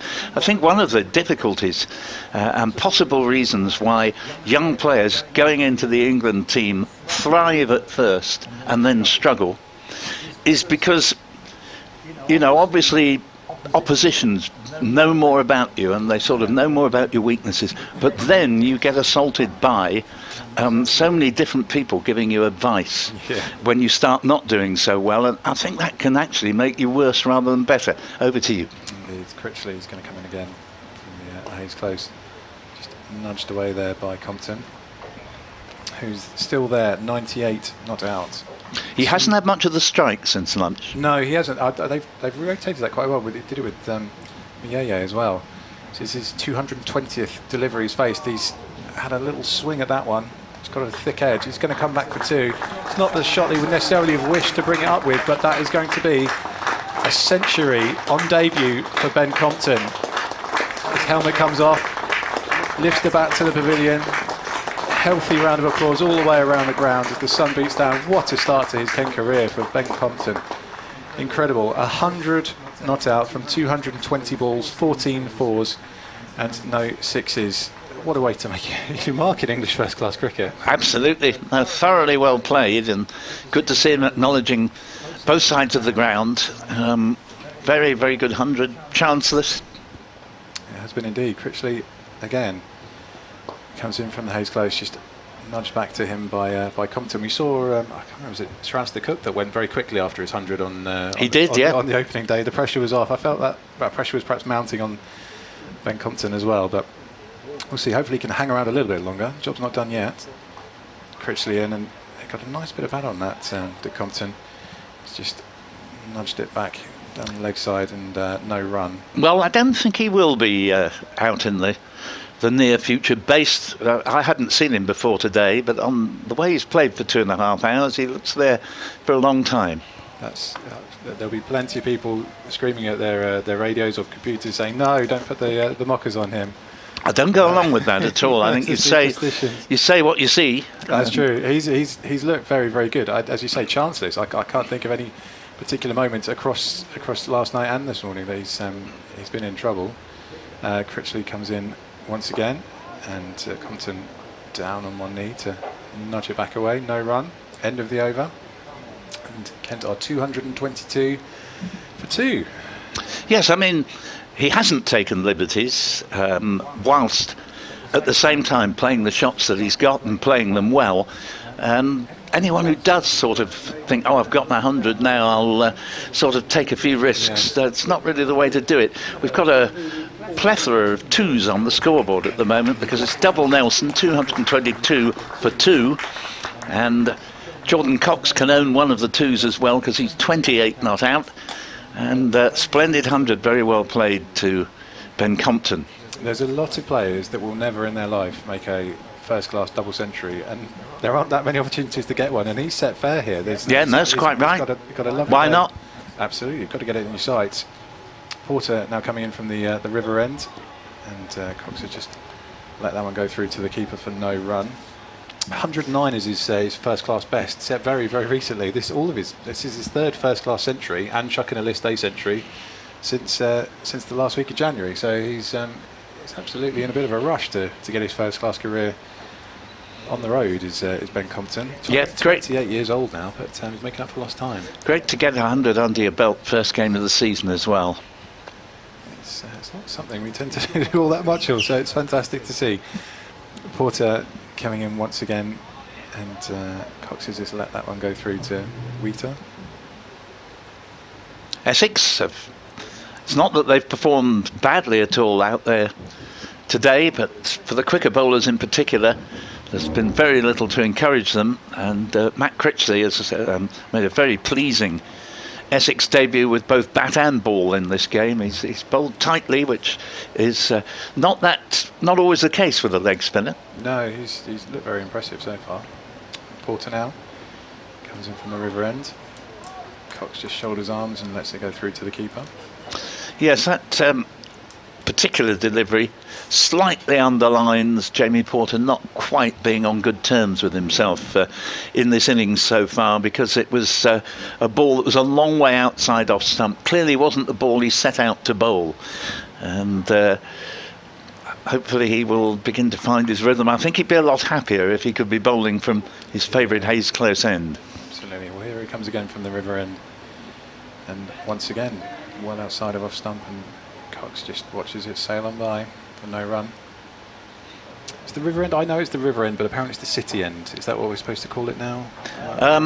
I suppose it's up to individual taste, really. I mean, I've called it the river end for many years, exactly. And just because Chelmsford now has city status doesn't, for me, make it compulsory to call it the city end, but easy to see why some people do call it I don't want that. to be tapped on the shoulder for getting it wrong, that's all. Porter comes in again from the river end or the city end. It's just nudged away by Cox. Well, if you do call it the river end, I will defend you against any assailants. That is very kind of you. Thank you very much. Of course, Chelmsford City, the football team, they're playing this afternoon their own battle of the bridge against Tunbridge Angels in National League South. It'll be an hour away from kick-off. Yes, it's an unusual name for a football team, the Angels. Yeah, well, they are not been entirely angelic this year. They are struggling. That's a big game, actually, towards the bottom end of that table. Big 3 points up for grabs. Porter comes in again from the river end. Coxon, nice timing, didn't get it quite right, and nudged it to a fielder. Did get through for a single though. Yep, you'll be joined by Nick Gledhill. Oh, well, and I need to disappear and go and talk to BBC Radio Kent listeners. Thank you for having me. Not at all. Thank you for joining us, Alex. Alex Hode there will be back with us shortly. I'll just stay for another few moments until you've done your piece, as we welcome Nick Gledhill back to do some commentary for the BBC Essex, BBC Radio Kent listeners. And certainly this game surely has to be a draw. Not that that's anything new. It's really looked like it would probably be one from day one. Essex 514, Kent 223 for 2. And as I was saying earlier, reminds me of Essex v Worcestershire first game last season on a similar pitch where Essex got 490 for 9 declared, Worcestershire 475 as Jake Libby made, I think it was 180. Yeah. And there was just time for Essex in the third innings of the game to be 29 for 1 before the two sides agreed that there was no point going any further at 5 o'clock on the fourth day. No, you might say 5 o'clock on the third day in this game. Yes. But no, whether we'll get a pitch like this for Northants with Harmer back in the Essex side in a couple of weeks' time, I don't think so, but we'll see. This is played up towards cover and there's no run. First ball of Critchley's new over, and Cox just playing it up into the covers. He's batted well, Cox. Somerset, by the way, disintegrating at the Aegeus Bowl, 94 for 7. Still 156 behind. They're going to have a big innings defeat before the Essex game next week. This is cut away off the back foot down towards backward point and out to Shane Snater, and there's no run. 3 for 18 Fuller, 2 for 11 Abbas. Here's Critchley again. And this is played defensively back down up the pitch, and there's no run. Yes, Glenn, that's very much the case, and it's been a terrific performance this by Kent, because they haven't got Joe Dennelly in their batting ranks after injury early in the game. 223 for 2. The follow-on target is 365, and if they get there, really I see no potential possibility of Essex trying to open the game up and set them any sort of target on the fourth day on this pitch. The star of the show has been someone actually on debut for Kent, Ben Compton, making his first century. He's played 200s in domestic cricket in Zimbabwe, but this is his first in the county championship, and it really has been an exemplary performance from him. He's been out there from the start, 224 balls. Jordan Cox is with him on 29, and the only man to go today was Moyea, who was the overnight partner of Compton. Took their partnership to 121 before he was given out LBW on the front foot to Matt Critchley, who's actually looked as likely as anyone to get wickets for Essex with his leg breaks. It's been very, very tough for the seamers, though I have to say that Mark Skageti, the new signing from Australia, has really impressed today with some genuine pace, and I think could be very much a handful on quicker wickets offering more bounce. But Kent pretty secure here. Essex 514, and in reply Kent 223 for 2. Yeah, so I think that more or less sums it up, doesn't it? It does. It's one of those situations that they have looked very secure. They've not been able to offer much with the in terms of a threat because of the nature of the pitch.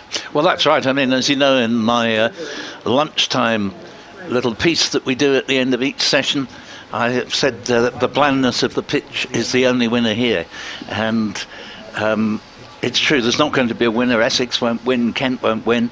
It's going to finish in a draw. Admittedly, are they still going 8 points for a draw this season, Nick? Yeah, I believe so. Yeah, well, that means that Essex probably will end up with something like 13 points and Kent something very, very similar. I've not seen or heard of any change to that. As here is Snater coming into bowl. I'll hand over to you, Paul, for the next over. Yeah, we've got 39 overs left for bonus points to count. Kent 223 for 2. They have gone more quickly than Essex. They might be able to squeeze a fourth batting bonus point out of this. That one, by the way, just outside the off stump and left alone.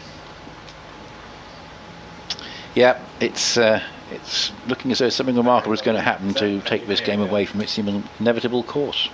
As Snater, in his first post-prandial over, is in bowls. It's strokes through the covers, 1 run a certainty, 2 a possibility. It's the former.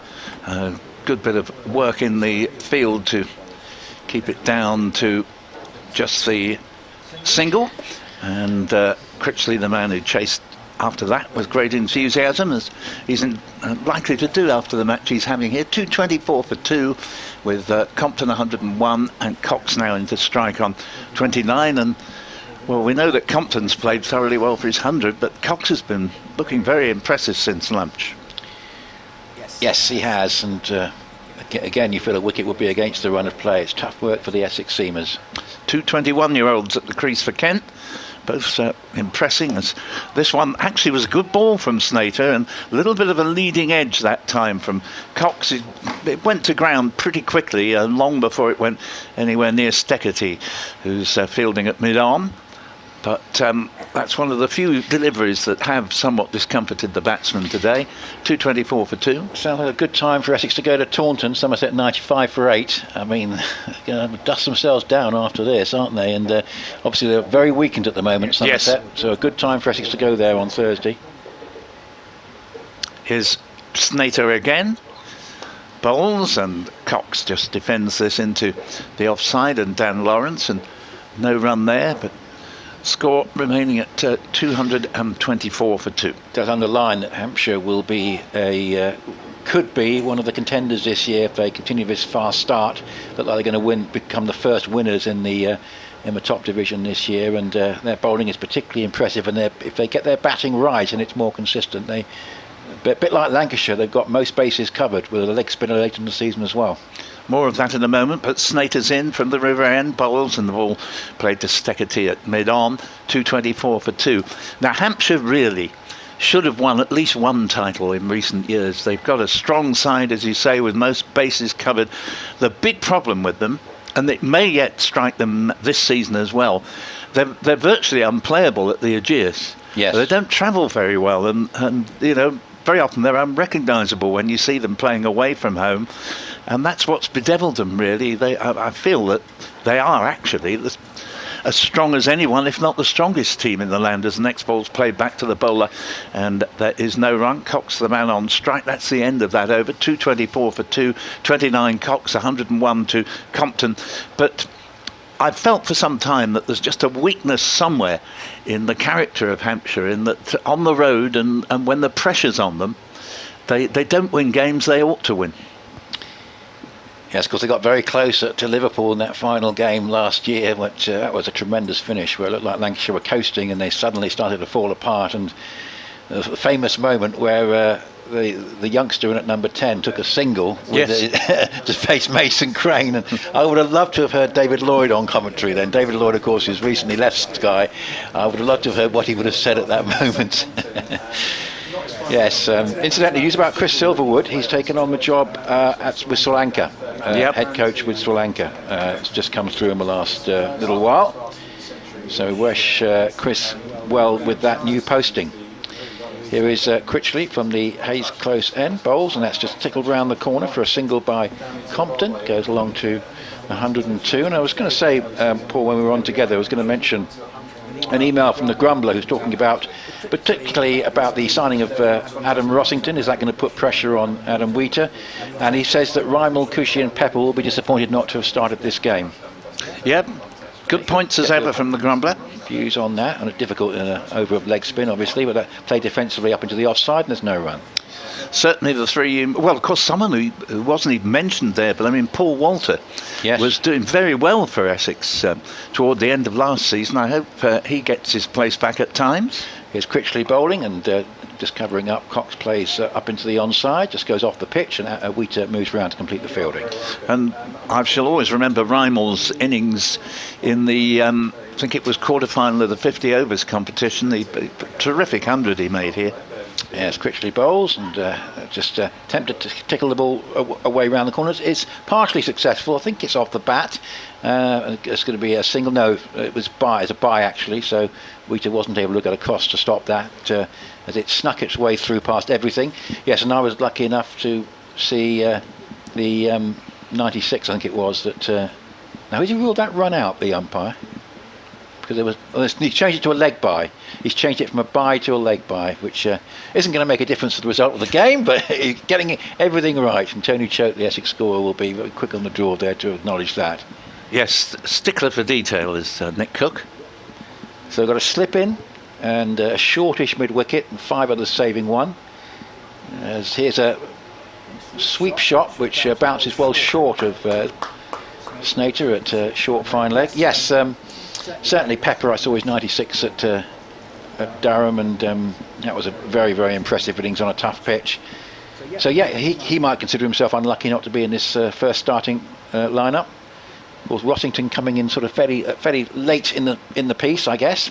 That's played defensively by Compton, who remains on 102 with Cox 29 and 226 for 2. Remember, the follow-on target is 365. Yes, I mean, Essex were very quick to snap up Matt Critchley at the end of last season. So no surprise to at that signing. I think it's a very good one. A bigger surprise is the sort of very late in the day signing of Adam Rossington, but I think as well he may have been signed, and I think I heard you make this point before lunch, with a view to the white ball cricket. Yes. Because he's a real striker of a cricket ball, and Essex are a bit lacking in that. You know, he's a player who can come in and change a game very quickly. So, you know, you usually find there are very good reasons for the signings Essex make. Their recruitment is very good, as Snater is in. And bowls to Cox, who plays it back to the bowler. And even if we take the guy who we did wonder about, Shane Snater, who's out there bowling at the moment, but he started to bowl very well last season. When he first came to Essex 3 or 4 seasons ago, he was very wayward. Yes. But he was improving, and he's not a mug with the bat either.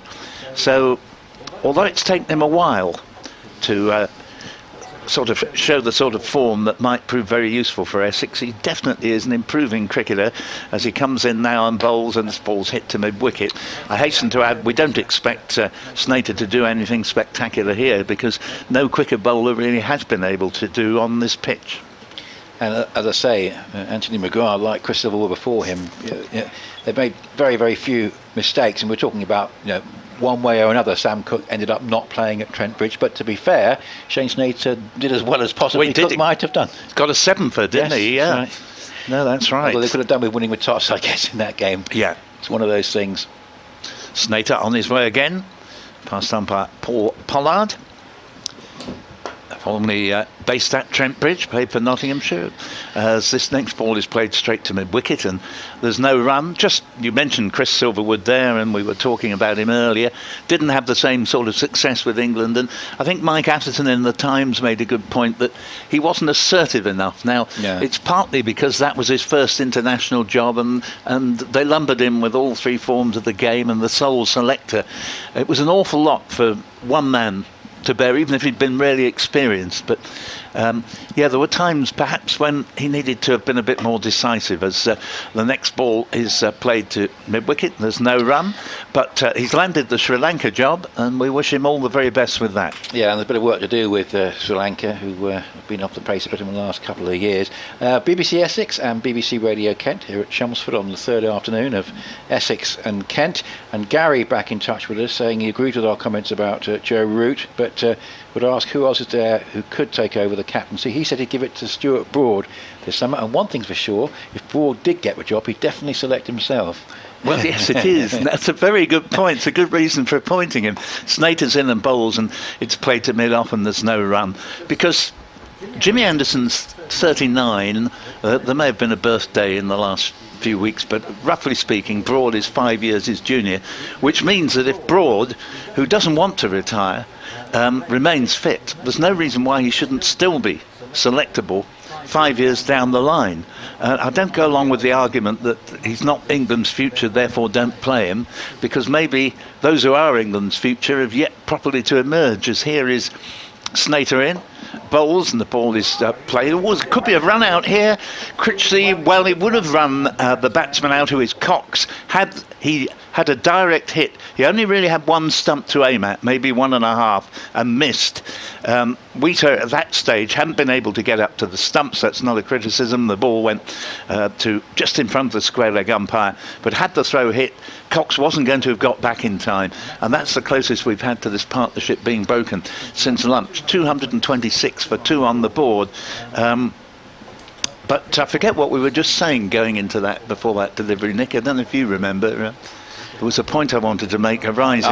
You'll come to you in a moment. We were talking about Stuart Broad and... I'll tell you who I would actually have. For me, there is only one truly proven, accomplished captain in England, and rather like Mike Brearley, I would actually make him captain, even if they had to wheel him out on a trolley, and he didn't get a run in either innings, and that's Owen Morgan. Yes, he's got the man management skills, he's got the tactical acumen, and I know he hasn't played red ball cricket for 3 years and he hasn't played test cricket for 10, but in this sort of crisis I bring him in and tell him, you know, see if you can pull things round. Interesting. Critchley tosses that up and it's played back down the pitch. I would certainly say not Stokes. This is putting too much exactly weight on him.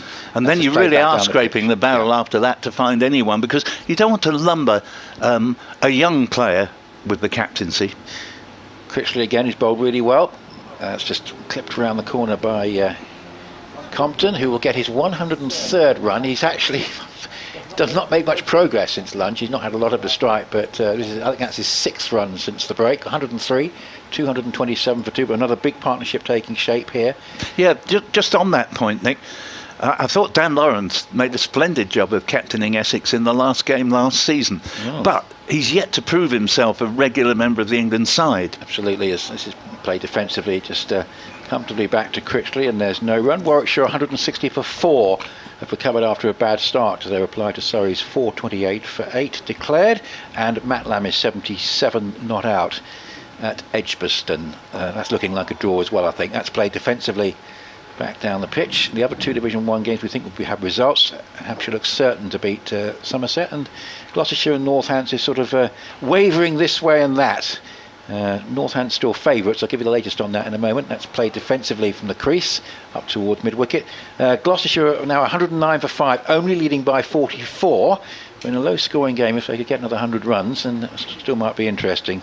Yeah, talking of Edgbaston, which you were a moment ago, that's going to be a hard game for Essex to win. They really need to win at Taunton. Yes, I agree. This is played defensively, head over the ball, back down the pitch, and there's no run. And then, yes, and then it's Northants that, presumably with Simon Harmer in the ranks by then, hopefully for Edgbaston as well. I don't think so at Taunton, but you know, that hopefully will be like a return to normal service at Chelmsford. Certainly if Northants play as they did last year, it will be, but I think this is probably the one sort of pitch Northants will be quite happy to see actually when they turn up here in April, and I don't think they'll get it.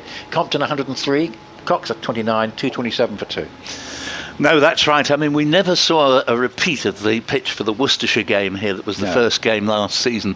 After that, we were back to the usual Chelmsford, you know, plenty going on pitches, which I have to say I favour myself. You know, when it comes down to a bit of a one innings game, I think it's you wouldn't want a whole season full of them, I'll put it that way, as much as we're going to see at least, and indeed have already seen, 4 Centurions in this game, and there's all the time in the world for Kent to add another couple of their own here. Cox is playing well enough to get 100. Obviously it's unfortunate to what's happened to Joe Dennelly. I didn't just catch what the problem was with him, Nick. I think he sustained an injury, didn't he, in the field?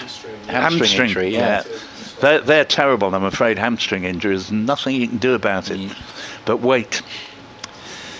So we've got quite an attacking field here for Snater as this ball goes a long way through outside off stump. Just the one slip, but we've got a gully, a backward point, a point pretty close in, only about 10 yards from the bat, a shortish extra cover. Dan Lawrence is about 18 yards from the bat. So you'd infer from that to the left-hander, Snater's going to try and slant the ball across Ben Compton. See if he can do the trick. 227 for 2 on the board. And Tony, thanks for your email. We'll come on to the heart of this ball, which is being bowled by Snater. Passes umpire Paul Pollard. River end, another one that the batsman can leave, and if there is a ploy here in attempting to snaffle the batsman outside off stump, well, at the moment he's starting too far outside off stump.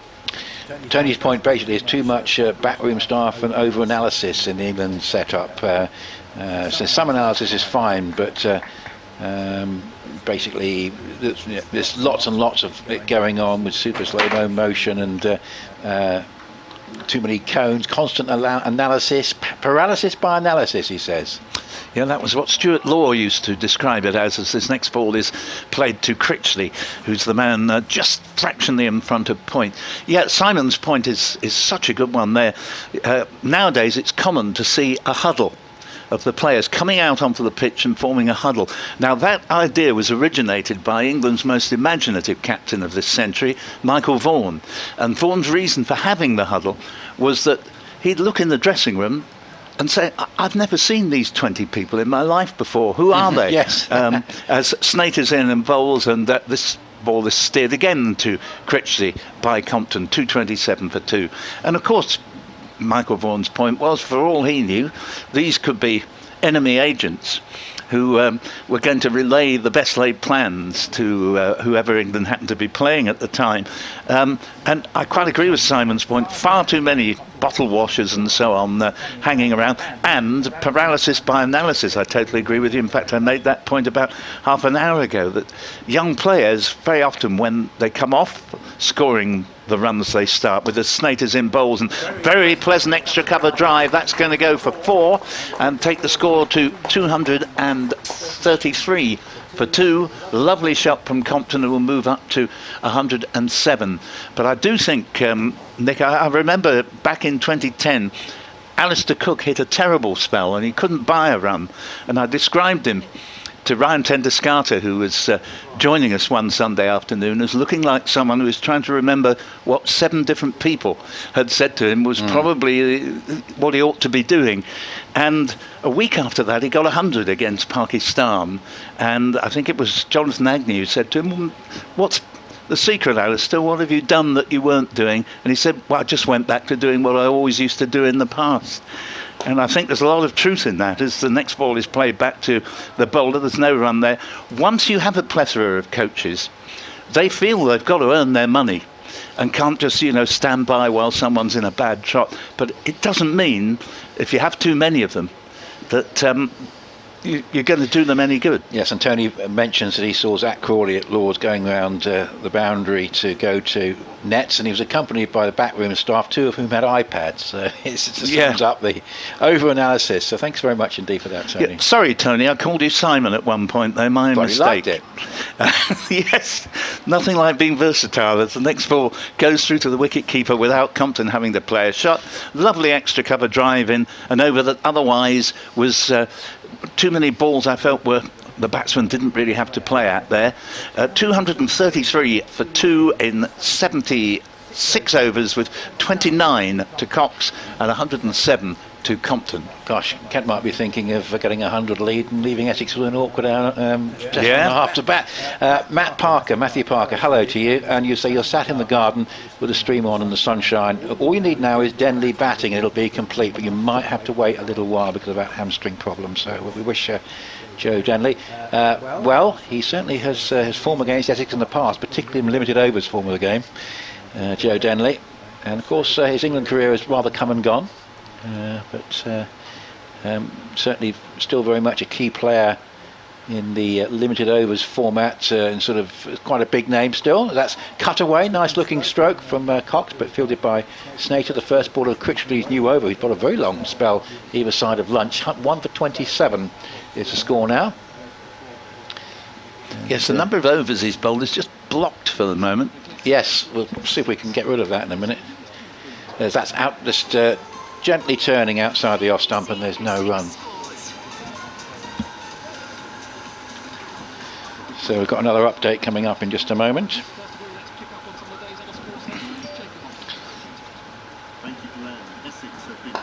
Yeah, this is driven away up towards mid-off. Yes, they have been hunting, but it's proved a very elusive search because Kent have only lost 1 wicket all day, and they're 233 for 2.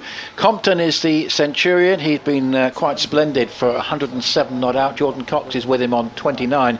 Just the 1 wicket. Mayeye was out. He was LBW to Matt Critchley, who's impressed with his leg breaks. But frankly, this pitch isn't helping any of the Essex bowlers, and this match surely is going to be a draw. Kent need to get to 365 to avoid the follow-on and really any chance of losing. They're 234 for 2. Yeah, the only chance there's been actually in this partnership was a potential run-out when Critchley had only 1 stump to aim at, that had he hit, Cox would have been run out about 10 minutes ago. I think there was also one where Stachetti almost, if he picked up cleanly, might have had a throw in, but yeah, very, very few. That was before lunch.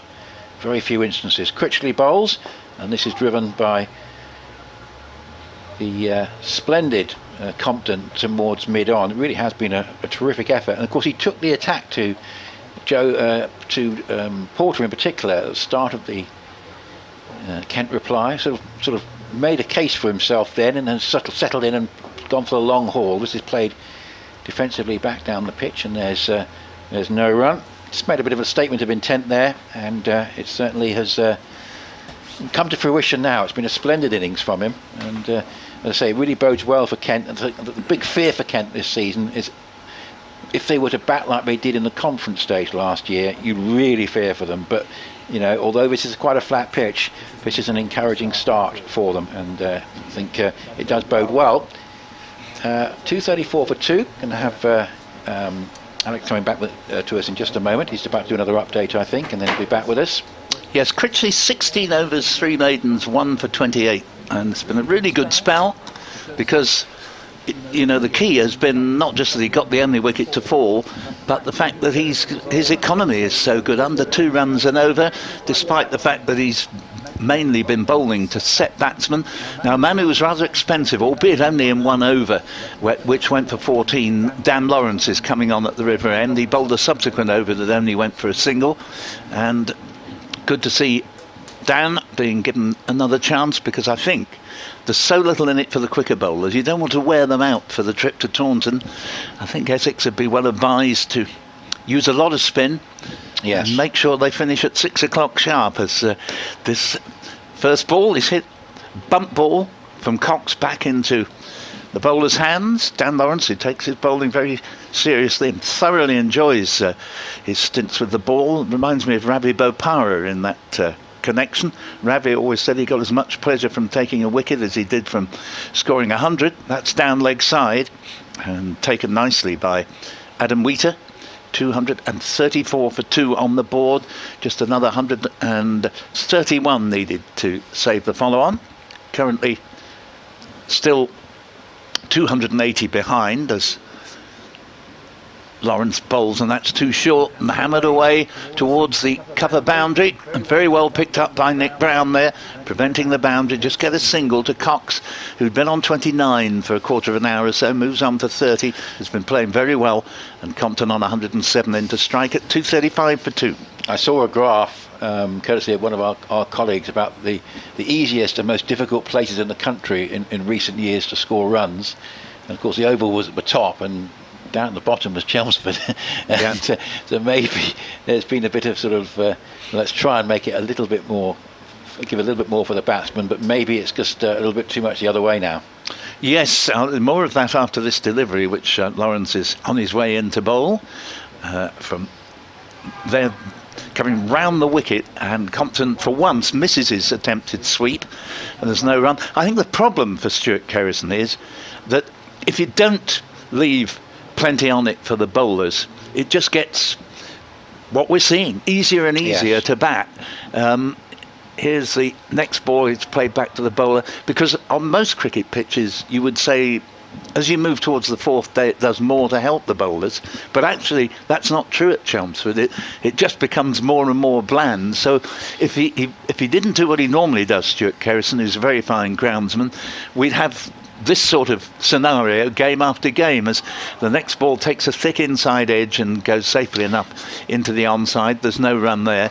But ultimately Essex would have the problem Surrey have of not being able to win games. Exactly. I must admit, and I think you'd probably agree with me here, there has been the odd occasion when wickets have gone down so quickly that I've had my heart in my mouth thinking, I hope there's not going to be a big penalty here. But so far they've always ended up on the right side of the line. But I don't think we'll see a pitch quite as easy to bat on as this one for the rest of the season. And at the end of that over, Kent continuing to make good progress at 235 for 2, 31 to Cox, 107 to Compton.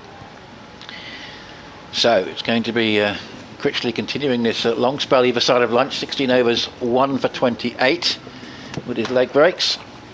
Coming in from the Hayes close end, bowls, and that's cut away nicely. It's between backward point and cover. Goes out to the sweeper, Sam Cook, who's in front of the pavilion. And nice to hear from Chris Grant about too much leg stump bowling to Compton, who was feeding off it with some really good sweep shots. And you said it was good to see that Porter was bowling over the wicket to Compton, as those bowling around the wicket had been drawn to bowling on or outside his leg stump, and he'd shown how good he was with that shot. So as an interesting point, Chris, we weren't mentioning how good he was, particularly in that period in the last half hour before lunch when there was a lot of spin bowling to him. Yes, in particular, you're quite right, Chris, in particular that over of Dan Lawrence that went for 14, he hit 3 boundaries in that over, and 2 of them were the sweeps, and as you say, the ball was starting off outside leg stump. This is played defensively, back down the pitch, and there's no run. And yes, BBC Essex Cricket at gmail.com if you'd like to get in touch with us. And Tony back in touch also about recent evidence of all not being well with the England setup. This is a drive which goes square into the offside, out to a sweeper at deep backward point. And one more goes to Compton. Didn't quite get that where he wanted. I think he was trying to hit that much straighter. 108 to him, 237 for 2. And this partnership now worth, 80? So another big partnership taking shape. And you talk about Haseeb Hameed, and of course he's someone who sort of, had a couple of goes, hasn't he, at the top of the England order now. As this is played defensively up into the offside. And there's no, I'm not sure he's playing in the game for Notts in the current round, I'll check that. But yes, you're saying you went to Lords and saw Haseeb Hameed come out to bat after out of batting after a first ball duck. This is cut away out towards deep backward point for another single. They're scoring quite easily now off Critchley, just taking the singles that are there. And yeah, you mentioned the big screen showing his wicket, which can't be helpful seeing that. Yeah, I suppose you're saying it's the players are meant to block things out like that, seeing a first ball dismissal on the big screen, but the guys aren't robots, and that's a good point. This is played up towards mid wicket by Compton at the end of the over, and 238 for 2. Compton 108, Cox 33. Haseeb Hameed it's been quite mysterious, hasn't it? Because he's someone whose star shone so brightly and promised so much, and yet he hasn't been able to deliver on the. First of all, he had that period where he was so out of form with Lancashire. He lost his place and wisely made a move of counties. But unfortunately, it hasn't happened for him the second time around either. No, that's right. I mean, you have to be able to get on with it a little bit more than he was doing. But I'll tell you, I've thought of someone else who made a century on debut for England, and rather than just not being able to back it up, he has hardly been selected since, and he's got one of the best defences of any batsman in England. And Lawrence bowls, and this ball has been swiped away, I think is the right verb, for 4 to the mid-wicket boundary. Bit of a slog, that one, but it's thoroughly effective, so who cares? Cox has now moved along to 37. Trying to get to 650 as quickly as possible now. Yes, indeed. 37 to Cox at 242 for 2 on the board. But the man I refer to, one of the best players in the country, have a look at the score he made yesterday, is Ben Foakes. Yes. Widely regarded as the best wicket-keeper in England, but hardly ever actually plays, as Lawrence is in bowls, and this ball is nicely driven, very stylishly. That is an authentic cricket shot out towards the extra cover boundary, and it's just been cut off, and they get 2 runs, and the score moves along to 244 for 2 and 39 to Cox. Yes, I think I'd like to see him start with the gloves against New Zealand. Obviously, there was that dreadful run out, which was just a complete aberration. There was no 2 there. In that last innings he played in the West Indies, but let's hope that doesn't count against him.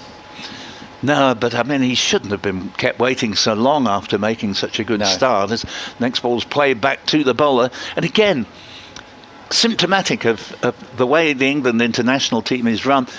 Someone that is manifestly the best wicketkeeper, but he doesn't get in the side. I mean, it used to happen to James Foster, didn't it? I'd be disappointed if he's not playing in the first test. Lawrence is in the bowls, and nicely played back to the bowler by Cox. Made a good start for Surrey, of course, 100 in this current round of games. Well, a very important 100 as well, because he absolutely dominated the sort of innings from the sort of fall of the 4th wicket onwards. As Lawrence is in and bowls, and this ball is played back to the bowler. Good recovery by Nott. Stephen Mullaney 148 not out, and they now lead Sussex by 8. 383 for 7 knots at Hove. Yes, good cricketer, Steve Mullaney. And here is the next delivery from Dan Lawrence. Played without timing by Cox. Perfectly reasonable shot, but just didn't time it the way you would like to have done. It goes straight to Tom Wesley, the Essex skipper, at mid-off. And the 80th over ends. Still got 30 overs to garner further batting points. And the third batting point is coming up soon because Kent are 244 for 2 with Compton on 108. And with him is Cox on 39. And hopefully Alex will be able to come back in and join us in just a second. I think it's me to go up, is it? We'll next? see you in about half an hour, Paul. Thank you very much. I will, And, make way. Well, maybe might have a flurry of wickets while you're away. You never know. It's rather the writing's on the wall here, but it's a bit of thinking for Essex to do. They're going to get a good haul of points from this game, certainly with the bat, but they want to win games at Chelmsford because some of the other venues, okay, they can certainly win games there, and they'll quite fancy their chances, I think, at Taunton next week. But success at Chelmsford has been a key part of the Essex success of recent seasons, and probably wickets like this, they're going to be harder to find wins. So we've got a question from Phil Britton. Hello, Phil.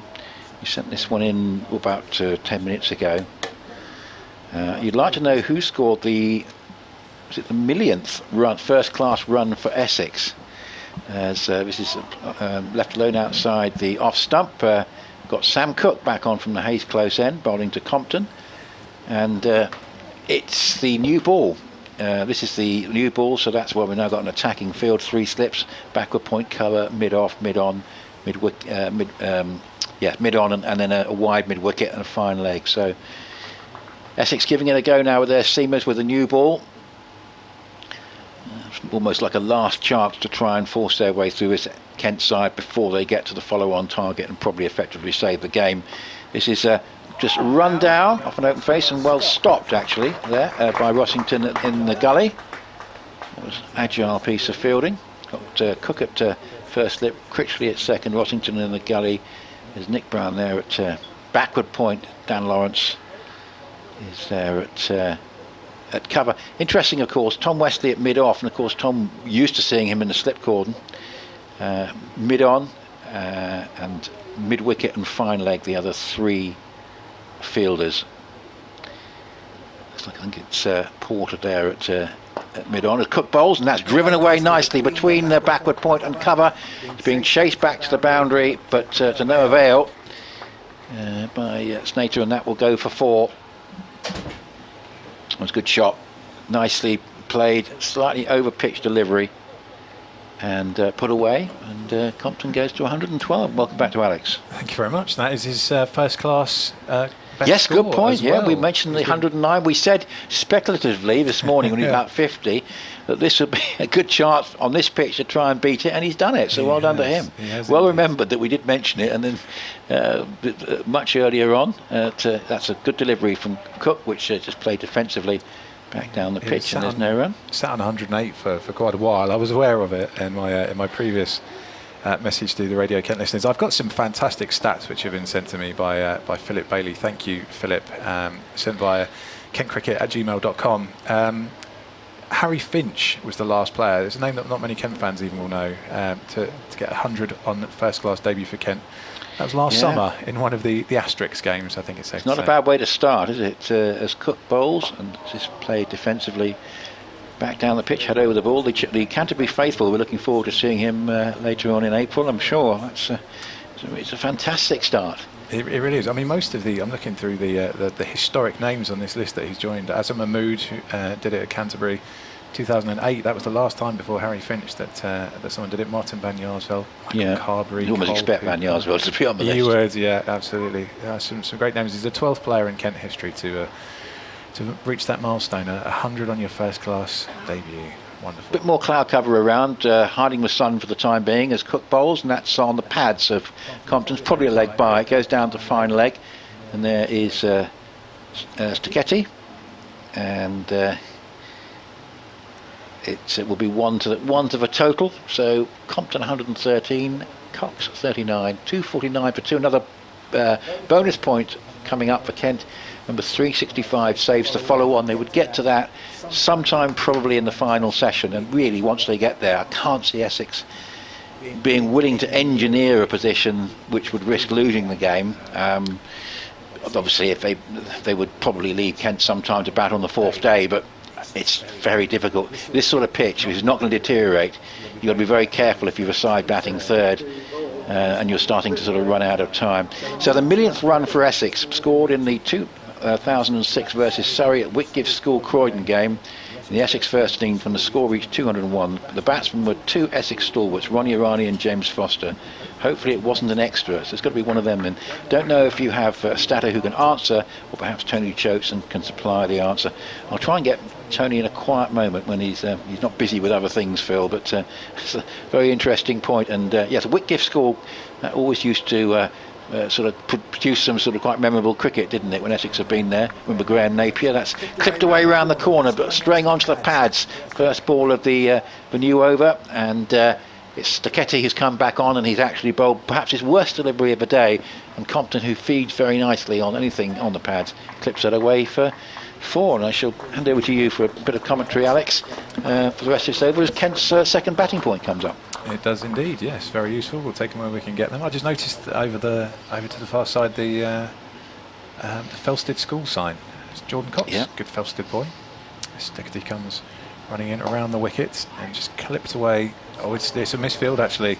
Slipped through, was that Porter? Yes. At mid-off, and trying to see, it's going to catch it. It's not going to quite get to the boundary. I think they're going to stick with a 2 there. But yeah, Porter not having his best day, I wouldn't have said, with the ball in hand or indeed racing past his knees there. It's probably now for the Essex seamers, if the new ball doesn't produce anything, it's almost a question of just waiting for Taunton, because Paul made the point that we'll probably see more and more spin, but there's not much in it. It'll be interesting to see what he can do with the new ball, Staketty. Yeah, Staketty steams in once again. Oh, it's something for to think about there. I don't know, what did he get? Yeah, it was short of a length and it reared up, and he kept it down well, did Compton, but that's interesting. Of course, we didn't see Staketty take the first new ball, because that would have been Porter and Cook, so interesting what he can do with a brand new ball, but he's capable of that short delivery. So he had this fantastic season in the Sheffield Shield, and got a 10-wicket haul at Adelaide, big haul in Brisbane in February. Staketty comes in once again.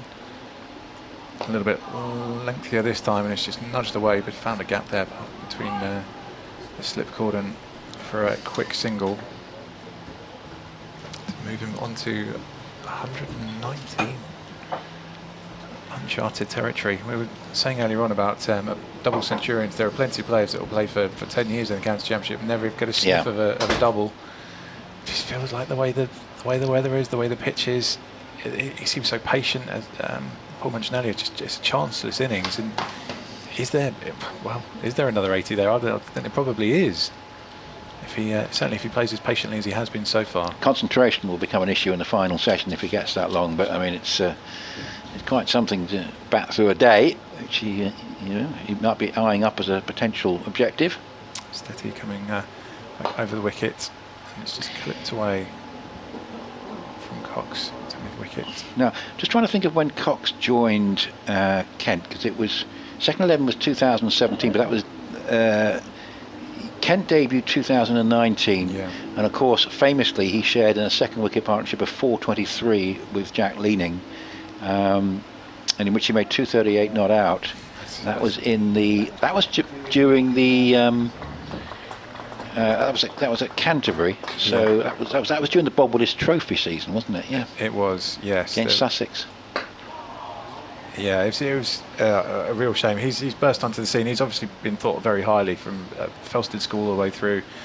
A highly rated schoolboy cricketer, it's safe to say, and he's just multi-talented. He's a wicket keeper. You wouldn't necessarily know it from what we've seen of him in the field, but he's a very talented wicket keeper. He's a good organisation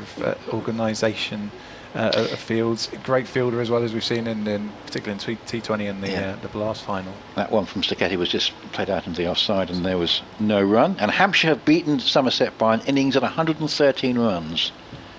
Stacchetti comes in once again, just nudged back to him. Cox for no run. Mohammed Abbas 4 for 22, back with Hampshire, just strengthening that seam attack even more. And James Fuller 3 for 23. In fact, it was Fuller who took the crucial wickets early on this morning. 23 points for Hampshire there. I think they're guaranteed to be top of the table, regardless of what happens in the remaining games. Well, that's quite an achievement. Well. Yeah, quite an achievement to beat Somerset quite so convincingly by 100 innings and 113 runs. And really, once the openers, Green and Lammonby, were separated after they had added 50, it's just been a procession. And, well, there'll be talk of crisis at Taunton on Thursday, and can Essex exploit it? That's the key thing. They may be going to Taunton at a very good time. You look at that Somerset side, and there's some big names missing, and particularly in the bowling lineup. One or two guys that I haven't heard too much of. There's one guy I do remember, Peter Siddle, who will be thinking, what has he let himself in for? But actually, Peter Siddle might be just the character that Somerset need to try and dig themselves out of this difficult start after, of course, that dreadful end to the campaign last year when there was all sorts of trouble. Here comes Cook bowling to the left-handed Compton, who plays up towards mid-wicket, and there is Shane Snater, and there's no run. So we've got two slips and a gully. Got a cover, a mid-off, a mid-on, a square leg, a fine leg, and there's a sweeper on the deep cover boundary. And the sun has been in for a while now, and if it stays in, the crowd will start to feel the chill. Compton on 120 not out, it's a career best.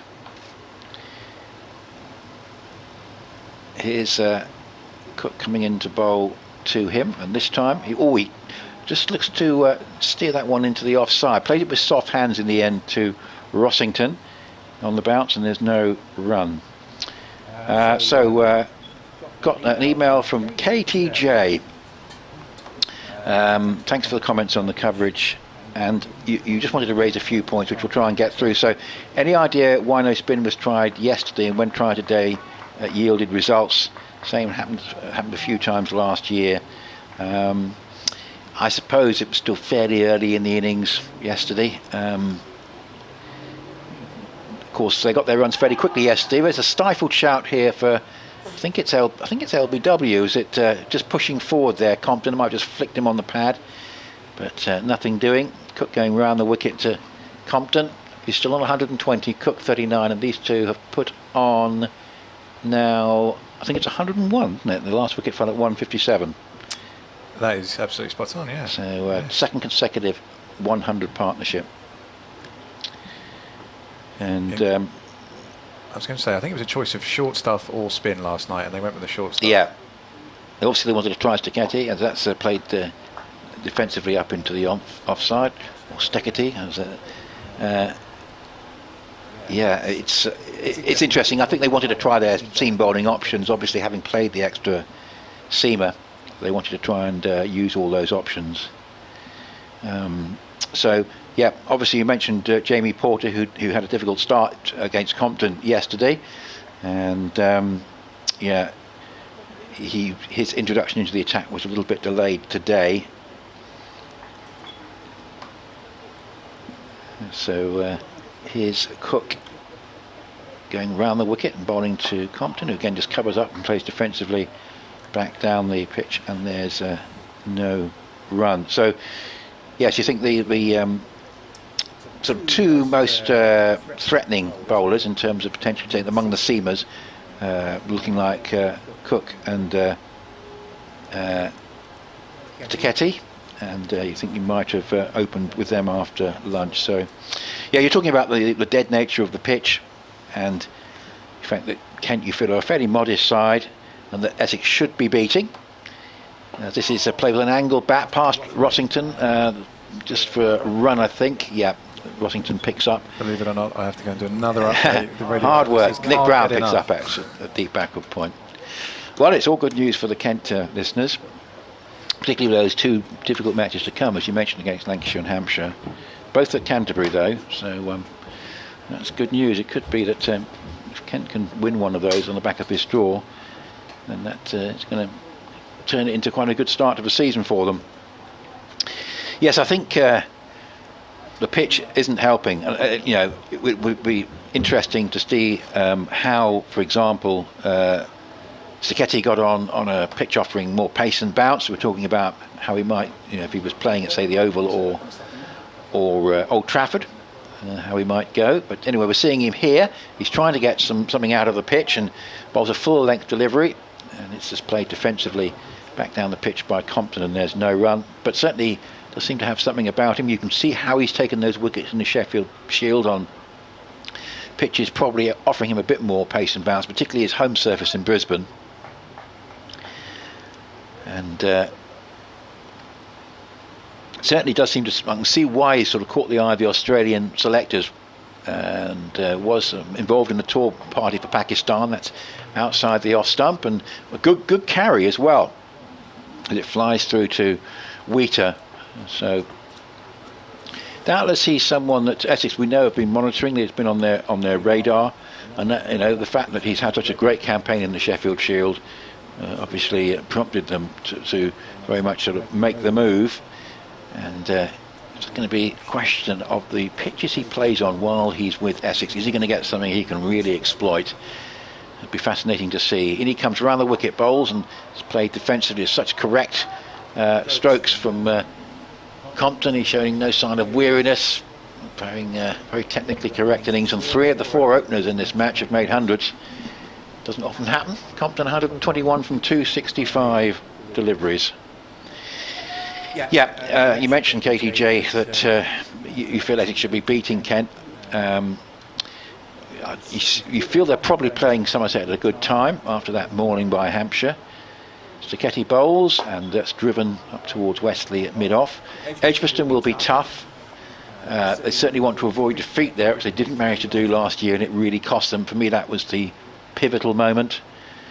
You lose to the eventual champions. You can't really say that it's unfair that they're champions if you lose to them. We mentioned earlier that Essex did have a bit of bad luck last year, but hadn't been the case in the 2 or 3 seasons previous. But yeah, they'll certainly want to make sure that they put things right when Northants come here at the end of April. This is played again defensively by Compton up towards mid-off, and there's no run. And my feeling is we'll see a different pitch, maybe more typical of the ones that we saw for most of last season, indeed prior to that. Obviously the hope and expectation is that Simon Harmer will be back in the Essex ranks later in April, and it might be that he has something to work with, and perhaps bowling in tandem with Critchley, which would be fascinating, as Sacchetti bowls, and this is again just pushed up into the offside, up towards Snater at a squarish cover position, and there is no run. But at the moment, not a lot happening. Maiden over from Sacchetti, but well, where is this game going other than it looks like a surefire draw? 17 overs, 3 maidens, number 61, and 259 for 2. We're getting now into the last 100 before that follow-on mark is saved, and that's clearly going to be a big moment in the game. Tony back in touch with us in Gravesend, says he agrees about Owen Morgan. Has got the man management skills, even if he's not a great performer in red ball cricket. And one of his biggest strengths is how he gets the best out of bowlers and batsmen. Look at how well Archer, Ali and Rashid performed under him. Yeah, you think Sam Billings would have been in the ECB sights as a good captain, but unfortunately he's never sort of quite managed to get himself established, has he? And but that's an interesting point. I'll come back to something that Sam Billings said on a podcast. Here is Cook bowling, and he thinks he might have almost snuck through the defences of Cox, but Cox does get back on it, bat on it, and plays it up to Porter at mid-on, and there's no run. And Sam Billings said that he reckons that cricketers now need to make a decision between white ball and red ball, because you can't do both. He also mentioned how he'd learned so much from just being around some of the best cricketers in the world. And he said when Ricky Ponting first gave a speech at the Delhi Capitals, they sort of had, then they had run round the ground. Yes, That's another stifled shout from Cook as it goes away for a single down towards Snater, running round at backward point. So one or two close things for Cook here. He feels as though he's close to breaking through, but so far nothing with his second new ball. Yes, so basically they were running around the ground after Ponting gave a speech, and he was running next. This is Billings running next to Tom Curran and said to him, which wall did he want us to run through? So obviously Darren Stevens has said the same thing basically when he said cricketers playing white ball ruins techniques and not compatible with the red ball. Thanks for that, Tony. He's played defensively up into the offside and there's no run. I've been reading one or two comments about, even though they've tried to sort of make it little chunks of the season where you play a period of red ball and a period of white ball, and there is a period in the season where I think sides are going to be sort of dotting between T20s and championship cricket for a little bit, as was the case last year. And yeah, potentially it is difficult to excel in both formats, particularly international level, where it's going to be such a congested schedule this year, even more so with the addition of that extra tour for India. And this is another stifled shout from Cook. It might be the ball's just keeping a bit lower, and that might be the cause of his expectation that he might be close to a breakthrough, as that's played by Compton out towards Lawrence at cover. And there's no run. 260 for 2, and welcome back to Alex. Thank you very much. Yes, I've just been made aware of a lovely tweet which I'll read out from Nick Compton, who's the cousin of Ben Compton, who said, Ben Compton 100. I can't tell you how proud I am of this young man. The perseverance and belief to keep going through years of club cricket. Amazing what happens when a supportive club with good people get behind someone. At Kent Cricket. Absolutely good news from the Kent point of view, as this is Compton playing up into the covers. Nice to hear from Nick Compton, and that's fielded at cover and there's no run. But he's done the job. The impressive thing was how he sort of took to Porter in particular yesterday, when obviously Kent were rather staring down the barrel, 514 against them, and but it was that start they got yesterday, 122 for 1, which really wrested back the initiative, and they've sort of taken the baton on to today, just losing the 1 wicket. And sort of haven't really looked back, as this is a very good delivery. It's a good over this from Cook, and that does beat Compton outside the off-stump. How often has the ball beaten the bat today? Not at all.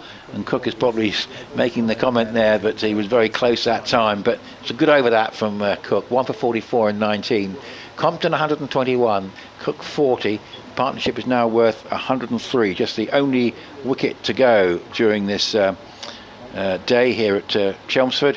It fell during the morning session, and it was the overnight partner of Compton, Muyaya, who went.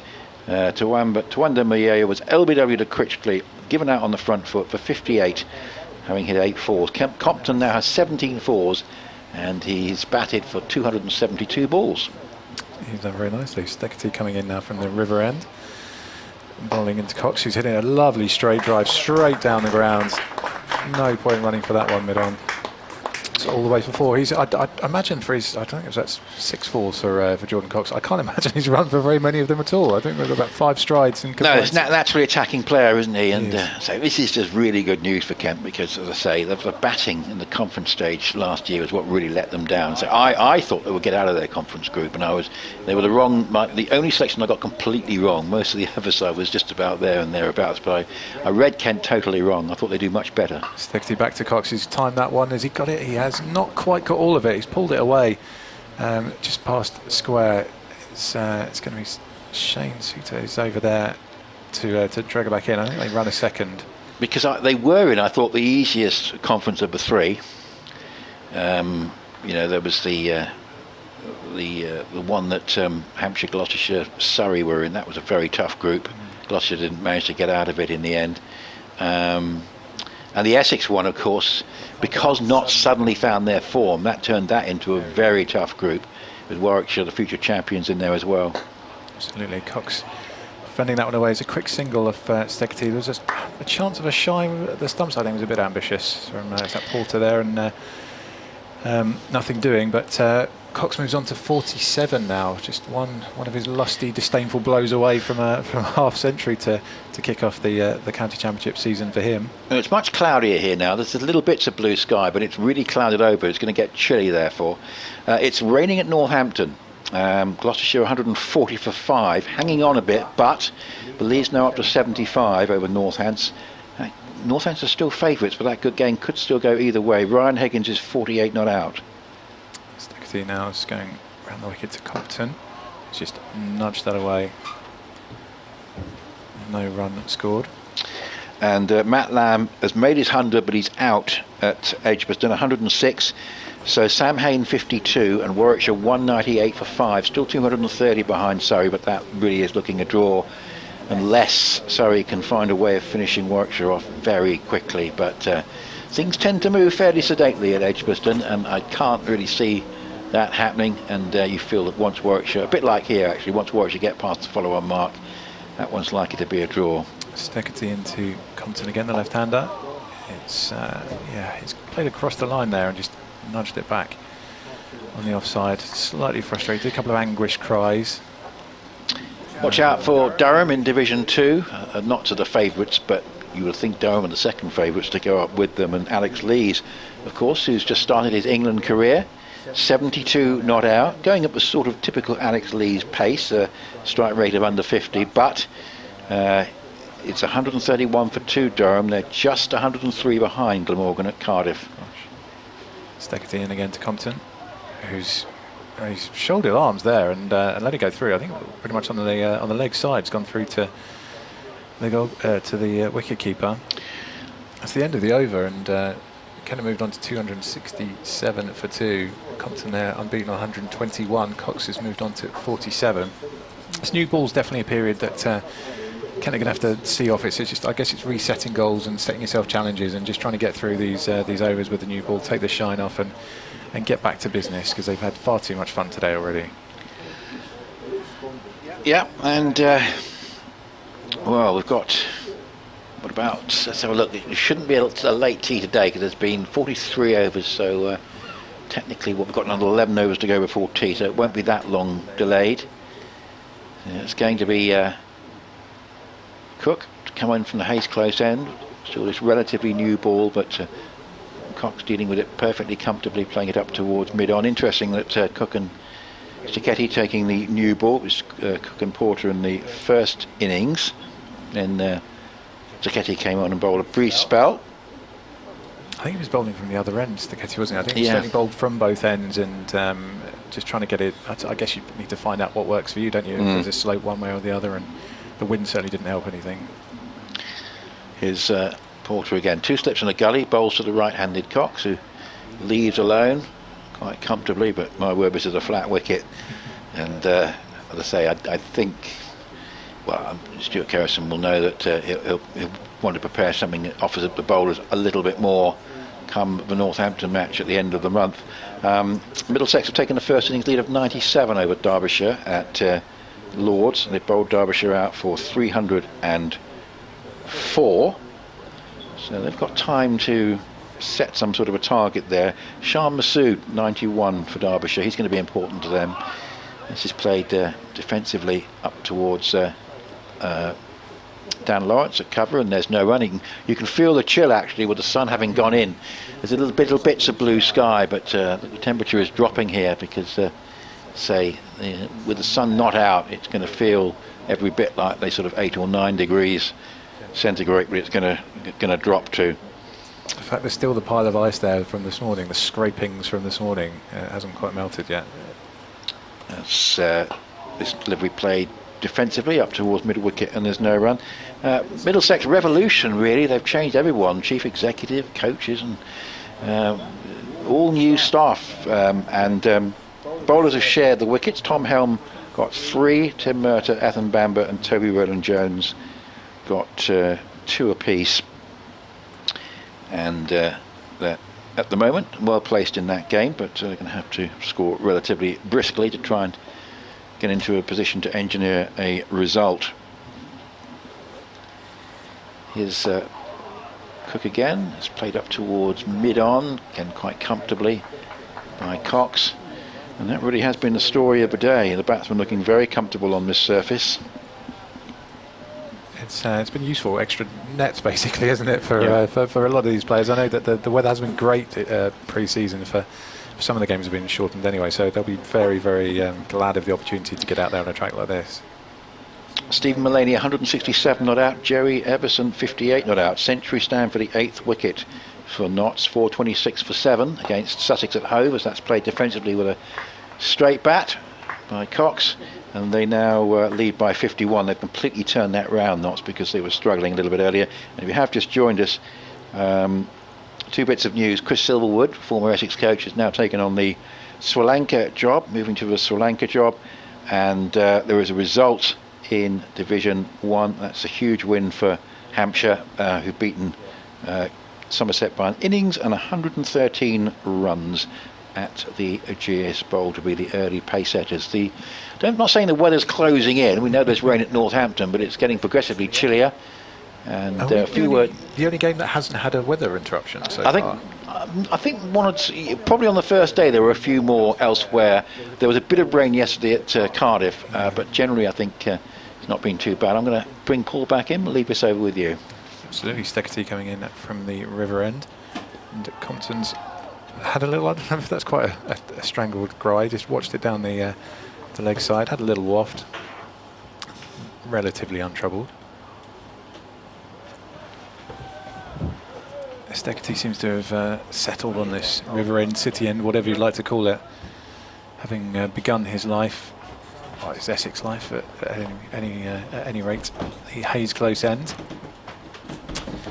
In he comes again, bowling to the left-hand Compton, who's down nicely to it, just nudges it away towards cover. No run scored.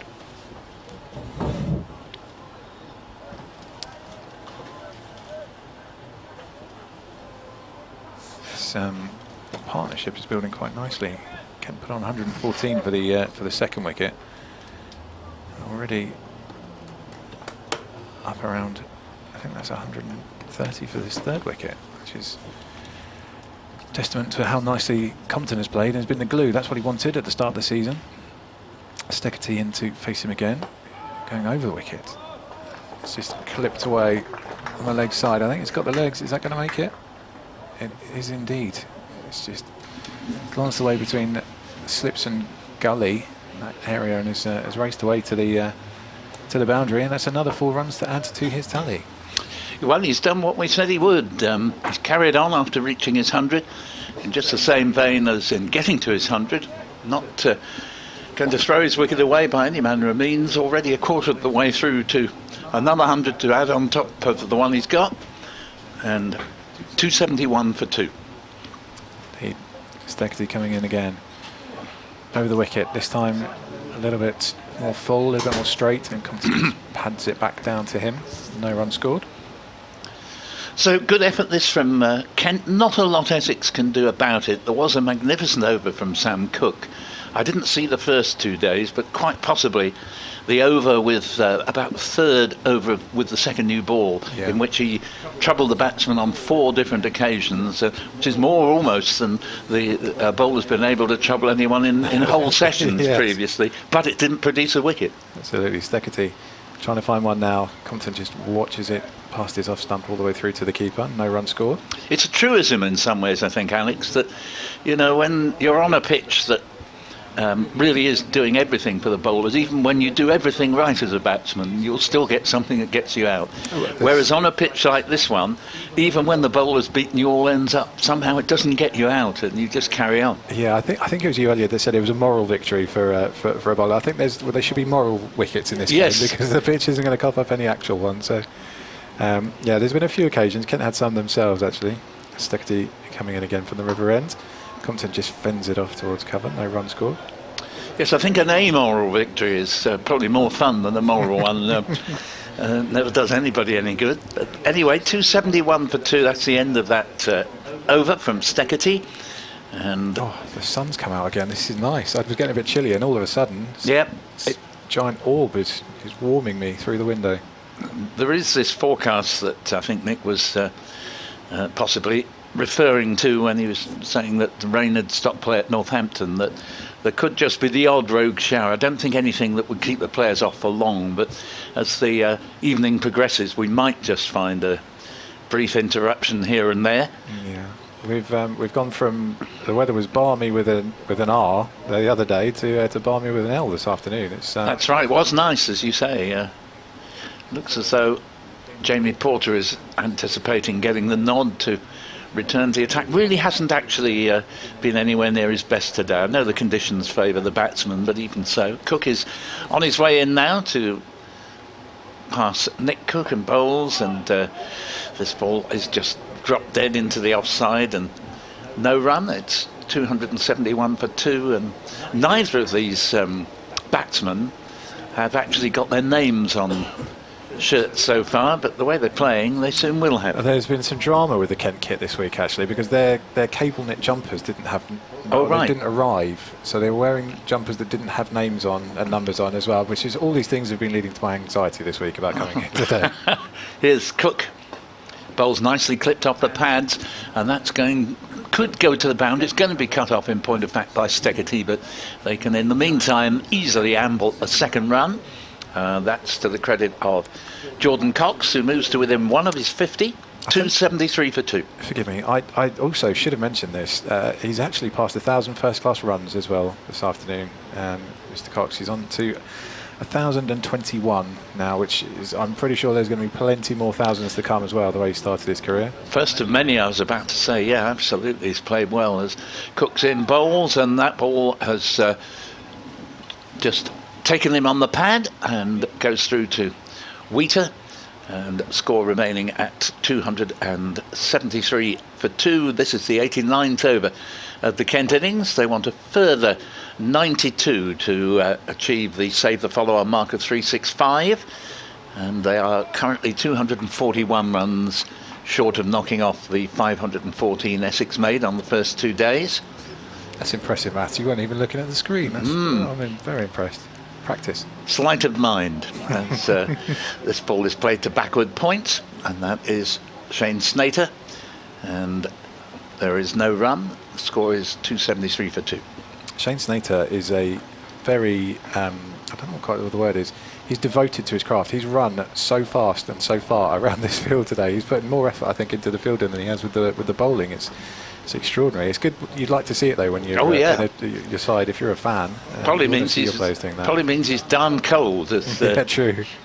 Here comes Cook again. Ace close end. Bowls Cox. All defence here, and he does have a very correct technique and gets everything over the ball when he comes forward, and plays it up to Porter. I'm not sure what's the better advert for Felsted School. Is it that huge Felsted School advert, or is it Jordan Cox in the middle? Well, yes, good point.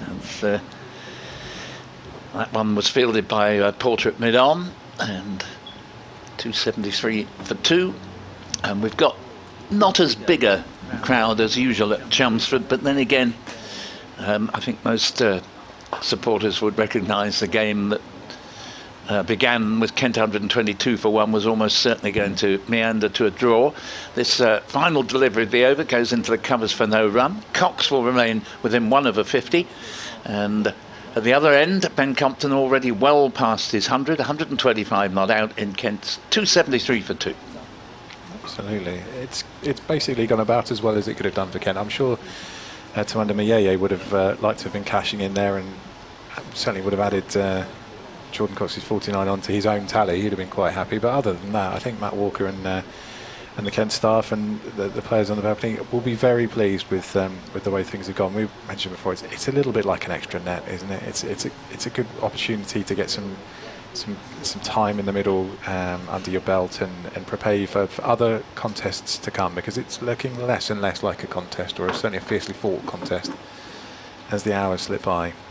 Now I think what's happening here, we're certainly going to see Snater replace Mark Steckety from the river end, and I think Porter, who's been doing some warming up exercises, will probably take over from Sam Cook, who's bowled 5 overs with the second new ball. One of them quite superb over, arguably the best over of the whole match so far. 21 overs, 4 maidens, 1 for 46 for Cook.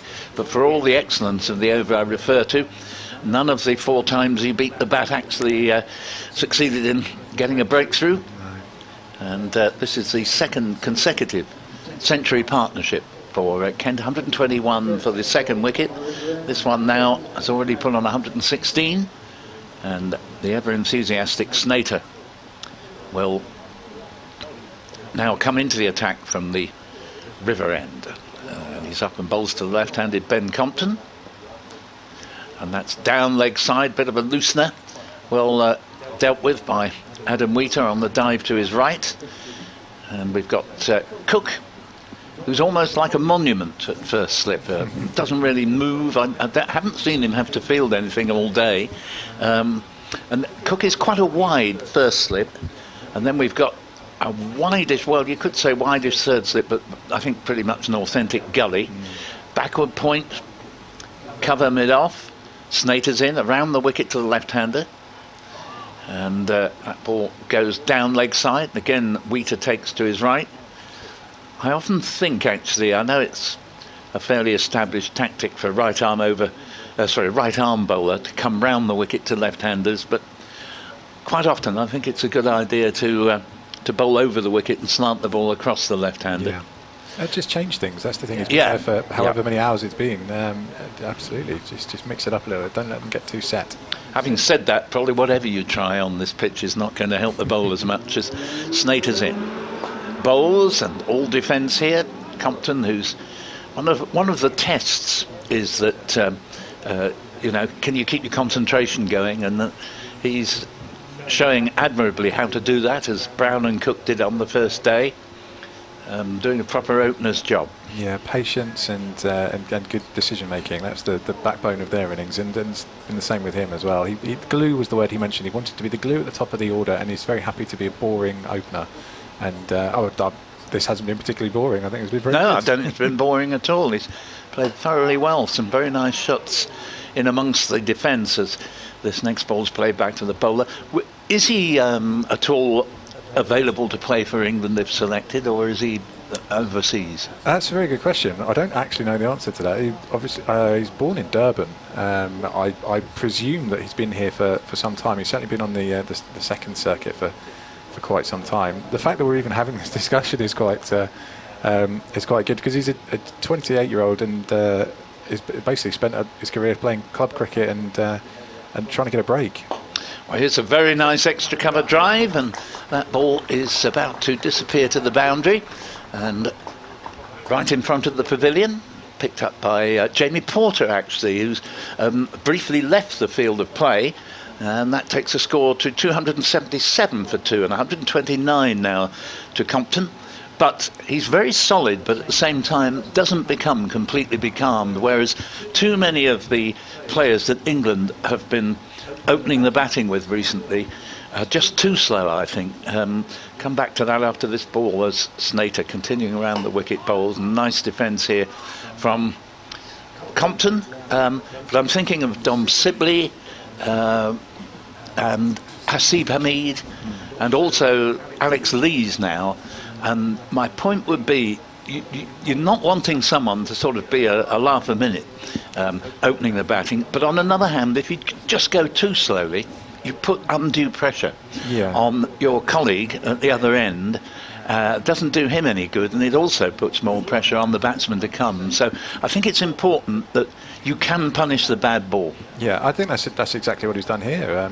He set himself out quite well. He's on competent time. He actually seems to have more time as well. Yes, he does. He seems to leave things quite late. He doesn't. I don't think I've seen him flustered once, or perhaps just a couple of balls throughout the course of the match. It's really, really encouraging. I think this will be a pleasant surprise for everyone. Certainly Kent fans that won't have seen a great deal of him. I think I've pinched. You're over there. You take over from this one. That's quite all right. What do we have? That's Little Chef, isn't it? Continuing from that end. No ball. No ball indeed. I was thinking Porter was going to take over, but Porter's disappeared. Well, I thought that, but yeah, I don't know whether he's not tweaked something in his warm-up, has he? That's not. Well, it is possible, actually. But I think we will see him, if he is fit to resume before too much longer. Yeah. And 2 runs onto the board, 279 for 2. Indeed. Cook comes in again to face Jordan Cox, who's just clipped that way onto the onside. This is going to be a single, and it's going to be a half century for Jordan Cox, who's batted really quite nicely. He's put away some poor balls and slapped away disdainfully. Swashes his bat around to take the applause. A little fist bump with Ben Compton as well.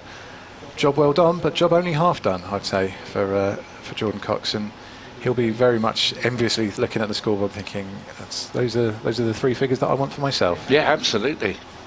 Yes, prior to Cook's overstepping, Essex, in that regard, had done rather better than Kent, who I think conceded 14 no balls at least, whereas that, I think, only about the second for Essex. Absolutely. Cook comes in again, and this one's an attempted pull from Compton, who just sent it straight to mid-wicket.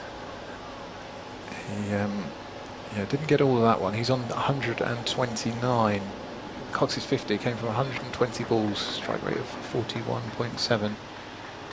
You mentioned no balls. There were a few randomly, and I think the wind made was a big that's a factor fair in point. that. The first day and a half, certainly, from both sides. The run-ups were very tricky to mark out. Cook's got this one right. The thing is bowled him. Cook gets his man. Compton looks down ruefully. There was quite a full delivery, a lot of pace. I think just perhaps got beaten by the pace there, or did it stay slightly low?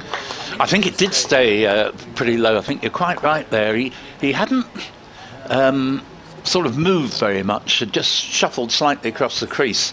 But it wasn't a bit of careless batting. It's a well-earned wicket for Cook, and I think it would genuinely beat the batsman. Yeah. But very well played to him anyway. 129 excellent runs, made in a very impressive fashion. So 280 for 3 now, and Essex belatedly get their first bowling bonus point of the season.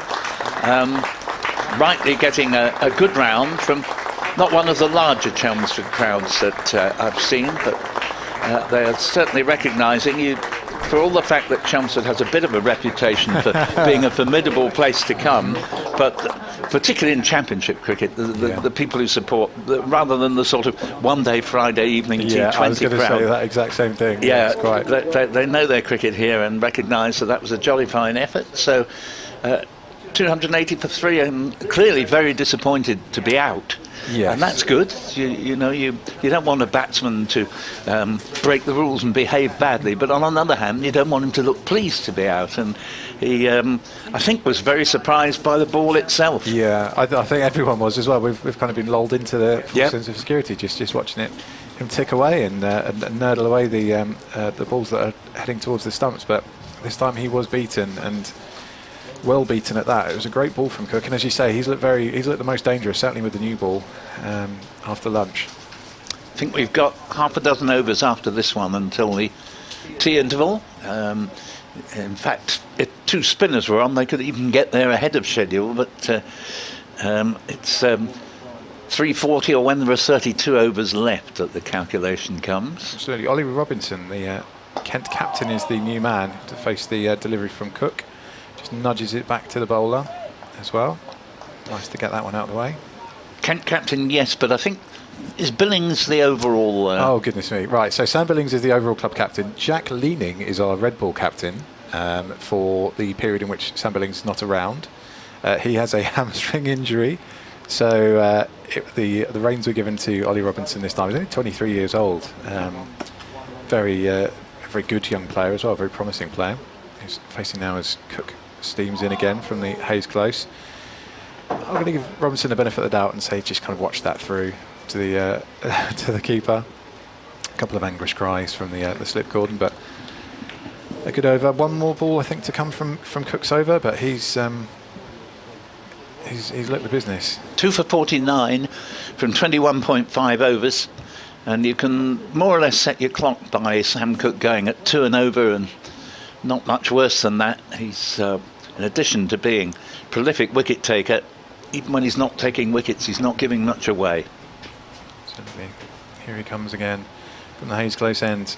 Robinson just nudges that away towards mid-on, and no run scored. End of the over. And Kent are on 280 for 3. But it's a new partnership, Cox and Robinson. Cox on 50. Robinson yet to score, having faced those last 3 balls of the Sam Cook over. So, very much a match and a day for batsmen, with 122 for 1 at the start. So Kent on the day, even with that recent wicket going down, are effectively 158 for 2. Moyeye going for 58. Possibly a few years ago he might not have been given LBW, but Moyeye was on the front foot quite a way down the track, and for sure I've seen them not given, but Nick Cook was in, no doubt. And of course we're now in an era where it isn't just a defence because you're on the front foot, as Snater is in bowls and played for a single here, and that takes Cox to 51. We'll bring Ollie Robinson into strike, 281 for 3 in the 92nd over. I did see some mention. I like to see what the fans are talking about, of course, and I did have a little look, and there were a few suggesting that maybe there was an inside edge onto his pad from Yeye, and that's perhaps why he had a little look back and he didn't look too thrilled, or maybe it was just the fact that he left the century out there possibly as well. But he'll be ruining it. There'll be someone with an iPad showing it to him, I'm sure. Snater bowls to Robinson, and very graceful stroke into the offside, but well fielded in the covers and preventing the single. The score remaining at 281 for 3, replying to Essex's 514. Got some high-ish cloud, just possible. Actually, the most immediate cloud is quite heavy, bit of cumulus about it, so wouldn't be the greatest surprise. Indeed, I see a bit of stirring in the crowd suggesting that the wind is getting up a bit, and maybe the odd spit of rain as Snater's in bowls, and this ball is played to between mid-on mid-wicket. Steckety from mid-on does the fielding, but easy single, 282 for 3. Robinson off the mark with that single. And I do remember listening to the commentary at the very start of this game, there was the odd spit of rain in the air as the game started. Yes, there was. I distinctly remember listening to Matt Cole. He wasn't particularly happy. He had the big coat on, and I think they had the windows closed. And yes, he wasn't particularly thrilled, I don't think, on the opening day. I'm very fortunate to have got here today. I didn't even bring the big coat. I just a couple of layers will do me. Snater in and bowls, and a curious looking shot, but it's effective as Cox finds a gap between mid-on and mid-wicket, and that produces 2 runs for him to move him to 53, 284 for 3. And I think he slightly changed his mind in mid-shot there, and having started to come forward, rocked onto the back foot, arched his back to be sure of keeping the ball down, and pulled it away through that gap in the onside. It shows how quickly the brain works of an elite athlete. Yes, I love absolutely. to see it, to be able to react and to change so quickly. Snater's in and bowls to him again, and this time that model defensive shot he has, where everything is head over the ball, making absolutely certain he keeps his wicket intact. 284 for 3, and he has 53. That's one of those shots that you can imagine him playing in a mirror or any reflective surface a million times over throughout the course of his life, and he did it pretty perfectly then as well.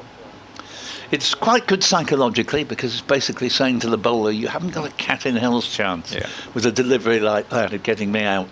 Snater, what will he try here? And whatever he tried, it didn't really work. It was well outside off stump, and goes through to Wheater to complete the over there with Kent. And we now have, I would say, 92 overs bowled. I think there were 33 overnight, so should just be 5 left up to the tea interval at Kent, 284 for 3. Okay, I'm gonna risk this. I've had an email in to kentcricket@gmail.com. Thank you very much to everyone that has reached out today. I might have to edit it slightly because Bruce in the Netherlands says, I didn't want this to be a real battle of the bridge. Just to say, I think some of the Essex fans emailing in sound a little smug about their prospects this year. I agree Critchley looks a good signing, but Steckety has been outbowled so far by Kent's signing, Jackson Bird. And without Harmer, Essex don't look threatening. As Cook comes in to bowl from the Hayes Close, just knurled away. Was that Robinson has timed that really well, and it might even. It's not going to quite make. It's not going to quite make the boundary. Don't know if they got back for a third then. It was Snater that ran all the way over there on the offside square. Just the 2. It was just the 2, right? Thank you very much indeed. We'll finish with a compliment from Bruce that Essex have clearly been a better side in recent years, but Kent do have a good squad. Billings will return, and I have every expectation they will fight for a top 3 position in Division 1 this season. Is this Matt Cole emailing in under a pseudonym? It's not. Here comes Cook again. Robinson with a defensive shot. Just nudged away, no run scored there. No. Yeah, it's fair points, Bruce, because you're right, without Simon Harmer, Essex are struggling. I don't think even he would have actually had all that much joy on this particular pitch. But would they have prepared this pitch had he been here? I don't know. Yeah, well, they did a year ago, and I don't think he had much joy then either, so I don't think that's changed anything. No. Cook comes in again to face Robinson, the right-hander. That's a nice stroke there. He's got quite a lot of that. He's timed it through the gap. And it's going to race away. It's going to be another 2 runs for him. I think they'll just stop there. Oh no, they're going to go for 3. It is raining, I'm told. Very comfortable there. And there are a few spots of rain falling. Yeah.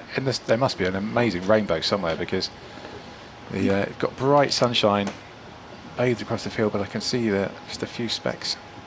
If they do have to go off, they might be able to accommodate. I think it would only be a brief interruption, and take tea straight away, sort of thing. You would like to think so. That's the most frustrating thing of all. A little bit of flexibility wouldn't go amiss sometimes. Cook comes in, and Robinson just nudges it back to him. No run scored. I think the point would be, coming back to Bruce's email, that when you have won a championship a couple of times recently, your supporters will sort of entertain realistic hopes, in fact, that they can sort of go for it a third time. Yeah. If you've had a spell, regardless of what county you may be, where you haven't won it for a while, most supporters are going to come in and sort of say a miracle could happen, and come back to that point after this ball. This is true. This is Cook coming in again to Robinson. Just let it go through. No run scored. When Essex won the title in 2017, that was their first win for 25 years, and at that stage, they'd been in Division 2 the season before, and if anybody had said then that they'd win the title, they'd have reacted with complete disbelief, because David Masters, and Kent supporters will need introducing him, and Graham Napier, between them, had got 100 wickets the previous season. They both retired at the same time. Cook comes in again, just nudged away, taken nicely. I don't know what it is. That's Rossington. Yes, it was indeed, showing he's a wicket keeper by trade. Yes, indeed. Good hands, no gloves, but a good bare-handed catch to prevent a run, or even more runs actually. Perhaps might have raced away. And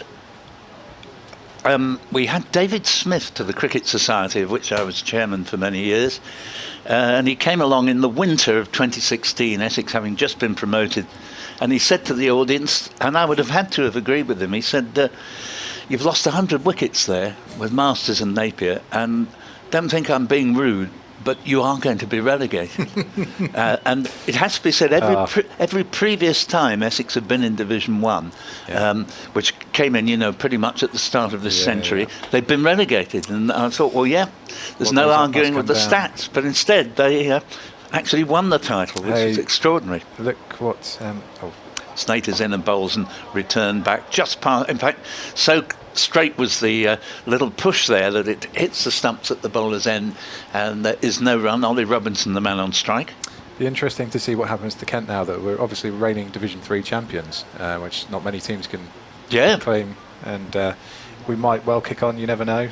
Straight from Division 3 champions to Division 1 champions. Who knows? Stranger things have happened in sport. I'm pretty sure. Essex have proved that it can be done, and I remember Nottinghamshire did it one year, won the title the year after they'd just been promoted from Division 2. I think that was back in the noughties, as Lawrence does a smart piece of fielding in the covers to prevent Robinson moving off the 6 he has to his name. 289 for 3 on the board. If you look at the players that aren't playing in this game, you can put together quite a team. And Kent are missing, obviously, Crawley and Leaning and Billings and Dennelly, of course, as well, who's not taking part. George Linder, as well, is another one who's not fit at the moment. Harmer's away. You could put together quite an 11. Snater's in bowls, and it's played for a single. Wide of mid-off, Tom Wesley, the skipper, nips round to the fielding. 290 for 3, and Robinson moves up to 7. That's why I think most people of a Kentish persuasion would consider a draw here very good. I think there've been four heavy defeats in a row on our visits here in Red Bull Cricket, and then I think the 2 before that were draws, and it's 11 years since we actually tasted victory here. So a draw to start the campaign with a depleted side would be pretty satisfactory, I think. And they're going to get it as Snater is in. Bowls to Cox, and Cox takes the right hand off the bat and steers the ball away for 4 runs through extra cover. And a one-handed boundary as he moves up to 57, 294 for 3. Absolutely, it's his 7th 4 as well, and they've all been pretty tasty as well.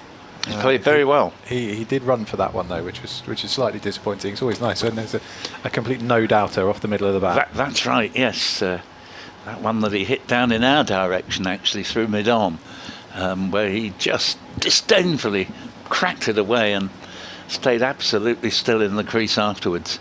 Snater not bowling particularly well in this spell as he's in again, and well, this ball has been smashed away for 4 with considerable venom, and that was pretty much a no-doubter, I have to say there. And perhaps overcompensating for one he bowled fairly wide of off stump. Snater now produced really nothing other than the long hop, which pitched halfway down, and Cox wasted no time in saying thank you very much. 61 to him, 298 for 3. That's meat and drink for Jordan Cox, and yes, that was one where he didn't even bother thinking about running. Here he is, Snater again. For the moment the rain has ceased and we've got blue sky overhead, and the sun's beginning to peer through the clouds again as Porter fields at mid-wicket to the last ball of the over. And Cox certainly helped himself there. There were 9 runs off the over, 1 up to Ollie Robinson, who's moved on to 7, and then those 2 consecutive boundaries to Jordan Cox, who has 61. And 298 for 3 and 93 means that, on my calculation, with 4 overs to the tea interval, with Kent moving ever closer to the 365 they need to save the follow-on. Absolutely, it's all going rather well for Kent so far, which is very nice. We did, though, have a similar occasion at the start of last year. A lot of mention to be made today of how Essex started last year. Kent began, I think, 450 odd put on at Northants, and Northants then scored 430 odd themselves, and we had one of those. It's just a similar game to this, to be perfectly honest. Yeah. I think the final knockings were kind of 40 odd for 1, and shake hands, thanks very much, start the car. But it all went horribly wrong for Kent after that. Three heavy defeats after that, and then a string of draws as well. It was the 10th game before we actually tasted victory last year. So hopefully this is not going to be a repeat in 2022. Start with a convincing draw and some runs on the board, and then build on it hopefully, though it won't be easy, as we mentioned. Lancashire and Hampshire the next 2. Yep, tough games.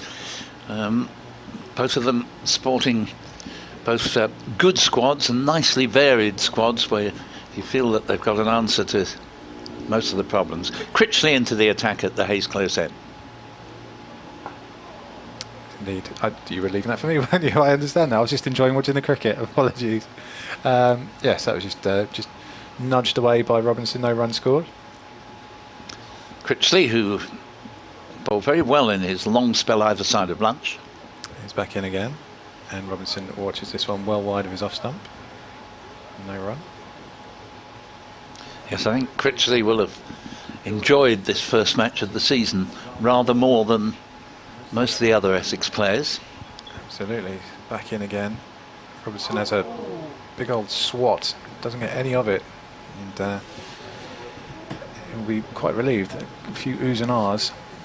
Yes, Essex will just have wished him to nick it into the gloves of Adam Wheater. Yes, Wheater should look to the heavens. Critchley coming in again.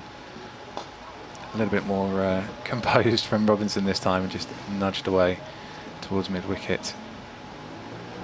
2 batsmen without the names on the shirts at this stage. 2 right-handers as well, which doesn't help. They look very, very similar indeed, and they've both got their sleeves rolled up in exactly the same way. If only they weren't wearing helmets, there's a surefire way to tell them apart, but sadly they are, and it's probably for the best.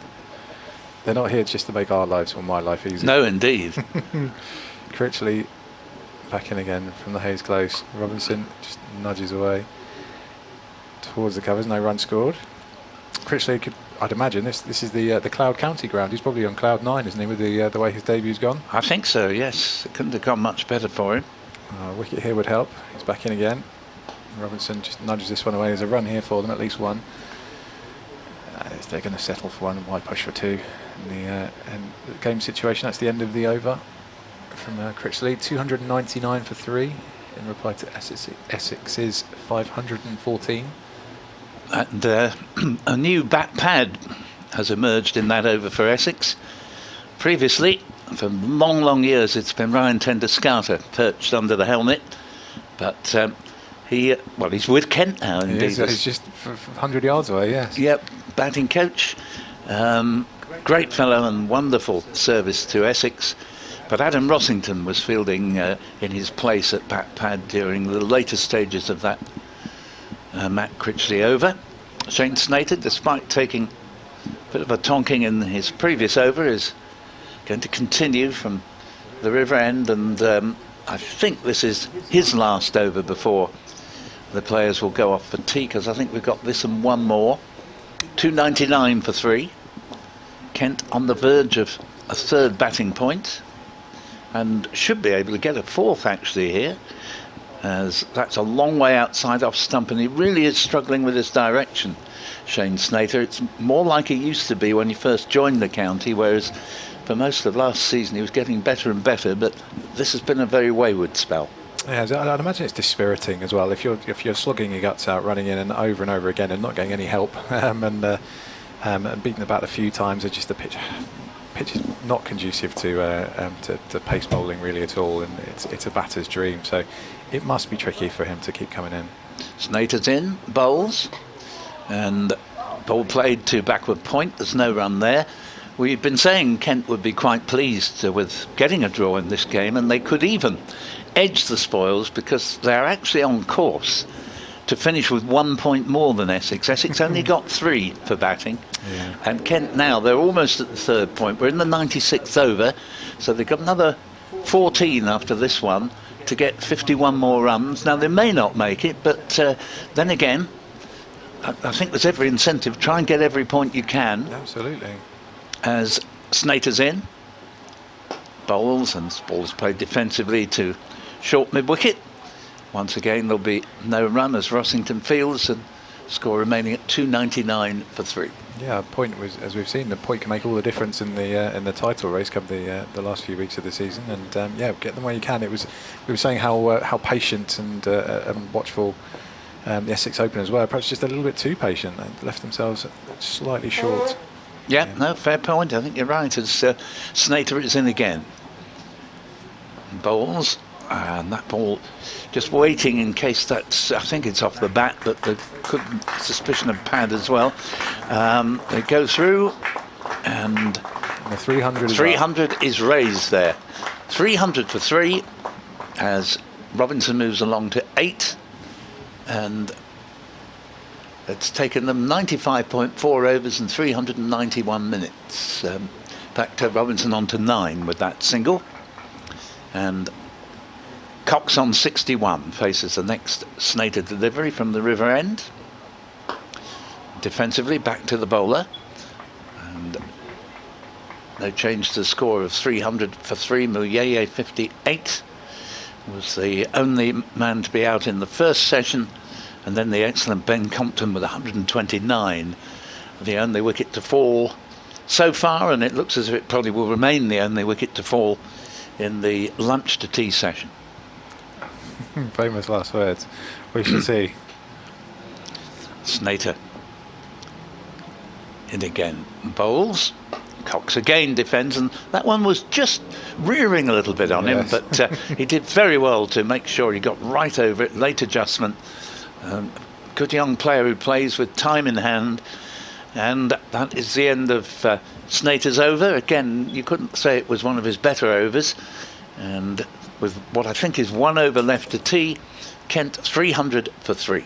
Yes, it is, and you can feel the clouds have come over again, and there's just a chill in the air. It's just dropped a couple of degrees, and I think everyone will be quite happy to pop inside for a nice cup of tea and warm up. Critchley going to bowl it. It is indeed. Is that Robinson on strike? It is. Yep. In comes Critchley from the Hayes Close. Robinson down, just nudges away on to the leg side. No run scored.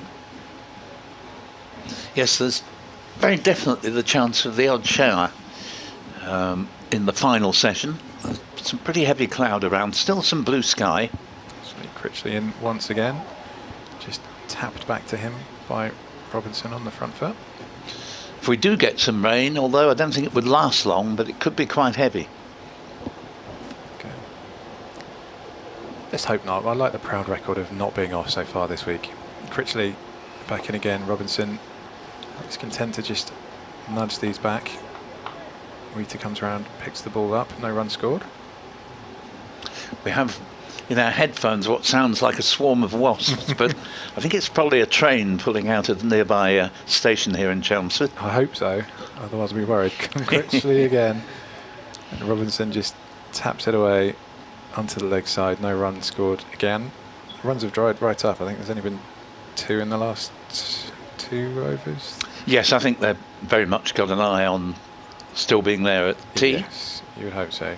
Let's see if they can do it. Critchley in once more. Robinson forward defensive, head over the ball, straight back to Critchley, no run.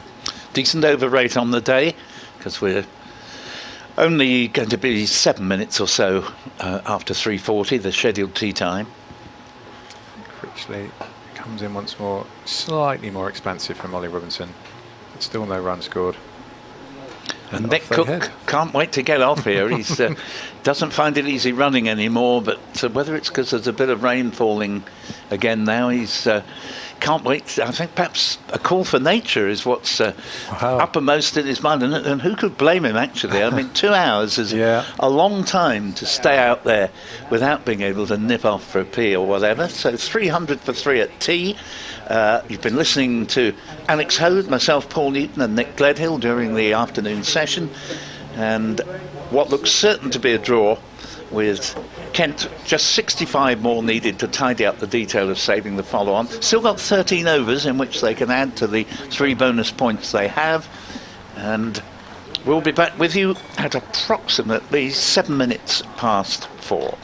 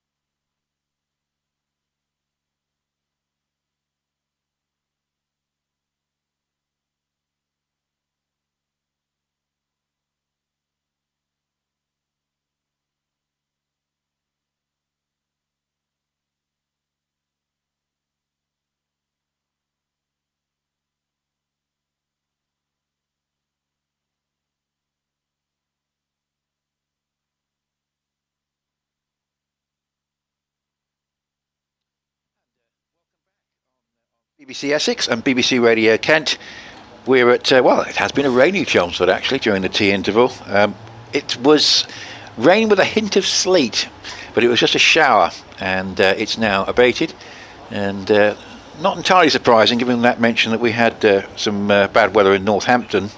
So we have had the rain falling during the interval here, which, if it was a very exciting game, would be absolutely ideal. But you could say the game's destined to be a draw and the rain could almost fall at any time. But the beauty of cricket is you never know quite what's going to happen next. You've sometimes got a fair idea, but you never quite know. However, Kent at 300 for 3 need just 65 to avoid the follow-on. That will come in this session, assuming they get there.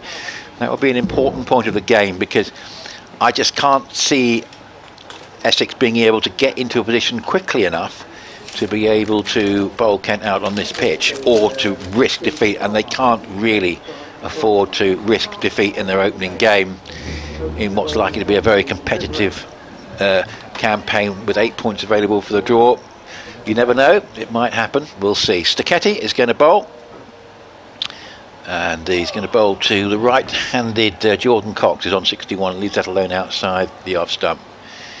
So Stacchetti, well, he's Stacchetti, I keep lapsing into Stacchetti, but Stacchetti actually done pretty well, because this pitch is offering him nothing. He's got a smile on his face, broad-shouldered, and you can imagine him causing problems on Australian surfaces, as he did with a vengeance in the last Sheffield Shield campaign, in which he was the leading wicket taker. Now he's bowling at 300 for 3 on a feather bed at Chelmsford. In he comes, and that's going down the leg side, and it's not going to trouble anyone, apart from we do, who has to gather in from behind the stumps. I'm Nick Ledhill. Paul Newton is here, and Alex Hode from BBC Radio Kent. Good afternoon again, Alex. Good afternoon. Thank you for continuing to have me back. No, you're very welcome. An opportunity to get rid of me at all your these opposite intervals. number, Matt, he's going to come back tomorrow, isn't he? He's not going to be too bored of the game. You sound desperate, but yes, he is indeed coming back tomorrow. As long as nothing very dramatic happens in the next couple of hours, he'll be back tomorrow. Yeah, so we'll see what happens as Stacchetti bowls. That's a good delivery. That pitched off stump and just moved a little bit.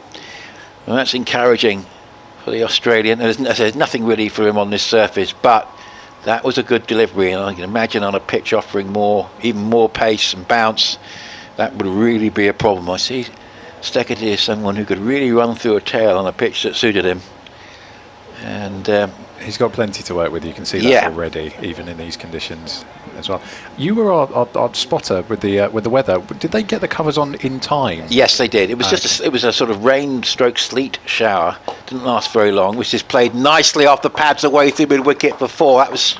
That was a half volley, unfortunately. Having given him praise for his previous delivery, he kicks the ground in frustration. Meat and drink for Cox, who goes from 61 to 65. And it's 304 for 3, and it's another 61 to avoid the follow-on. We mentioned that if Gloucestershire could extend their lead by 100 against Northants, they might be in a good position in the game. And well, the 6-wicket pair have put on 100, and a little bit more, in fact 108. 206 for 5. This game is now really wide open. They lead Northants by 141. Chris Dent made 54, Ryan Higgins is 77, and Tom Lace is 50 not out. That's played defensively, head over the ball, up into the offside by Cox, and there's no run. That game could go either way, and I have if Gloucestershire can win that, I have a feeling that Gloucestershire may have enough to stay up. Whether that's good or bad news for Kent, I don't know. But Gloucestershire last year, they did really well. They won a lot of games in a very competitive group. They just got outgunned they beat Middlesex at Cheltenham, got outgunned by Hampshire, and then sort of fell away a little bit. But they played really well, and this is way wide from Stacchetti, and signalled as such by the umpire, 305 for 3. So, I've just got a bit of a hunch that Gloucestershire may be okay, so we shall see. And if they can win that game after looking like losing it this morning, that would be a real fillip for them. The earlier Hampshire beat Somerset by an innings and 113 runs at the Ageas Bowl. Somerset's openers put on 50, the rest just another 85. 3 wickets for James Fuller and 4 for Mohammed Abbas. As this delivery, again, quite a long way wide of the off stump from Stacchetti. and no shots being offered there. And yeah, so we've mentioned that game, which is all over, and also the game there at Bristol. And if we have just a quick glance at what else is going on in Division 1, we've got that game where Warwickshire have fought back against Surrey after being a bit of trouble late yesterday evening and this morning. Sam Hain is on 64 at 223 for 5. They trail by 205. Again, once they get past that follow-on mark, I can't see Surrey sort of throwing that game open in the opening round of matches. You would think that's going to be a draw. So those are the games in Division 1. One has finished, 2 still in progress, and the other one, of course, here at Chelmsford. And over to you, Alex. Is this Porter coming on at the... It is. He's close. It is. Yeah. They were talking about this long before tea, and it never actually happened. Yeah, so. number 66 in 15. Let's see how he goes in this spell. Indeed. He's steaming in right away. It's Robinson who gets decent contact with it, just hits it back to mid-off, and no run will be scored. Robinson's on 9 not out, having faced 29 balls now. So you talked briefly when I was off here about the Kent captaincy hierarchy, and Ollie Robinson is captain for this game. Do you think he'll be captain next week? I don't believe Jack Leaning is back. Right. For the next couple, as Porter comes in, just nudged back along the track by Robinson. I would suspect probably yes, because we're not seeing Sam Billings anytime soon. Leaning, I believe, his hamstring might be a couple of games, so I'm not even sure if he'll make Hampshire the week after. But yeah, it's a tricky one.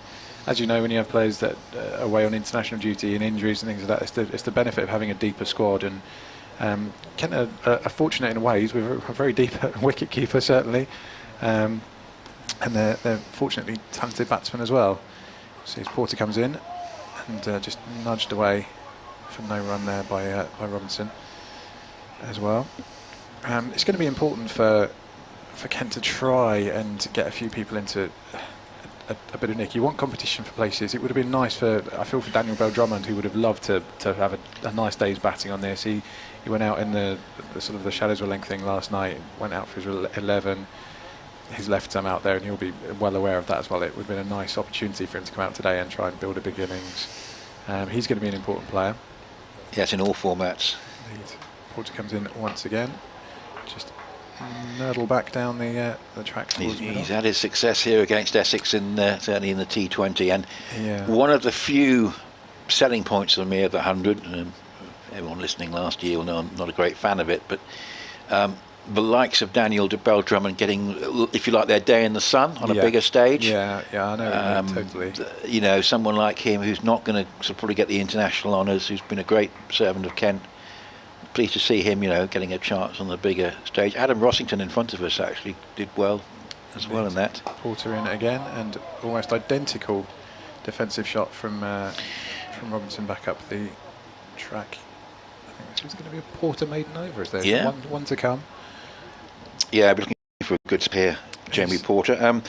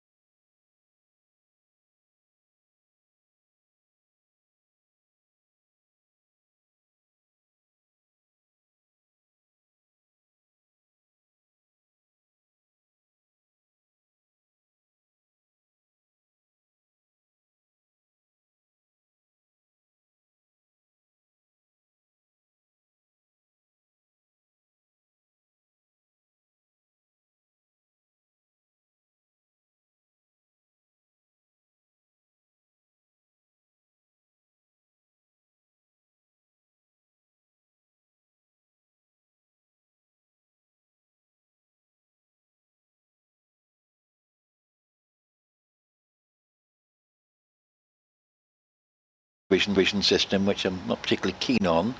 This is played defensively, a no ball, played defensively back to Steketee, and there's no run. Yeah, I was just saying that, you know, Grace Road is the venue now that Essex haven't been to for a long time, but the thing about a 3-division system is that you could end up with quite a few venues that you don't go to for quite a while, and there's a bit of sameness about playing, 5 sides twice and the other side not at all in first class cricket. Every day we seem to stray further and further from the light. Yes, you could say that the 100 has turned the lights off, but they've still got to work out what to do with the county game during the 100. No, honestly, the 100 to keep the lights on. Yeah, well, you could put it that, but is Steketee? Oh, he loses his run up, so he's had the no ball, and he's now lost his run up. He twice actually. He started and stopped, and then went back, and then got a little bit further the second time as well. We had these issues 24 hours ago. BBC Essex and BBC Radio Kent. Nick Lethill, Alex Hoden, Paul Newton at Chelmsford, and if you'd like to get in contact with us, bbcessexcricket@gmail.com, and also your Kent contact. Yes, it's kentcricket@gmail.com. Keep them nice, Kent fans, please. Absolutely. As that's played off the back foot, you'll be cheerful today. That's played up towards backward point, and there's no run. Are they suggesting that there was one? There was a chap that basically, I think Bruce from the Netherlands, was suggesting that Kent are going to be better than perhaps Essex think that we might be. Yeah, I mean, this year. I know. Well, I've talked to Matt about tomorrow because he reckons they'll finish in the top 3. I just don't see that, but I think Kent are more than capable of holding their own in the division. And this is pulled away up towards deep square leg for a single. Keeping a settled team is something that we're not able to do. Having a full strength team is something that we're not really going to be able to do very often. Those things are. If everyone was full strength, I think Kent would be quite competitive, and the batting would certainly be better. Yes. It's one of the vagaries of cricket these days, is that chances are we're going to be missing people for. The problem for the likes of Kent and Gloucestershire maybe is suddenly we've got not just 2 teams that potentially could win the championship, there's 4 or 5. Lancashire, Hampshire, Warwickshire, add those in, as this is played off the back foot, and there's no run. But I think Kent. I think top 3 is ambitious, but Kent, if they can easily be mid-table and not have to worry about relegation. But it's going to be difficult. I think there are certain sides that are likely to be difficult to keep up with. Lancashire would be one for me. Yeah, I mean, are there? Can you pick out 6 or 7 games that you think they're going to win? It's tricky, obviously. Steketee, he's having trouble here. He's lost his run up again. This is difficult for him. Great sympathy for him. It's wholehearted effort this on a pitch offering him nothing, but he's losing his run up, and there's 308 for 3 with the follow on at 365. I think it might be sort of has a bit of a rest for Taunton in the not too distant future. This is a wild and a wide delivery. It's not signalled as a wide, but it's a long way wide of the off stump and over the shoulder of the right-handed Ollie Robinson. So, that's a tricky over for Steketee, and he's just sort of pouring the crease with his boot. But Robinson 9, Cox 66. The standout of the day, 129 from Ben Compton, before he was bowled by Sam Cook. The ball that kept low, the second new ball, and did a fine job, and really chiefly instrumental in Kent getting into a position where they look like they're going to save this game. So I mean, I think this is really encouraging for Kent, this batting performance.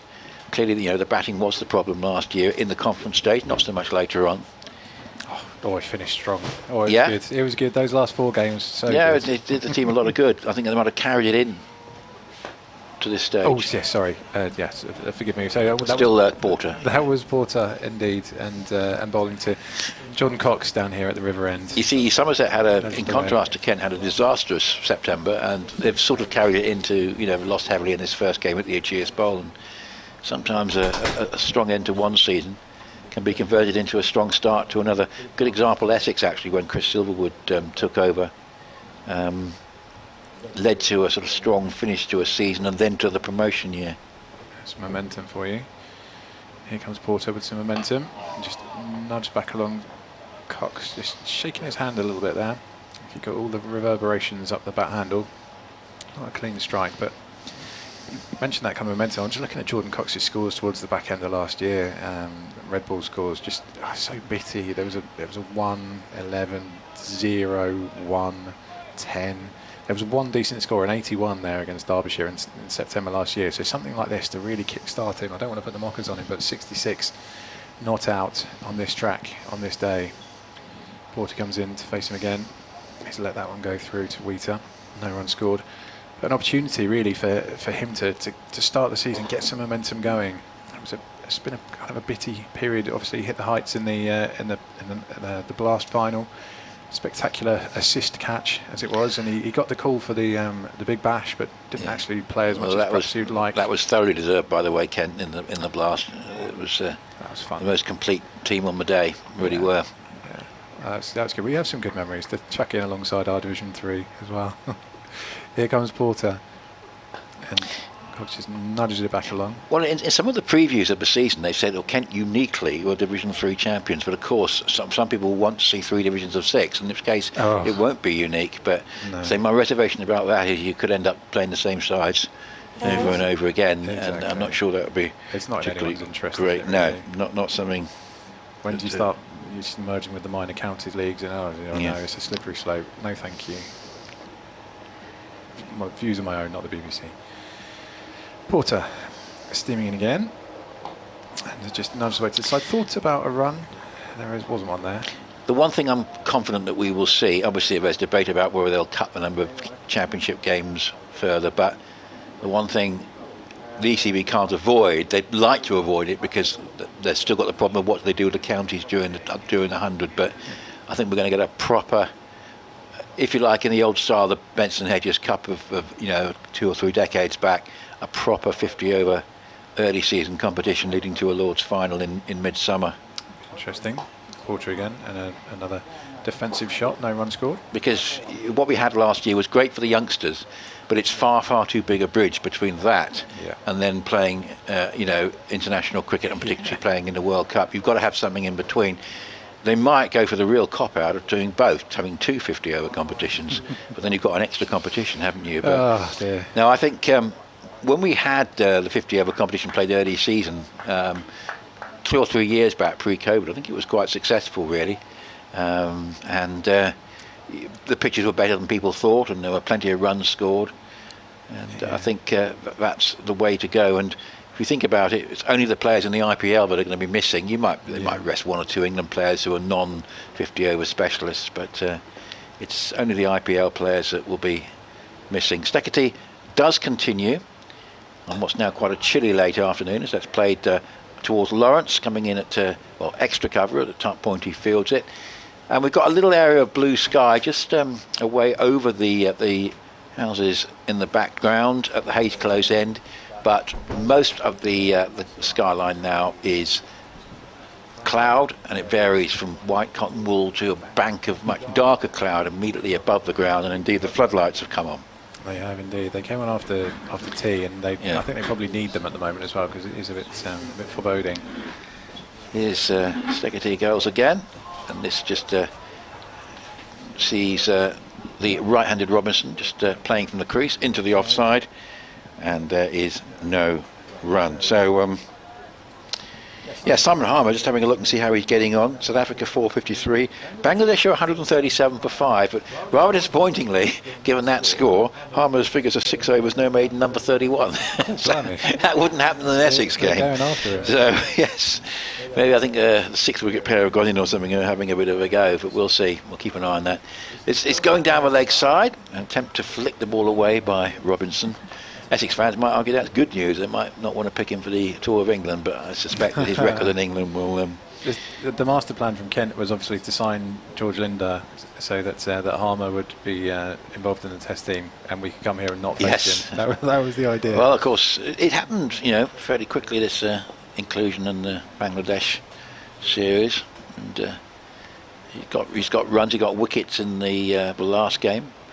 And this is played from the crease up towards mid-on. And there's one thing that no one would question, that Simon Harmer is a test level off spinner. There's no question about that. And actually you'd like to see him playing. Even though it's not in Essex's interest, you'd like to see him playing in a test match in England, wouldn't you? Because he thoroughly deserves to be on that stage. Yeah, that's box office as well, and that's one of the things that it's the lure of international cricket. It's hard to stand in someone's way. It's the same with Kent. It weakens us, but it's good for them. Here's Steketee bowls, and that's a firm-looking drive up towards Tom Westley at mid-on, who's doesn't normally have these sort of issues at Chelmsford in terms of days when only 2 wickets have gone down and over 300 on the board. He knows that, of course, Essex are safe in the game in terms of having made 514, but equally be frustrated the fact that the number of bonus points Essex are going to take from this game could be fairly limited, because they took 3 for batting. They've got 1 for bowling so far. They need to take 3 more wickets in the next 8 overs to get another point, as this is played past mid-wicket and goes out towards deep square leg, running around. That is Snater. He picks it up, and 2 more go to the total. So we're now at the end of the 102nd over with those 2, which means there are 8 overs left to accrue bonus points, and you suspect that neither side are going to achieve their next objective. Kent will be 350 inside 110, and Essex would be 3 more wickets, both of which are firmly against the odds. 310 for 3. They need 55 to avoid the follow-on. I think they're very capable of finding those whatever it is, 42 runs, 40 runs now for Kent in those overs. But I mean, I don't think it's worth the risk. No, it's risk against. Jordan Cox could probably do it on his own. Yeah, it's the long-term plan. I mean, if they have a couple of loose overs. Yeah. Interesting if Wesley would have put Lawrence back on now as some sort of tactical move. Try and tempt them into doing it. This is the mind games that we all love, the nuances of the game. As it is, this is Porter continuing. And that's Cox that just nudges it away. No run scored. So yeah, looking at Kent, you mentioned this potentially quite tough. Actually, it is a tough start all round, isn't it? Essex at Chelmsford, Lancashire at Canterbury, Hampshire at Canterbury. And there's a week off after that, I think. No, you got Yorkshire at Headingley. Yes, so that's it. Yeah, exactly. Gets easier. It's not easy. It's not an easy start by any stretch of the imagination. Luckily, we've got all this momentum to take with us. Porter comes in again from the Hayes Close, and Cox has just battered it back to him. No run scored. Yeah, interesting to see what the pitches are like at Canterbury early season. Yeah, they had a lovely field day. That glorious final week of March when the sun was out and people were wearing shorts and t-shirts and things. They had a nice a day kind of similar to this, I think. They in Warwickshire had a couple of days of batting and piled on the runs there. Hoping that we see some helpful pitches. Kent due to be playing the Sri Lankan development side in early May. Porter comes in again. That's just clipped away by Cox off his hips. Running away, it's just going to take a nice easy single there. They're obviously not even thinking about pushing for higher honours and batting points and that kind of thing, just batting for time and getting themselves over that follow-on target, which is 54 runs away now. Surrey at Beckenham. I'll be bringing in all the Surrey fans who are not too far to go for that one. Somebody spinner. And Northants at Northampton, and then. So that would be your 6 points of relegation. 6 points. Well, that's it. I like to think Kent might have enough, to get into mid-table. A division within a division. If you can win that bottom division, I know what you mean. I do know. It's Porter again, and that was Robinson who just footwork not quite right, just slightly off balance, but nudged it away. No, you see, scored. Gloucestershire. This is quite typical of them. They've found a way of getting themselves out of a really difficult situation this morning against Northampton. We thought Northampton were going to probably be the first team to win. Brian Higgins 81 not out, Tom Lace 53 not out, 213 for 5. They're 148 ahead of Northants, and that will give them a big boost if they win that game. Porter in once again. Robinson just taps it away. Still on 11 not out. Ollie Robinson. Jordan Cox is there on 67. So if I were to make it, I think Gloucestershire could be a key rival. I've got a feeling that I don't know how many times you're playing Gloucestershire, but I've got a feeling that they could be a key rival for Kent this season. Once, I think. off the top of my head. Not at Cheltenham, hopefully. From a no, it's Bristol. Let's have a little look, see if I can find it actually. Myself, as Porter comes in, last ball is over, and just nudged back to him once again by Robinson. A lot of fine forward defensive work on display the last couple of days. Yes, I'm having a look. I don't think you've got them at Cheltenham, have you? No. But yeah, we'll find that looking through the fixtures. It's because I'm looking at the Blast fixtures, not the. Yeah, it's easy to get onto the wrong page. Yeah, it is indeed. But yeah, I've got a feeling that could be quite an important. Yeah, we have them. We have Gloucestershire at home, Sunday the 12th of June. Is that in the Championship? That is in the Championship at Canterbury. Yeah. So I don't think. Are we down there? I don't think we're down there this year. That's a one and done. So home advantage for one of the 6 pointers in the three. Steckety comes in from the river end. Just hacked away. Yeah, it's just going to be fascinating because you sense that there are about 4 or 5 sides you think are really unlikely to be threatened by relegation. But will there be relegation in terms of what will be happening next year? This is the thing, isn't it? We don't start a season quite without knowing what's at stake. That's the particularly if Northants lose this game to Gloucester, I think that'll be a body blow to them because they look like they might win it. Do they play twice? I think they do. Those two. You'd think so if they're playing in the opening game. Yeah. Steckety bowls, and that's just played defensively, head over the ball. There's no run. Another partnership taking shape. Cox 67 and Robinson 11. So, yeah, you feel. I tend to think it's almost like you've got 2 divisions within a division to a certain extent, but you could have a real surprise side, or someone might struggle. There's someone who might struggle at the moment. It looks like it could be Somerset. Well, absolutely. Where they've started, as you say, it's injuries and selection issues. Those are always the problem. But it's fascinating to sort of speculate at this point of the season because it's all to follow.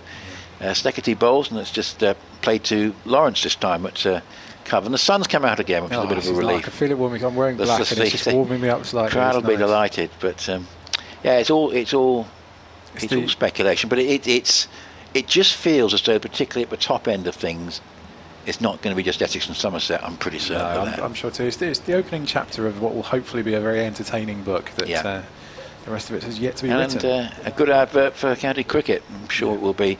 As that's driven firmly up towards Wesley at mid-on. I thought it was a good finish last year. With that Lancashire-Hampshire game at Liverpool. Yeah. Sadly, it could be Liverpool's swan song because I don't think it's being used this year by Lancashire. Falls by the wayside. And hopefully it doesn't fall by the wayside completely. But what a game to finish with. Yeah. It's a good advert for the County Championship, and there's been a lot said, a lot of it nonsense said about the County Championship over the winter. Yeah. It's nice to have it back. Yes, there's quite a few enemies, and you don't get the full picture. Well, this is edged, an involuntary shot between slip and gully for 4. And Alistair Cook's going to touch the ball for probably about the 3rd time today. Bit of lift again from Steckety, encouraging. He'd like to see him on a pitch offering more.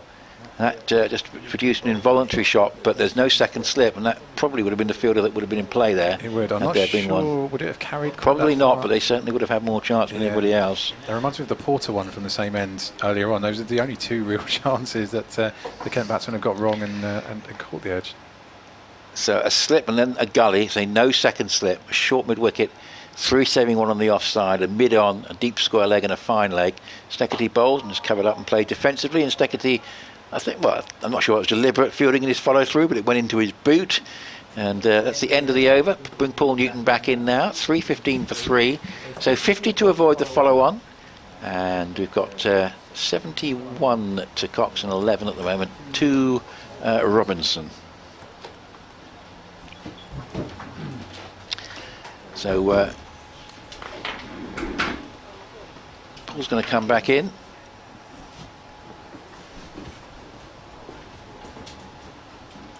I was going to say, if you want to come back in, actually, Alex, I've got to do some updates between 5 and 5:30. So what I'll do is let you get yourself back in, and then I'll bring Paul in, and then we'll slightly run out of sync otherwise.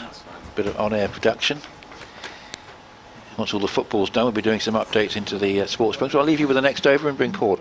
I'll promise to give it a go. Right, who do we have? Porter coming in from Hayes Close. And he's bowling straight down the pitch to Robinson, who just pads it back past to mid-on. No run scored. Robinson wants that shot again, he's practicing it in the air. Unfortunately, it doesn't work like that. It does work like that for Porter, who's going to get to the top of his run-up.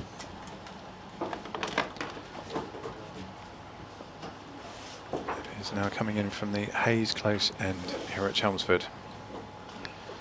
This is fun. It's another edge. This time it's stopped by a second slip. I'd say that probably is. Didn't carry. Of course, Robinson would have been 4 runs. I'm pretty sure it just flashed away. Thickish edge. There's some good fielding there from Rossington, showing his wicket-keeper prowess once again. So what is that? It's almost like a 3rd or 4th slip position. Not quite gully. But no run was scored. So Porter comes in once again. 3rd ball of the over. Delivered in. Robinson, there's going to be a run. Oh gosh, Robinson was pushing for a run. Cox did not want any part of it whatsoever. Robinson's furious. Robinson called for it. There was a shy at the stumps. I think Robinson just about covered his ground. I'm not sure if that was Lawrence, I think, perhaps that had the effort. It must have been one stump to aim at from there. Just pushing it into the offside. Not great from Robinson. Cox, I don't think wants any part of that conversation at all. Just didn't want it. Said no. You could hear the call. So it's as you were. Just a dot ball, really. Porter coming in again now for the 4th ball of the over. Robinson clips this one away nicely. There's a man down there at fine leg. He'll restrict it to a single. Throws into Wheater. And the ball is spun around the cordon. Just a little bit of gardening there from Cox on the track. He's on strike now. He's on to 71. Robinson on 12. And Paul, you're back with me. Indeed, yes. A little bit surprised there isn't a bit more urgency to get this 4th batting bonus point. Risky though, isn't it? Porter comes in, and oh dear me. I think Robinson is. Oh no, it's Cox. Cox has been beating all ends up there. I don't know if did that clip at top of a pad maybe on its way through, or possibly hit him in an even more uncomfortable place. Yeah, in that geographic region. Yes, anyway. May just have been a little bit of a break back of that, and but no harm done, I don't think. Anyway, yes, I just think every point could be vital, and maybe Essex have just tightened up a little bit and haven't given much away since the resumption. No, that is very true. The runs have dried up. They've certainly made the most of the new ball in stemming the flow, if not necessarily a succession of wickets. 317 for 3 now. So the asking rate is under 50 for the to avoid the follow-on. 48 more runs required. I'm not sure, as you say, 5 overs remaining to try and get the what's that, another 33 runs. It's doable. The track's pretty conducive to. I'm not sure that the Essex are going to throw them any spinners to tempt them into any expansive shots, because I'm not sure that they would risk it. Particularly with the 8 points for the draw, it kind of helps in a strange way. It makes it slightly less of a defeat to miss out on 1 point. It does, but always remember if it gets to the end of the season and it comes like down to 1 point. I mean, Essex themselves very nearly didn't qualify for the final a couple of years ago of the Bob Willis Trophy. They only had about a point in hand of Derbyshire, not a side you would normally have thought would be a threat. They were in a different conference to Essex, but they had that Matt Critchley. He's good, isn't he? Yeah, and Essex, particularly in the game at Arundel where they were playing Hampshire rather than Sussex, really let a point go. It was a rain-ruined game, and there were 249. Note that for 3 at lunch. And there was no further play, and they missed out on a bonus point there that could have cost them, because what they'd done the previous evening was send Jamie Porter in as night watchman, and he, who bats slowly, then survived for about an hour and a quarter the following morning. disaster. So it nearly did cost him. We're going to see Matt Critchley for the first time today switch to the river end. 19 overs, 4 maidens, 1 for 32. Shows he's performed very well in conditions where the ball isn't really turning, as he bowls now and finds the ball returned to him, and the score remaining at 317 for 3. Do you think that might be a way of changing anyone else's end as well? Do you think maybe stick it at the other end perhaps to try and well, sort it could out be, his issues? yeah. I know he did that on the opening, the second night, didn't he? Next ball is just dabbed out into the offside, and we've got a bit of what was already a stalemate situation, but even more of one now, because very few runs have come since the resumption, but equally there's been no further breakthroughs for Essex, just 2 all day. Smart bit of fielding to his own bowling by Critchley there. You usually find spinners are pretty good to their own bowling. They're a breed that don't like giving runs away if they can possibly help it. That was hit firmly back in his direction. Bowls again.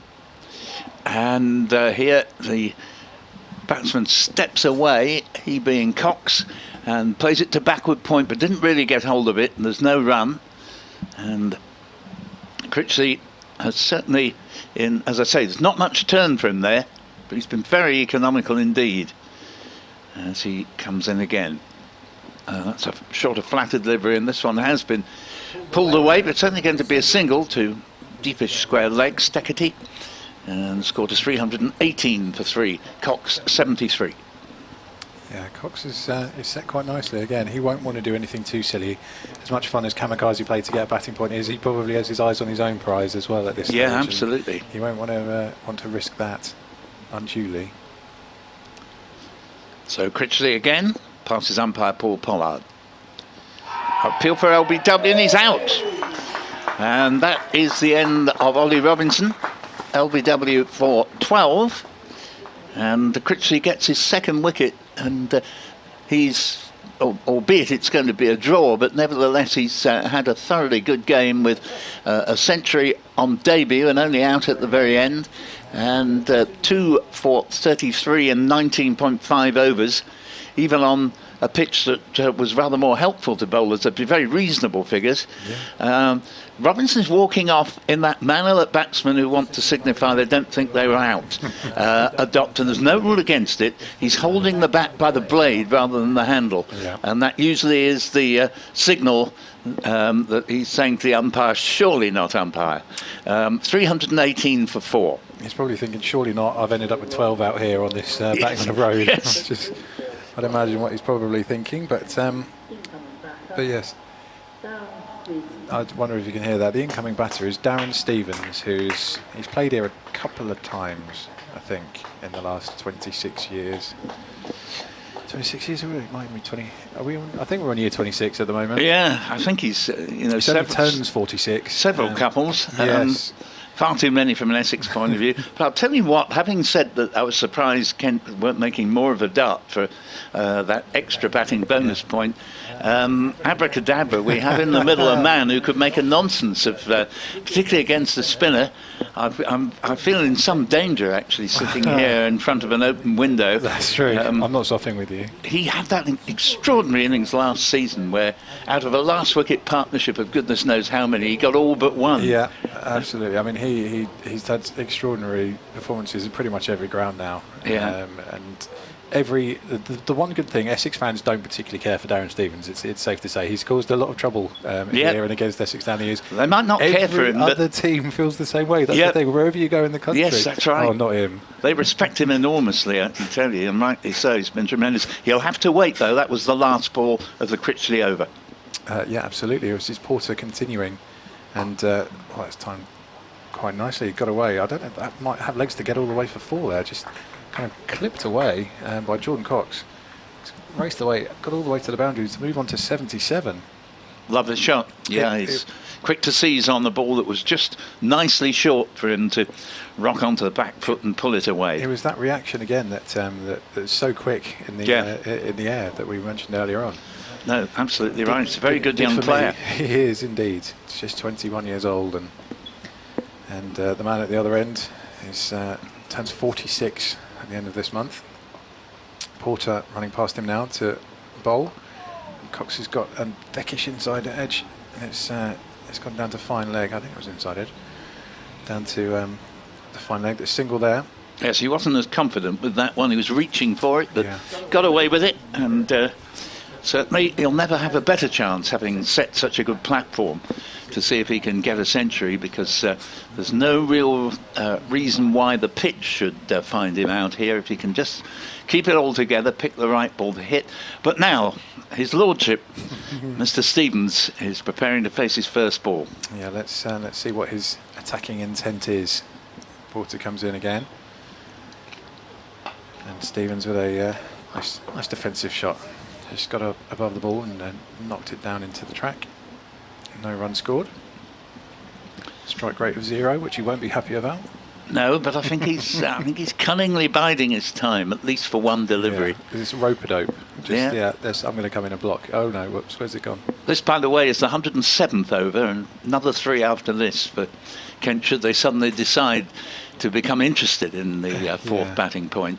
This is true. Porter comes in once again from the Hayes close end. Darren Stevens has a flourish at it, didn't get it. He's after that fourth point, you know. He is indeed. I can just imagine. I've seen that flash away through the covers plenty of times. Not this time. And it could have, if it hadn't gone in that direction, it could easily have gone over gully and raced down in our direction at third man when the bowling's from the Hayes close end. And certainly that was not the shot of a man who intended to spend terribly long playing himself in. No, quite right. I'd imagine he's probably got some instructions there to just go out, and he will have wanted to build a big innings, I'm sure, but if there is something there to play for, give him a target and he likes it, like a game of golf. Here we go. Once again, what can he do this time? He can clip it away, and he's off the mark for the first time. Porter just up towards his rib cage and just kind of tucked it away onto the leg side and raced through to put Jordan Cox on strike for the last ball of the over. Kent move on to 324 for 4. Still 41 shy of the follow-on. Yes, an extra slip had been posted after that ball, but the one before the it. One you mentioned. But he's been taken out now with Cox on strike. Yeah, Porter comes in, last ball of the over, and it's just nudged away into the offside. Some tidy fielding there from Slater. No run scored. Kent still need to find another 26 runs for that final batting point. Yeah, I mean, it's intriguing. Just this juncture, it won't last very long, but over the next 3 overs, Kent would need 26, which highly improbable, except for the fact that if Stevens were really to get going against the spin of Critchley, 8 balls. Yeah, he might be able to make it. Equally, Essex might get him out if he was prepared to give it a real dart, and then be 1 wicket away from a second bowling bonus point. Yeah. See, this is the thing. We can make drama and tension out of any game situation, can't we? This is the joy and beauty of the county championship. Well, we haven't had many chances today of making a drama out of anything, Alex, so we can't be blamed for trying to milk this next 3 overs for all their worth, as Critchley is in, bowls, and the maestro plays it back down the pitch, and there is no run. He remains on 1. Darren Stevens, 324 for 4. I'm pretty sure he won't want to do too much running either. He had a little hamstring tweak in pre-season, which limited his bowling. Critchley in again, bowls to him, and he's had a wallop at this, going out to extra cover, but it'll just be a single. So he moves up to 2 and loses a strike. 325 for 4, and so 78 to Cox, who comes into strike with just Alistair Cook at slip and Adam Rossington at bat pad. Ooh, and Cox is a little bit fortunate here. He made room, carved the ball outside off stump, and can be relieved to see it bisect wicketkeeper and slip, just waiting to see what any signal might be. And indeed, I thought there was a bit of bat on that, and it might not have been far away from a catch. At any rate, it wasn't what he intended, but he moves along to 80, and the score is 327 for 4. Yeah, living slightly dangerously. Critchley to Cox, plays this very carefully back to the bowler. He wouldn't want to lose his wicket at this point, having done all the spade work to set up the possibility of 3 figures. He's going to be the one with the incentive. I think it's safe to say they're just changing the field, bring the fielders in here, slightly more aggressive field for Critchley. Bowls to Cox. And Cox taken on the pad, and that's running away and going to, I think, go all the way to the boundary. No, just be pulled up a yard or two short. They're coming back for 3, and Darren Stevens, who doesn't like to run that much, but was very quick to get back for the 3rd, and it appears there was a bit of bat on that as the score goes to 330 for 4. And in fact, I'm just waiting. No, I didn't see the signal, but must have been one, because it's 3 buys. 3 buys. My apologies there. As Critchley bowls, this time to Stevens, who plays the ball carefully to short extra, and the over ends with Kent needing 365 to save a notional follow-on. 330 for 4, 80 to Cox, and 2 to Stevens. Absolutely, yes. I think they've both got very different ambitions for what they want to get out of the next half an hour of their lives, and Cox will be surely just thinking about those 3 figures and not doing anything too rash, too silly. And Stevens probably went out the dressing room or the marquee, whatever they're in, over there in the pavilion, with instructions from the coaches in his ears saying, whatever you can do, if you can get on strike, go nuts. It's not about building your innings, it's if you can get a point on the board, it's a bonus. As we suspected, that's Steckety who's going to be bowling from the Hayes close end now. Changing, and looks a little bit happier. He's bowling this time, and it's slashed away by Jordan Cox over towards mid-wicket. Had a little shy at, was that Lawrence had a shy at the start? Yes. Missed them, and it's good backing up on the other side to avoid a further run. So just a quick single there to move Cox on to 81. Darren Stevens back on strike. 2 not out. What are we, 108.1 overs gone. So 11 balls, 19 runs. It's happened before. Maybe not on the 3rd day of a championship. No, what it needs from a Kent point of view is an explosive boundary from Stevens within the next couple of deliveries, and that might set the cat among the pigeons. Yeah, and a spinner would help as well, I think. But here we go, Steckety coming in again. He looks significantly happier from that Hayes close end than he did in his latter over at the river end. But this one goes through to the keeper. No run scored.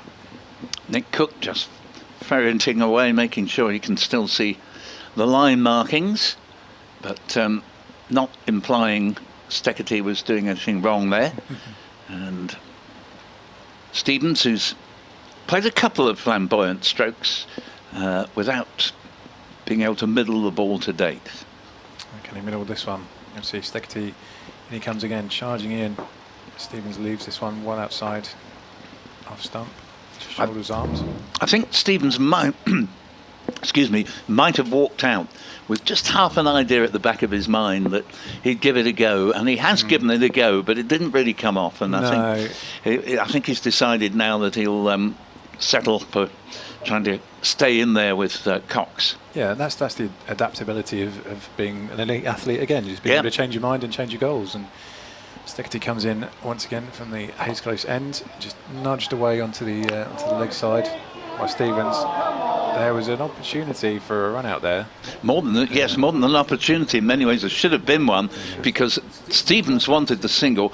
Cox, eyeing up a potential 100, was absolutely having none of it. So Stevens had to make 2/3 of the pitch back with the ball already virtually in Porter's hands, but he completely made that classic mistake of looking up and not keeping his eye on the ball, didn't pick it up at all, and Stevens was able to amble back into his ground, and that really was a bad miss. It was, yeah.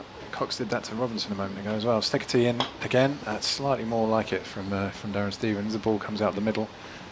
I'm about to be replaced mid-over, actually, because I need to go and do an update for BBC Radio Kent. I do actually need to go, so Nick, I will jump off now. Yep, that's okay. And I will happily I was going to say do the end of the over, but wait for Alex to do his piece, but I think Nick's coming back in anyway. So, really an untidy bit of cricket from Essex there. It has to be said, there have been 4 possible run-out opportunities today and none has been taken. Steketty's in and bowls, and this ball's run down by Cox, may well go for 4. Shane Snater, as ever, is hurtling after it. You couldn't fault him for the effort with which he chases the ball.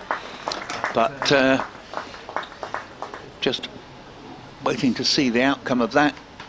It's 2 runs, 334 for 4, and Snater evidently did brilliantly. He disappears from our view. We're masked by the Tom Pearce stand, but he did brilliantly to prevent that going all the way to the boundary.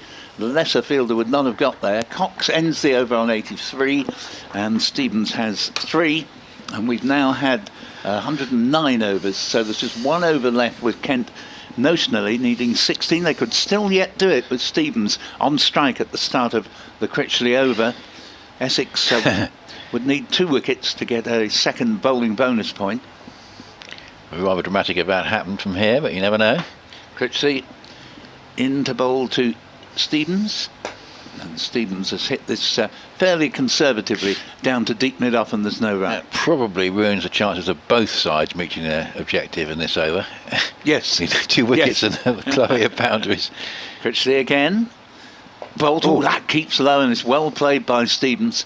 It's the sort of delivery, I think, Nick, had it been to a batsman who was much better set than Stevens, he might not have been quite so watchful and might have been bowled by that. It grubbed as Critchley is in and bowls again, and Stevens ever more watchfully plays this ball out into the offside, and there's no run. It's 334 for 4, and Critchley hasn't really offered the opportunity to be hit all over the place so far today. Really has kept it very tight, and nothing more that Stevens can do to the next delivery than return it whence it came. And the score remains at 334 for 4 in the final over, in which bonus points can be obtained. So it looks as if it's going to be, if you'll pardon the pun, even Stevens on that score. And here is a horrible shot from Stevens, an absolute slog. He aimed it into the offside, but then turned the blade too soon, and instead hit it perfectly safely, let it be said, to Snater. And here's the last ball of the 110th over. And this is just played a yard or two into the offside. So it is on its even in the score of bonus points, with each side taking 3 for batting and 1 for bowling. And at the end of 110, Cox is 83, Stevens is 3, and Kent has 334 for 4. Of course, Darren Stevens was with Leicestershire earlier in his career, but he has a great record here at Chelmsford, and I was just looking up some of the games in which he made an impression. So 2009, an early season game like this, quite a remarkable match actually. Essex made 370, 99 to Foster, 98 to Matt Walker, of course, who was such association with Kent. Kent then bowled out for 205. Big first innings lead for Essex to 165 in total, so 205 all out. Kent followed on and made 512 for 9 declared. Stevens 136 not out. Well, from 208 balls. It's the start of the new over. That one is wide from Steketty outside the off stump. And I think that was the following year to the one that you described earlier in the day, when Kent were 9 for 5. Yeah, I'll come on to that one. And Geraint Jones, God bless him, lovely man actually, came and spoke at the Cricket Society here a few years back. I think he's gone into some sort of farming now, Geraint, in Herefordshire. But yeah, splendid fellow, and he and Darren Stevens put on the 200 for the next wicket, whereupon the last 5 went down almost as quickly as the first 5. But of course that 200 partnership was tremendous for Kent. Yeah, Steketty, it's really clouded over now, pretty chilly, a slip and a gully, and it's just played defensively from the crease by Cox. He's on 83, but in no hurry to reach what will be the 5th 100 of the match. So Kent 512 for 9 declared, bowled Essex out for 155. Joseph, Robbie Joseph? Yes. Yeah, 6 for 55 and won by 192 runs, which was even bigger margin than the deficit they had on first innings. So it was a remarkable match, that one. And as I say, it's not the only one, as Paul was saying, and that's no ball, which is dug up and played defensively, or dug out and played defensively, but they get through for a single. And no ball signal. Yeah, no ball, which one more to the total off the bat as well. So in total, 334 for 4. 337, I think. Has that not been added on yet? No. So 337 for 4 means that it takes them to within 28 of the follow-on target. There it has been added now. So we've got a run off the bat, and then the 2 for the no ball, short leg and a gully and a slip, and 4 saving 1, and Stacchetti bowls, and again just pushing forward and trying to run it down into the offside. Just goes out as far as Snater at backward point, and there is no run. So Stevens, contrary to most of the Kent boys we've seen out there today, has his sleeves buttoned right down to the wrist. Yeah, maybe he's feeling the cold. He's entitled to, yes. Yeah, absolutely. Drawing his pension soon. Yes, he's going to be 46 at the end of April. Here comes Stacchetti again. Bowls, and that's clipped nicely off the pads. It's going into a gap between fine leg and deep backward square, but it will be collected, and they get back for a couple of runs. So the score goes along to 339 for 4. And so we're beyond the 110 overs now. So Essex will only get 4 bonus points to add to the 8 to the draw. So it'll be a slightly disappointing return from this opening game for them. It will, but at the same time, they're sort of not going to be that far behind. Even Hampshire, who've rampaged to a win over Somerset. It may well be that Hampshire take the full 24, but even then that 23, would leave, I think. Yeah. 11 behind. Then Essex would be. That's a bouncer, which sees Stevens just ducking out of the way. So Cox has got a pretty good chance of becoming the 5th centurion, and Stevens might, given his record at Chelmsford, which we'll talk more about in a moment, might even fancy his chances of becoming the 6th if he can stay in this evening. Yeah, and equally Kent would be 11 behind Hampshire, because they're going to get the same number. Let's make it a good start for Kent. It's just pushed up into the offside, quick single. That's a well judged run, because Snater was not going to get in quickly enough to cause Stevens any problem. 340 for 4.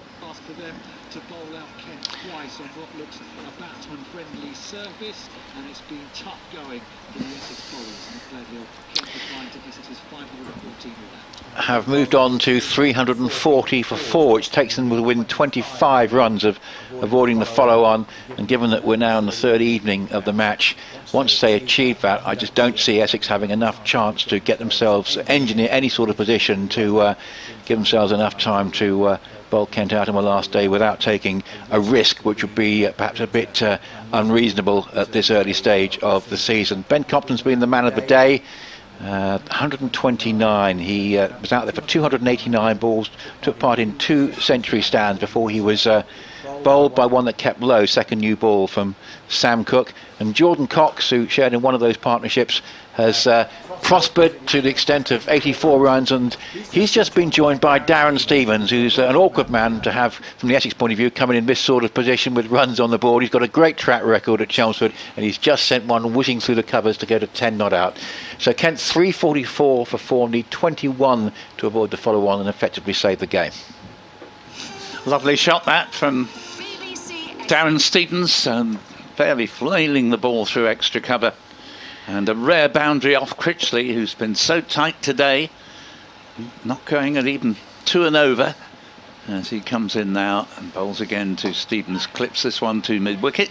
Shane Snater is there to prevent any run, and Stevens remains on 10 from 22 deliveries. Cox 84 from 176. Critchley 22.2 overs, 5 maidens, 2 for 40.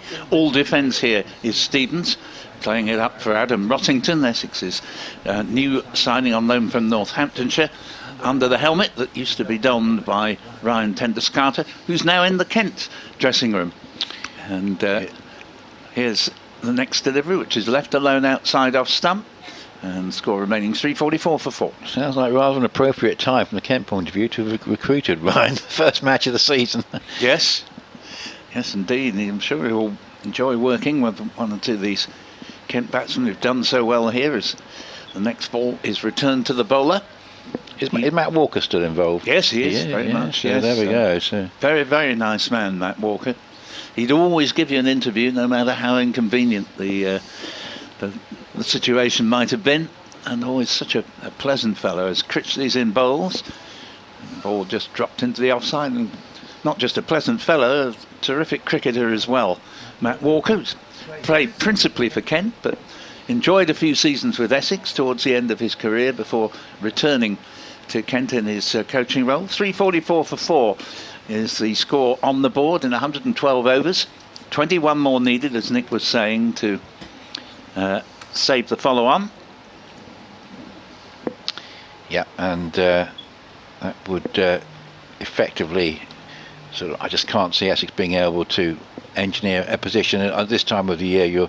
I think you're more risk averse anyway, early part of the season. If it was a situation of trying to create something when you're desperate for points later on in the campaign, then they might try to, but they've still got to take quite a few wickets, albeit the fact, of course, Joe Dennelly is one of them. And of course, one of the factors we were thinking was that Joe Dennelly not being able to bat could have quite an impact on the game, but in actual fact it's proving to be at the moment of relative insignificance in the overall proceedings, and hopefully his hamstring problem will sort itself out soon, although things tend to take a little while anyway. So but the key thing is that the worst fears of Kent supporters, that the lack of Dennelly would be a real problem. They've not been borne out because of the performance of the rest of the top order, so they'll be very pleased about that. Yes, that's Jones and Stevens' game, as this played defensively. The first ball of the new over from Cook, just played back to the bowler. Yeah, 9 for 5. No, 9 for 5, and they took the score to 203 before Stevens was out to Charles Willoughby for 119 with the 6 and 16 fours. Jones made 88, and in fact those were the only two double-figure scores in the innings of Kent's 225. It was a remarkable day. In a game which I'm pretty sure rain was affected. Very heavily rain affected, and no result in terms of either side winning. So here is the next delivery. Is a pretty useful one, that from Cook, which certainly beats the outside edge of Cox, and that's happened so little today. It is, and whenever it has happened, it's invariably been Cook who's bowled the delivery. And I was just thinking there, first ball back, and already he could do something to make the ball talk in a way that the other bowlers, the other quicker bowlers, just haven't been able to do. And we've even left out a century in 2010. We made 100 out of 474, Darren Stevens, again at Chelmsford before he was out to Danish Canaria. So he's got a great record on this ground. Around about a decade ago, he's just played up into the covers and no run. That was a drawn game on that occasion. Tom Wesley made 132. In the Essex reply, but Darren Stevens with a great record at Chelmsford. That was very early in Tom's career, and I think his first 200s both were 132. Yeah, that would have been one of them then. One of his unlucky numbers, but if you're going to be unlucky, you may as well have 132 before it happens. 344 for 4. Kent, who've had a very prosperous day with the bat, which is played with an angle back down towards backward point, and there's no run. I mean, it's early days. It's hard to say, to make a judgment about how well Kent will do, but what they have shown is resilience under pressure. And I think we'll know more after these games against the home games against Lancashire and Hampshire coming up. And they have that visit to Headingley, so it's quite a daunting first month for Kent. But they've made a good start here, and shown, as you say, very good resolution. So here is Sam Cook over the wicket bowls, and that's an excellent delivery, which again produces a full shot, and we've seen so few of those today. But again, Cox was in trouble to that one, just drawn into playing it. He was just going back to your point. Kent have, I think Warwickshire showed that there is a way that a side who you wouldn't immediately say were likely to be contenders for a title can yet end up winning it, because Warwickshire at one point were sort of hanging on by a thread from being relegated, but bit by bit they fought away on batter friendly pitches, and in the end they made it pay.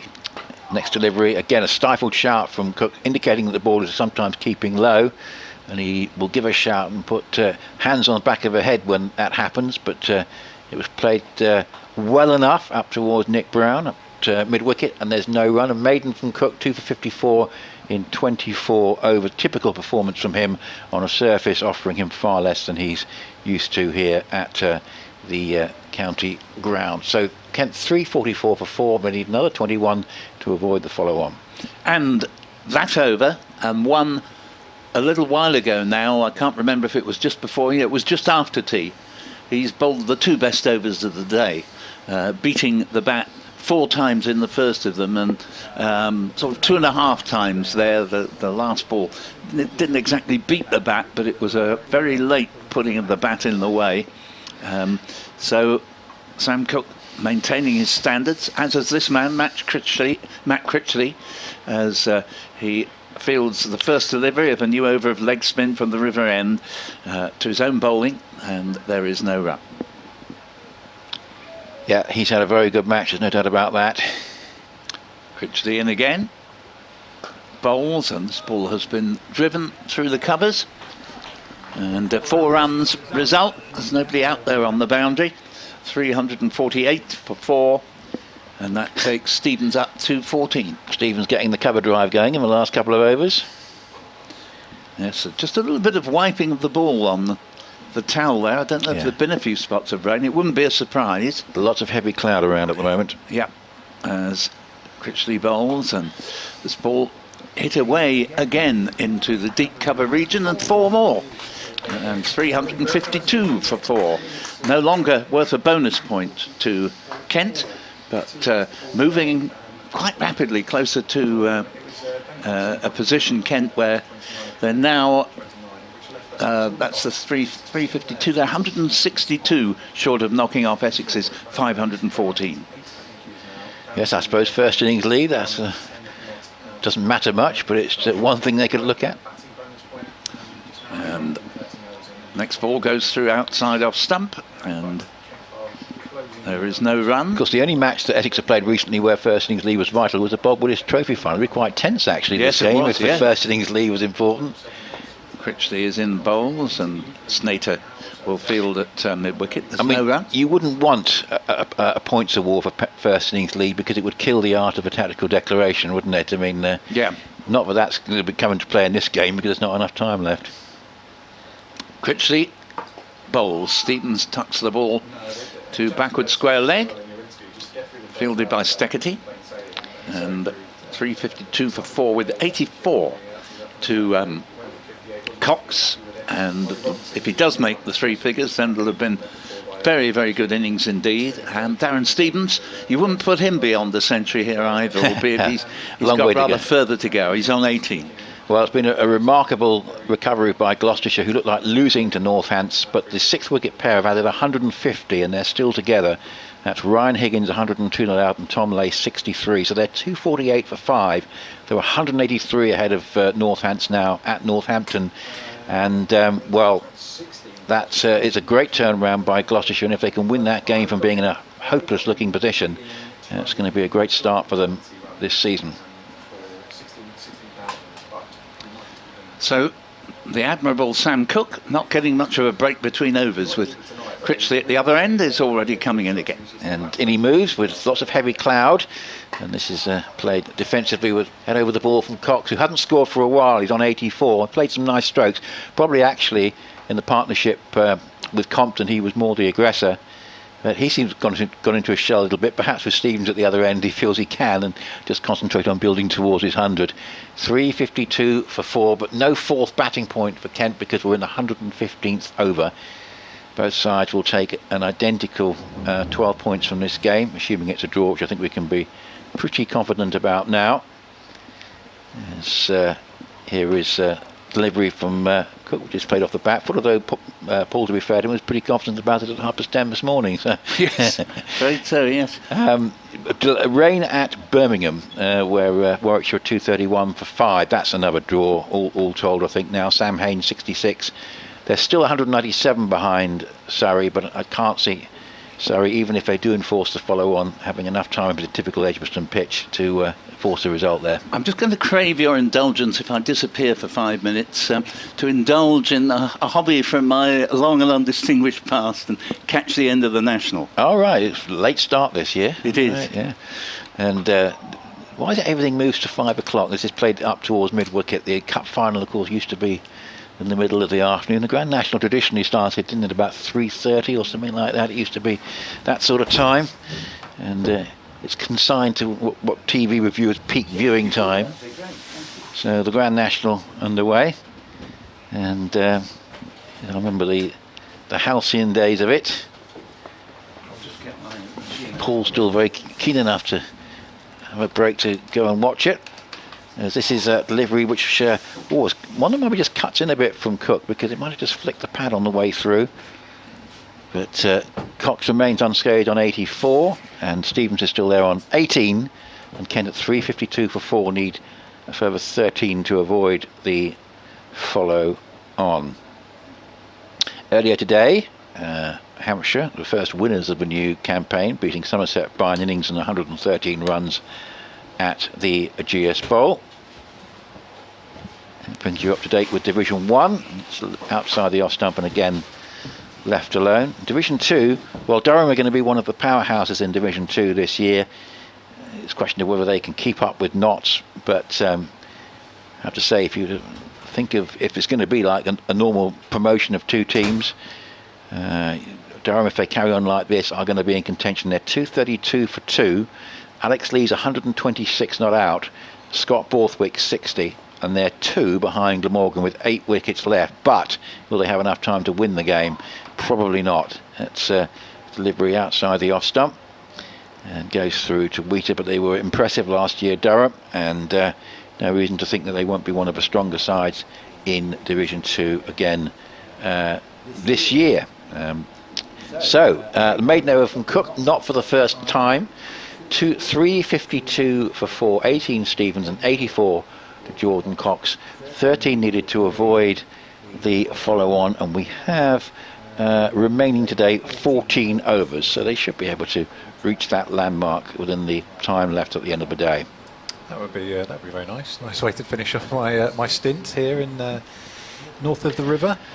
Well, it's been Kent supporters will be saying come back soon, because it'll be one of their better days against Essex, I guess. It's been a good day for Kent. It's been better than I hoped this morning. Obviously, stayed awake all last night fretting, thinking I don't need to spark a collapse here, but it's gone well. Touch wood so far. Long may it continue. See if we can get through the last 14 overs. Yeah, I mean, I say that the critical get these 13 runs on the board, bat into tomorrow. And just a question of giving players down the order some time at the crease, which I think will be useful in the context of games to come. This is Shane Snater, who's come on at the river end. Thank you. Sorry, he's bowling and dispatched away there by Stevens to the boundary, cut very nicely indeed. He's done that many hundreds of times down the years, and particularly on this ground, as we've been establishing in the last half hour or so. He's got a fantastic record on this ground, albeit sort of a decade ago plus, but well, he's not had that too many opportunities to play here down the years since then. I can't remember if it was you I was mentioning it to, but Steve-O took the wicket of Matt Walker the last time that Kent won here. Walks was playing for Essex against Kent, and Steve-O got him out, and now they share a changing room once again. It's a funny way that the cricket works out. Snater comes in once again from the river end. It's a straighter drive this time. Not going to be a run there for Darren Stevens. I've learned since I was last on air that Shane Snater, forgive me for not knowing this, but he actually played a game for Kent, a List A game against Pakistan. For Kent. Yeah. For Kent, yeah, in 2019, it passed me by. I was unaware of his connection, but I feel it's only worthy of mention. I also need to confirm that Ben Compton was asked earlier on about his. Sorry, Snater comes in a break off to Stevens, just cracks it away straight to a fielder at mid on, and that's no run there. Yes, the Ben Compton for his wonderful 129 today as well is indeed England qualified. So he may have been born in South Africa. could play for England, and if he keeps that up, then I'm not going to bet against it. A few thought more with of the those. family connection, it was more or less. Exactly. You would have suspected, but yes, we'll see if he can repeat the feat against Lancashire and Hampshire. We'll see what happens. Snater in again. Stevens to shoulders arms. Lets this one go through to the keeper. No run.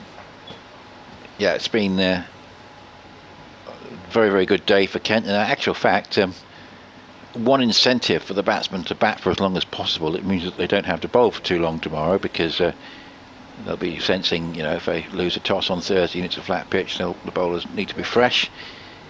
And so in many ways, you'd rather be batting than fielding in a situation where a game is destined to be a draw. Absolutely.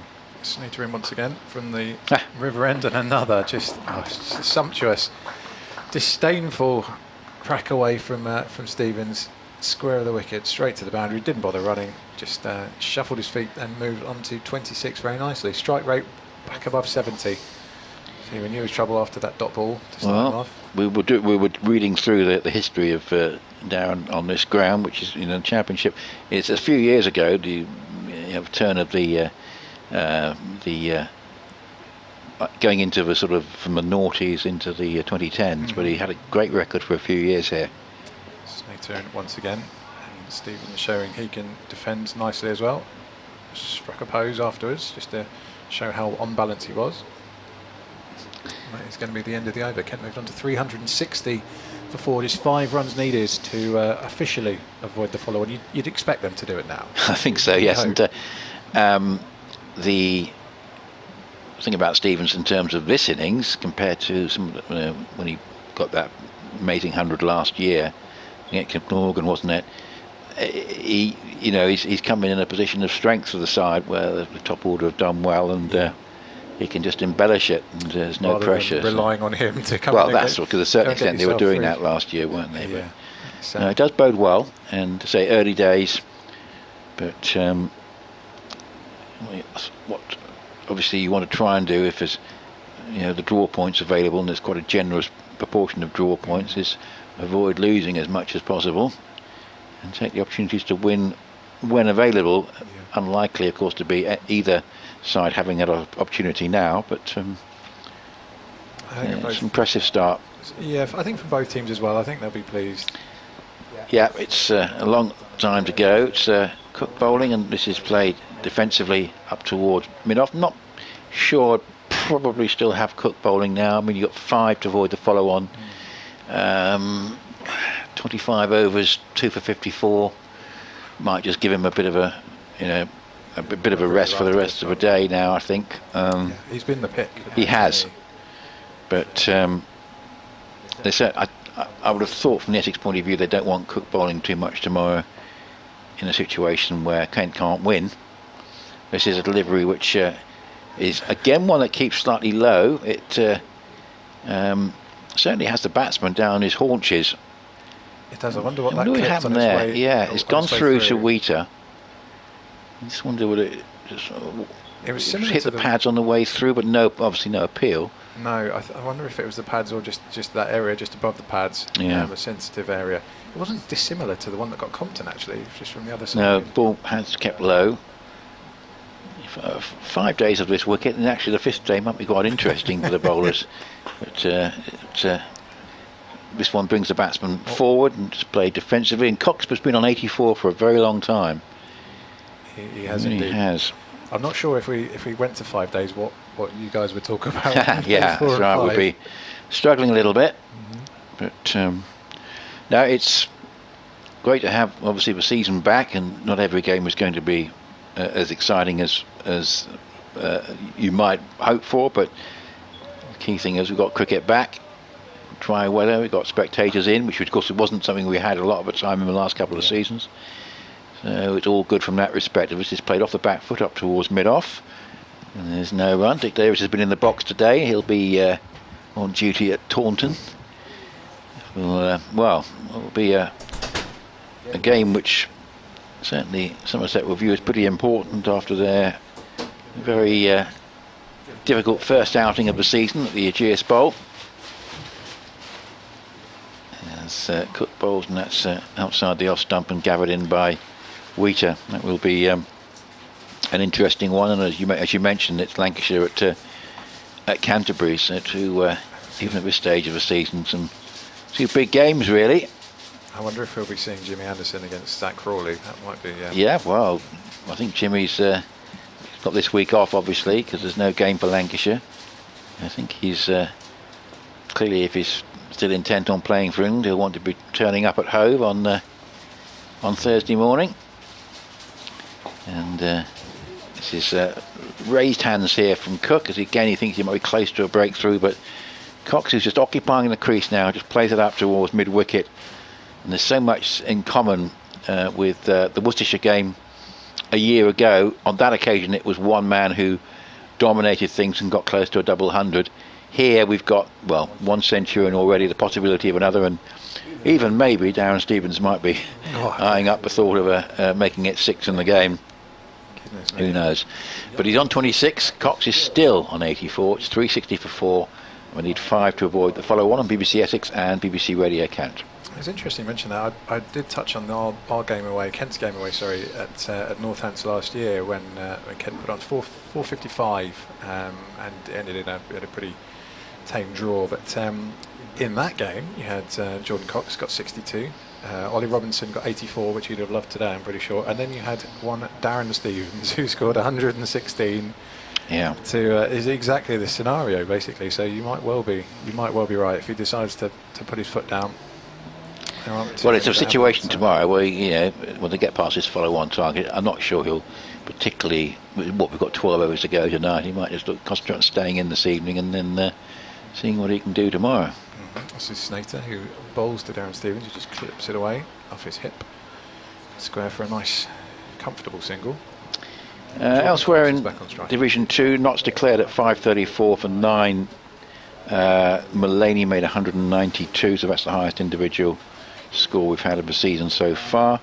And so a tremendous recovery from Nottinghamshire, for whom Joey Everson down the list got 109 not out with 2 6s and 12 4s, demoralising Sussex, who are still 151 behind. 8 for no wicket. They're going to try and bat out for a draw in that game.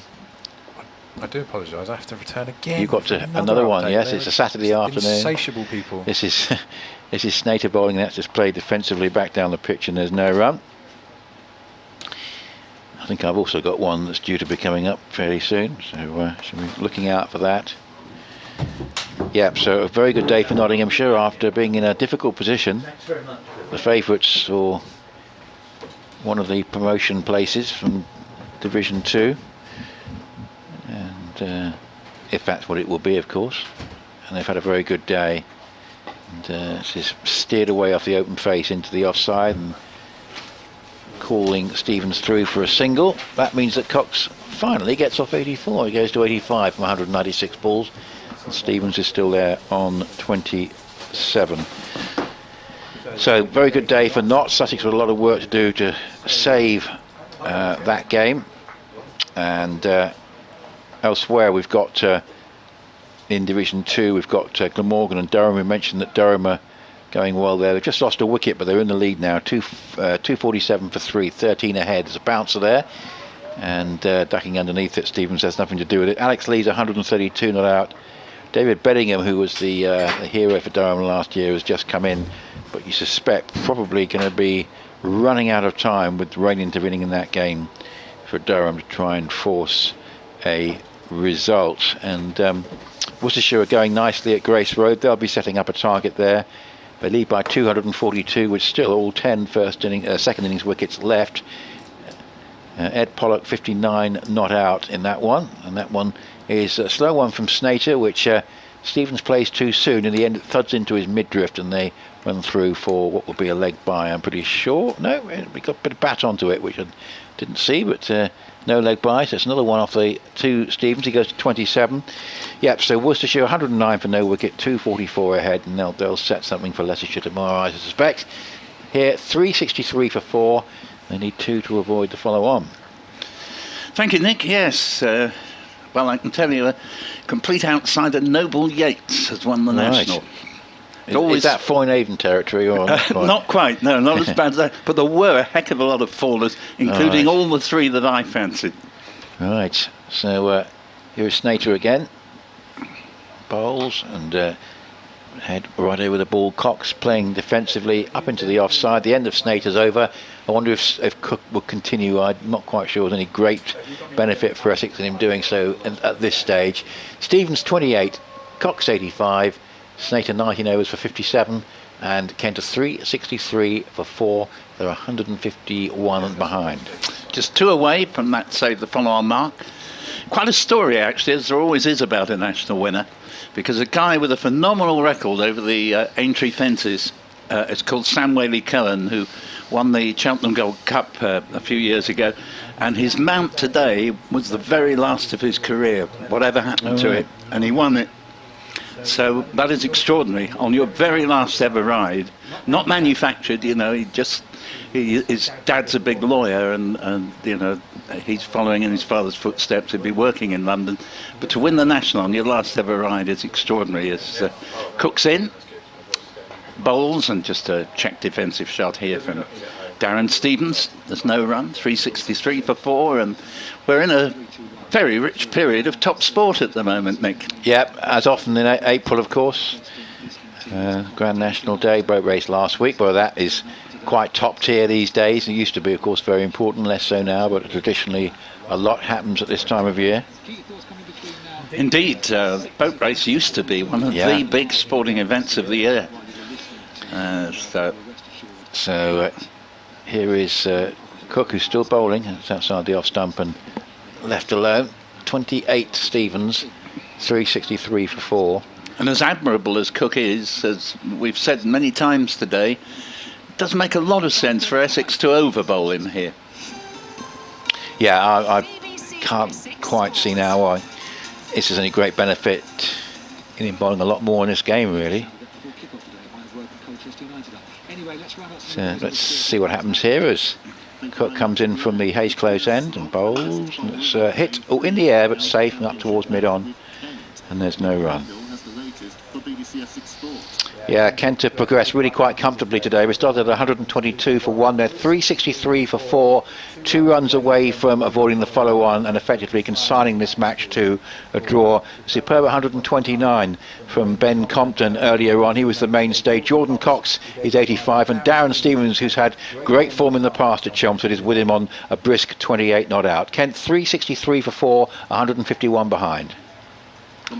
A useful bouncer there from Cook at Darren Stevens, who equally adeptly pulled his head out of the line of fire. It was going straight for it. There's a very useful bouncer, and there's no doubting that Cook is by far and away Essex's best quicker bowler here. But it's just the fact this is obviously going to be a draw, and bearing in mind what happened last year when he bowled rather a lot of overs, and in the end, having bowled a lot of overs on 2 very flat pitches that finished in a draw, he didn't then play on a pitch at Trent Bridge that was right up his street. Absolutely. Here he is, bowling another bouncer, but a less effective one, which Stevens can have nothing to do with. It's signalled as one for the over from the umpire, and it's 363 for 4. Yes, having done that, you would hope that, let's see, he's now in his 27th over of the day, and he looks very fit. But I'm just saying it wouldn't make a lot of sense if he's... Obviously, as you get more tired, there's a more danger of sort of doing something like a hamstring or whatever. It wouldn't make a lot of sense if he then weren't able to play in the next few games. 2 slips and a short leg. And there's a ring of 3, 7-1 on the offside. Mid-on is quite close. That's just played comfortably from the crease up into the covers. And the end of the over, 363 for 4, and we have 20 maiden from Sam Cook, and we have 28 now to Darren Stevens and 85 to Jordan Cox. Yes, 27 overs, 8 maidens, 2 for 54, as you say, and again a typically good over from Sam Cook. 119 overs of the innings have been bowled. I think we started on 33, so on my reckoning that means we have 10 overs left of the day's allowance, and I think the just trying to wonder whether time was lost at all, was there, for that brief shower? No, I don't think so. I don't think so. Snater runs in from the river end, bowls, and the ball is played down to mid-off, and there is no run with Cox on strike here. Jordan Cox, who's made a very good impression here. Possibly hasn't, in overall terms, quite matched Ben Compton's 129. From the point of view, Compton always kept the scoreboard moving. It was never really bogged down at any stage. Yes, he was much more fluent, actually, in the partnership with Compton than he has been since he lost him. Yeah. Yes, that's right. Cox was much more fluent then, because he's had quite a period recently where, for instance, when I was last going off air, he was on 84, and it's now about 25 minutes later, and he's only on 85. Doesn't matter. He's kept his wicket in touch. It's not a criticism, but as you say, the innings has not quite been as fluent as Compton, but still a very good one, and let's hope he gets that 100. As Snater comes in again and bowls to him. He's turned this straight to mid-wicket. Adam Rossington, no run there. The only game we haven't mentioned is at Lords, Middlesex 116 for 3, lead Derbyshire by 213. So again, they'll be setting some sort of target there tomorrow. Max Holden and Robbie White both not out 31 apiece in that one. As you were saying earlier, changes galore in the running of Middlesex County Cricket Club, and you feel they're rather necessary. They were the side that won the championship the year before Essex did in 2017, so in other words, they won it in 2016, relegated next year. Everybody thought they'd be straight back. They haven't even come close, as this ball is pulled away nicely, and this will be the most productive shot for Cox for a good half hour or so, as Porter has a long run round the mid-wicket boundary, and 2 runs easily accomplished, and that now means that Kent have saved the follow-on. It's 365 for 4, a run for every day of the year, and the last of those runs means that they can't possibly be asked to follow on. It's academic anyway. There's 6 wickets in hand, and 87 to Cox. Yeah, important milestone for Kent. Taking a while to get there, but they have now. Snater's in. Bowls and a waft at this one outside leg stump. It's a no ball as well, so that'll be 367 for 4 as Snater oversteps. And it's the trouble with slowish pitches, Nick, is that they're very difficult to take wickets, but they're not particularly spectacular wickets to watch anybody bat on. No. And Kent's game plan should be to try and bat for as long as possible tomorrow, because, as I say, it'll give the bowlers a rest ahead of Thursday. Absolutely, the bowlers would very much appreciate that. And Snater's in, and bowls to Cox, who defends, back to the bowler. It's not as though Essex declared in their first innings, so I'm not going to feel under any obligation to do the same. They really can bat for as long as they want, or as long as the wickets stay in place. I mean, Essex could bat on the way they did and very reasonably say, well, you put us in, so if you can't get us out, we'll keep you out there. But equally, Kent can now say, well, the boot's on the other foot here. You know, if we can keep you out there all day tomorrow, that will please us, and rightly so. I know you can say that after a break of over 6 months between seasons, why should bowlers be tired? But equally, if you're going to use your best bowlers, you don't want to waste it in a game where neither side can possibly win. As this ball, the last ball of the over, is played to Rossington in the covers for no run. So 87 to Jordan Cox, 28 to your man Darren Stevens, and Kent 367 for during that over. The 120th of the innings have made sure they can't possibly be asked to follow up.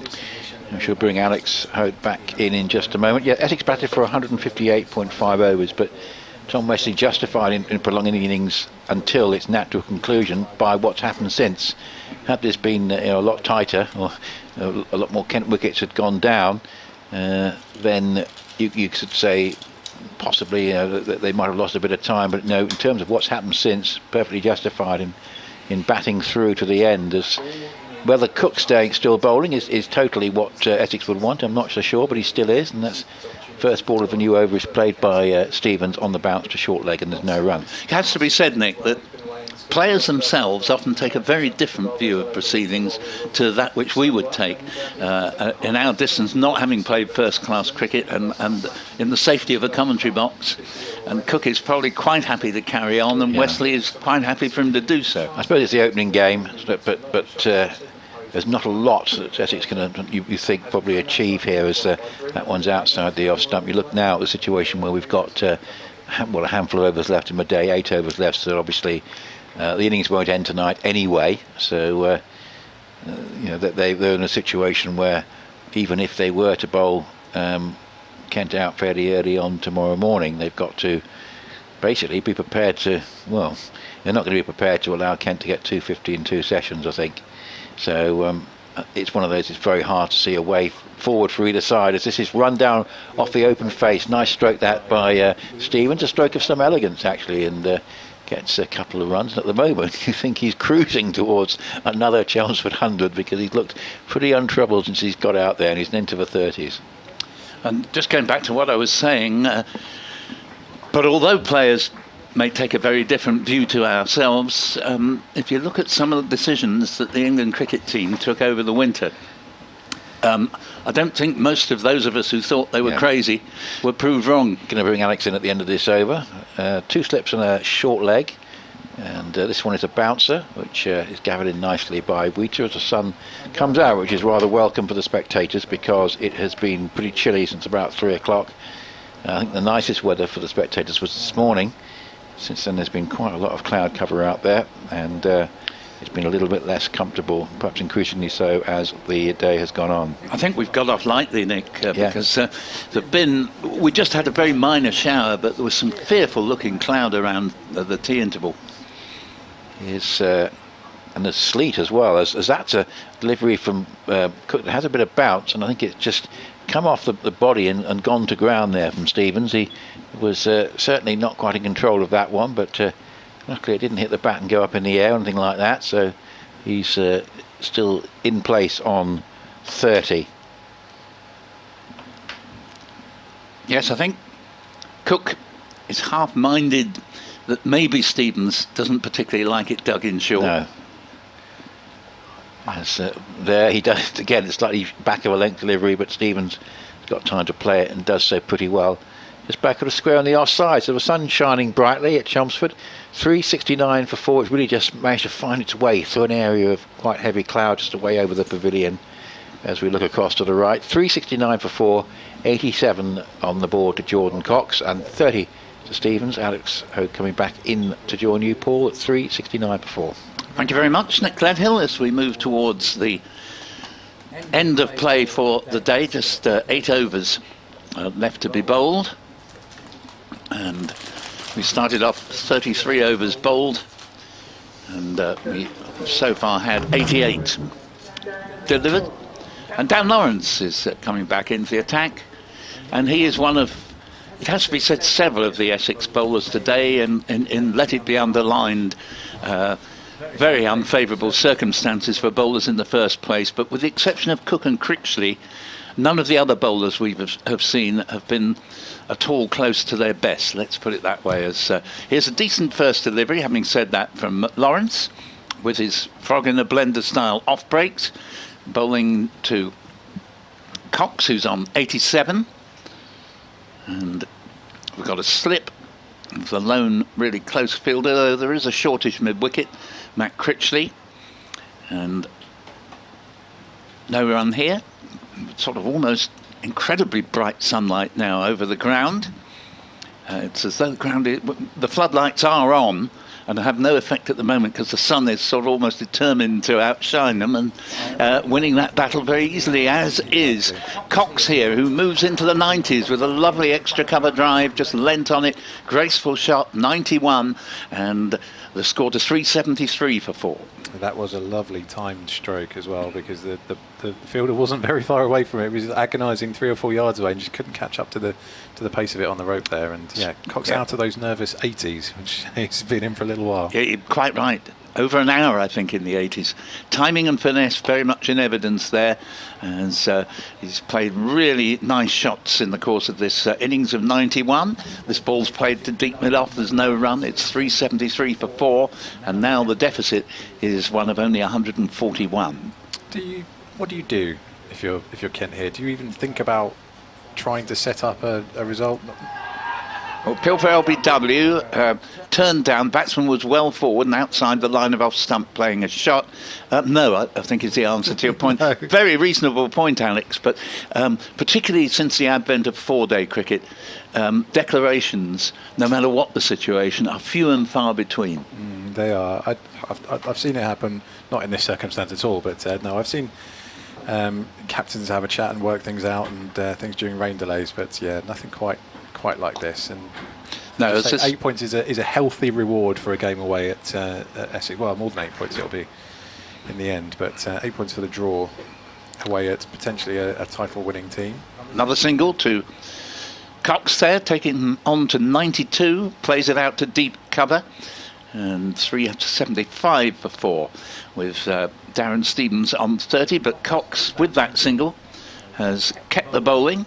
And it looks as though Matt Critchley is going to be reproduced at the Hayes close end, and purely in my view, I don't have to be right, but not before time to replace Sam Cook, simply because Sam Cook, I think, has bowled 28 overs on the day, and that, you wouldn't want him to be having to do that every day. Absolutely not, no, and I think you have with a mind on next week as well. Thursday's not that far away already. No, and he's a very good record at Taunton, Sam, and I hasten to add, it's perfectly justifiable in terms of merit that he would bowl, because he's head and shoulders above the other Essex cricket bowlers today.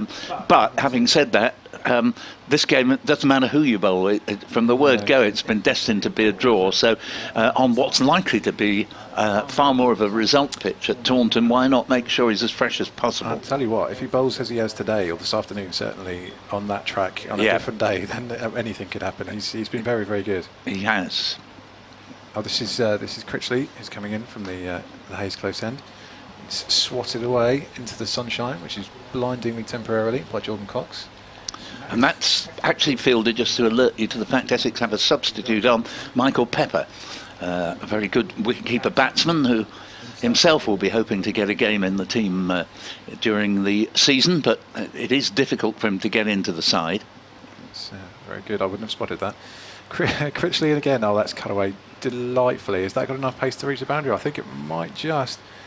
Yeah, it is. James Snaith has chased it all the way to the boundary, but just delightful timing again. Just cut through that gap and glanced away. That was Stevens on. It is. It's Stevens. Nicely described by yourself, because I think delightfully is the right epithet for it. He almost plays with the manner of a dad with his kids, and just casually caressing the ball down to the third man boundary. Indeed. Critchley again to Stevens, who's back-to-back boundaries away, just clipped away, completely different stroke, just as authoritative, away and through the leg side and to the boundary again. You mentioned him; he's a big kid. I know him fairly well now after many years of working with him as well, and just that he has a joie de vivre and just a love of the game. There are 21-year-olds out there that are less mature than he is, but he's warming up nicely now. That's a third consecutive boundary from Darren Stevens. He's going after Critchley now. He's very swiftly moved along. Is that 42? I think he might be on to now. It's not easy bowling to Darren Stevens, as nearly everybody has found out at some stage of having to bowl to him. But I do feel that Critchley's bowled a lot of overs today. Yeah. And Trevor Bailey always used to say spinners get tired as well, you know. Yeah, of course they do, just because they're not line up shorter. I would, if we're going to see spin at both ends, I'd have liked to have seen the captain himself, Tom Wesley, who doesn't often take much tap, give himself a few overs. Give it a chance. Yeah, there is no 4-peat. There's a nice knurled single there to rotate the strike from Darren Stevens. Three's enough, isn't it, in a row? Yeah.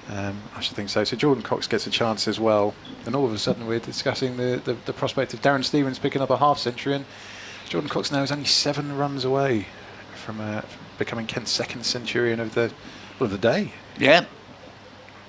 Critchley, and again, it's sent back straight back past the posts, past the stumps by. Oh dear me! It's a Saturday afternoon. Forgive me. by Jordan Cox. It was an acrobatic dive as well, much like a goalkeeper from Critchley, to try and stop the ball. He couldn't get anything on it, and it's a single for Cox. He moves on to 94, 6 runs away, and he'll keep the strike for the next over. Yeah, you're listening to commentary on BBC Essex, BBC Radio Kent for the renewal or the start of a new county championship season. I'm Paul Newton. With me is Alex Hode, and our other commentator on the day is Nick Gledhill. And 389 for 4 up on the board. This partnership worth 71 in increasingly quick time of late, with Stevens beginning to explode. And Have you or Nick ever described the stumps as posts before? Dan Lawrence is in and bowls, and here, no, I was going to say here's another single to Cox, but he set off as though he was intending to take one and thought better of it. Right decision. And actually today Essex have passed up at least 4 run-out chances, and you couldn't really say the same, anything to do with the actual normal bowling. The run-out has been the one that they might have been able to pick up another 2 or 3 wickets as Lawrence is in. Bowls, and this ball is played to backward point. There is 1 run, and Cox does duly move on to 95. And when I say run-out chances, they were all occasions when, variously, someone, had they hit the stumps with a throw, would have succeeded in effecting the run-out. And on a couple of occasions, they didn't even manage to pick the ball up properly. There was a particularly abject one from Jamie Porter, sadly, and Stevens was at the same end as Cox on that occasion. They had to come all the way back. That really was a bad miss. As here is Lawrence in, bowls, met on the full here by Stevens, who plays it out to deep extra, and just a single takes him along to 44, scored a 391 for 4. I think Mr. Wesley has heard you through the open window, because he's performing some warm-ups himself, and I've got a feeling you might have called it very nice. Well, I hope he does, because I think his off-breaks are underrated, as here is the next ball hit very firmly back to the bowler, very nicely fielded by Dan Lawrence. And although Wesley will not run through a side with his off breaks, but he usually keeps the lid on the scoring, and you know, that's what you want in this situation, actually, you know, to be able to slip in the last 2 or 3 overs from one end for maybe no more than 7 or 8 runs would be welcome, as Lawrence is in bowls, and this ball's flicked away to deep square leg, and they get a single. And that takes Cox to within a boundary now, or when I say a boundary of 4 of his 100. He's on 96, 392 for 4. Absolutely. The psychological barrier of 400, I mean, I know it's not it won't matter in terms of the game and the outcome, but getting 400 runs on the board in the first game of the season is always something that coaches will be looking for, and then players will feel pretty good about, I would have thought too. Has to be said, I haven't seen a ball really turn all day. As here is a single to Stevens, just working a ball off the hip to backward square leg. It's the last ball of the over, so Stevens keeps the strike this time. 393 for 4, and 45 to Stevens, just checking on the board there, and 96 to Cox. Yeah. So who's going to get there first, do you reckon? Yes, I tell you, once I watched a partnership between Graham Gooch and Kenny McEwen for Essex at the Oval back in the 70s, and with 20 minutes to lunch, Kenny McEwen had 49, Gooch had 57, and the question is, what happened first, McEwen's 50 or Gooch's 100? I have a feeling this is Wesley there is on. No, it isn't. It's still Critchley. It's still Critchley. Yeah. Okay, right, fine. It's just giving your shoulder another. And for 5 overs running, Gooch hit 2 boundaries and a single, and got to the 100 before McEwen got to his 50, from 57 to 100. Lovely. Critchley in again, second time. Oh my goodness me! It's just scooted down the leg side. And that was the only time I was ever able to ask Graham Gooch a question on innings he played, and he just said, no, I don't remember that. He's got normally a phenomenal memory. Critchley, Stevens is taken to Critchley again. It's gone straight to the fielder, so it's only going to be a very, I mean, it walked one there, but it's brought Cox back onto strike. Stevens moves on to 46, and Cox takes over strike on 96, not out. The important thing for him is just to play the ball on its merits, and not sort of think, I must try and get my 100 off this ball. Exactly. Critchley In again from the Hayes Close. He might have got it from this one, is he? No, it's gone straight to the fielder once again. Just another single, just keeps rotating the strike. And Cox exactly the right thing to do. Yeah. You know, make them in singles. Yeah, well, they all count. Field's well spread out, so there's plenty of singles to be had. There's Critchley's bowling to Stevens now. Stevens lets that one just drift down the offside. No shot offered and no run scored. And I think there's just 2 overs left after this one. I've got 4 on the board. Minimum sorry, 4.1. thank you for correcting me. No, that's all right. I was thinking I might get into my my traffic jam on the M20. That was just nudged away by Stevens. Was that from Critchley's last ball of the over? I think that was nudged away for a single. Yep. Stevens moves on to 47. Kent move on to 396 for 4. And Cox will not be on strike. Stevens maintained the strike, hasn't he? Yep. For the first ball of the next over. 97 plays 47. And Dan Lawrence preparing to continue. So we've had 125 overs in the innings to date. There were 33 bowled overnight. So indeed 4 overs remain. My maths let me down a moment ago. 92 have been bowled of the 96 that shall be bowled. No danger of either rain or bad light stopping play, as here is the first delivery of the new over from Lawrence, and played out to Critchley at short mid-wicket. No run.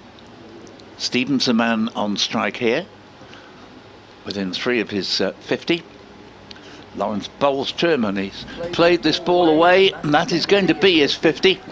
Played away square on the offside before, and 51 to Stevens, and it doesn't take too much imagination to think that tomorrow he might well be able to double that, as there's also applause for the Kent 400. Absolutely, yeah, lots of reasons for applause there. It was, there's a lot of room out there. There's a lot of green open space, and Darren Stevens is a master at many things, and finding green open space is one of those things. And Lawrence bowls to Stevens, all defence here. Critchley fields at short mid-wicket. But of course, Jordan Cox would very much like to get to his 100 tonight, but not as much as he's got to want to actually make the 100, even if it means waiting overnight. There's no shortcuts. That's the important thing. Lawrence is in around the wicket. Bowls, decent delivery, and that is well fielded. I think it... Oh, in fact, he's out. That has been taken. I thought at first it might have been, and I think Cook will be credited with the catch there, because Wheater appeared to get a glove to it, deflected low to Cook. So Stevens will not be doubling his score tomorrow, because he's out tonight, and Dan Lawrence, who loves to take a wicket with his bowling, has got rid of the maestro for 51, and that was a good ball. There was a little bit of a suspicion of turn there, and it was edged, and Wheater couldn't manage to hold on to it, deflected into the path of Cook, who took it very adroitly low down, about a couple of inches off the ground there. For a moment they didn't seem to be celebrating. I thought, well, maybe that hasn't been taken cleanly, but it has, and Kent lose their 5th wicket with the score on 400. And he's got the blade of the bat in hand again, showing his frustration at that, which he, I don't think anyone expected that in the entire ground, and you described it absolutely perfectly, so credit to you for that. Stevens has left a lot out there. There's a lot of runs still to be scored on this track, and he will know that only too well. Yes, quite. A penny for the thoughts as he walks back into the marquee there. But we've got Matt Milnes there to try and perform a role in getting Jordan Cox through the next. What do we have left? 3 overs and 2 balls. That's remaining. correct. Yeah. There's no mug with the bat. He's not. No, he has. He has indeed got a bit of pedigree. I'm pretty sure he's. I'm trying to find my list. Indeed, yeah, he's got. 650 odd. Averages 17 first-class runs. So he knows which ends of the bat to hold. Just taking guard now, and Dan Lawrence, heartened by the wicket he's just taken, and not only the wicket he's taken, but the identification of one of the top batsmen here at Chelmsford over the years, Darren Stevens, surprised wicket. Lawrence is in, bowls to Milnes, comes right forward, head over it, and defends it to short mid-wicket. and may well look to do something similar to just the one ball left of this over. Lawrence, who began loosely with an over that went for 14, his first over today, but he's been much better since then. He's now about to finish his 7th over with figures of 1 for 35 as he bowls again, and that's a leave outside off stump. Quite a good amount of bounce there from Lawrence, and that completes a rare successful over for Essex today. Just 4 wickets all day from 122 for 1. Kent have taken their score to 400 for 5. And the one question we'd like to see answered before the close of play: can Jordan Cox get what would be a thoroughly worthy 100? He needs 3 more runs. Yes, I mean, fingers crossed for everyone from a Kent perspective. And I think those that remain in the ground, I think a lot of them might be Kent persuasion, actually. Just waiting to see if Jordan Cox can get over the line. He's had some big scores in the past, 200 plus, not out, but he's not had a score like this for quite some time, and it would be a huge milestone and a great start to the season. Some momentum to take forward for him. This is Critchley back on, just nudged forward from Cox this time, very cautiously, but expertly, as they have been throughout the course of the afternoon. Yes, were you saying Cox has got a double 100? Yeah, 238, 238, something like that. He had a monstrous stand with Jack Leaning. That must have been 20. Might have been. It wasn't the COVID year. I think it might have been. He was only made his debut in 2019. Critchley in again to Cox. He's clipped it away. There's going to be at least one there. I think they were going to settle that, or they're going to come back for a second. They're not pushing it at all. It's going to leave Matt Milnes, which nudged into the offside, and Milnes is going to be on strike. Only had 2 balls of this over. Yeah, Cox now with just 2 to reach his 100, and maybe he can. Well, of course, the field's coming in to cut singles off, but if he can find a gap, he'll be there. Absolutely. Here goes. It's nudge straight down pitch to mid-off. Yes, it's sort of in a situation where if he were a little bit more rash, he might have thought of trying to get a single there, but a very good decision not to be tempted. I think so too. I just realised what happened before. That was it was Milnes nudging it for 1, and they didn't run 2. I see why. Brilliant. That's Critchley, and again just prodded back to him by Cox there. Essex just trying to see if they can unnerve Cox here by having the field set to save the single. Critchley into bowl again, and Cox has clipped it away. It's just going to be another single. Just some slow motion fielding to try and tempt them into doing something reckless for a second run, but it's not going to work. He's not going to be fooled. He has moved on to 99, not out. Doing it the right way, not getting carried away, just getting there the last few runs in singles. Critchley is in. And it's bounced up. Oh, that was an opportunity, wasn't it? Was that? I think it was just off pad. Okay, Milnes, it's looped up into the air. From the way Rossington under the helmet merely watched it come over his head and loop down. I'm not saying he could necessarily have caught it, but he didn't look in any way energised as though he realised that there was an edge there, and I'm pretty sure that was purely off pad. He would have reacted differently if someone shouted catch it, exactly. But they do that sort of it's that yelp automatically in the air. Absolutely. I don't think, and Milnes didn't look particularly troubled either, I don't think. But, well, all being well, Cox will reach his 100. I'll let you take up the commentary, Alex, see if you can call him over the line. I mean, okay, there's no pressure at all. If I get him out, then I'm never doing this again. It's going to be Lawrence from the river end, the city end, whatever you want to call it. It's the end that we are at. Our end. Our end, indeed. And is it Cox? No, it's not. Yes, it is. It is. Indeed, my scoreboard is incorrect. He's a smaller figure than Milnes. That's the thing. The big thing for me is he's got his shirt sleeves rolled up. Ah, yes. Okay. Milnes, he's buttoned down to the wrist. See with his exactly, with his sleeves. That's the first ball was just nudged back to Lawrence along track for no run. Lawrence in again, and he's nicked this one away. He wanted a run there. Jordan Cox. Milnes was not on the same page at all. Cox, the one that's been sending everyone back all afternoon, now wanted to try the risky single to get off. I have to say, I think Milnes was absolutely right there. I think so too. I think he'd have been run out himself, yes, exactly. Milnes, if he answered the call there. Yeah, I think so too. Lawrence begins his run up again with a flourish. Down to Cox, superb forward defensive again, down on one knee. Indeed, if you'd had any criticism at all for the Kent batsmen today, it could only be that the calling and running between the wickets hasn't been as good as the rest of their batting. Well, they've not put a chance in the air. I don't want to tempt him into a catch now as well. Right, I can't think of any drops of the whole game. It's incredible. Lawrence in once more from the end. Cox has clipped it away, but straight to a fielder. Didn't go very far. Didn't get off the square, and so no run is scored. Still there on 99. Kent on 403 for 5. That doesn't matter at the moment. I think only one thing matters to all Kent fans right now. Darren Lawrence strides in again. Cox is down to see it. He's nudged it forward. He's gone straight there. It's a dangerous run, but he's got there. Just about a shot of adrenaline. The helmet comes off. Cox raises his bat. I'm not ever sure that was a completely safe run, but he's got one. He was halfway down the track off the ball, just hit it straight down to mid-on, and Jordan Cox has 100. Goodness me, 226 balls, 12 very good fours as well for the most part in there as well, and it gave us a little thrill of adrenaline as well as he got over the line. Yeah, sort of slightly foolish in that he probably wouldn't have taken it had it not been to go for his 100, but he made it pretty comfortably in the end. Just looking to see if Nick Gledhill's still around. Well,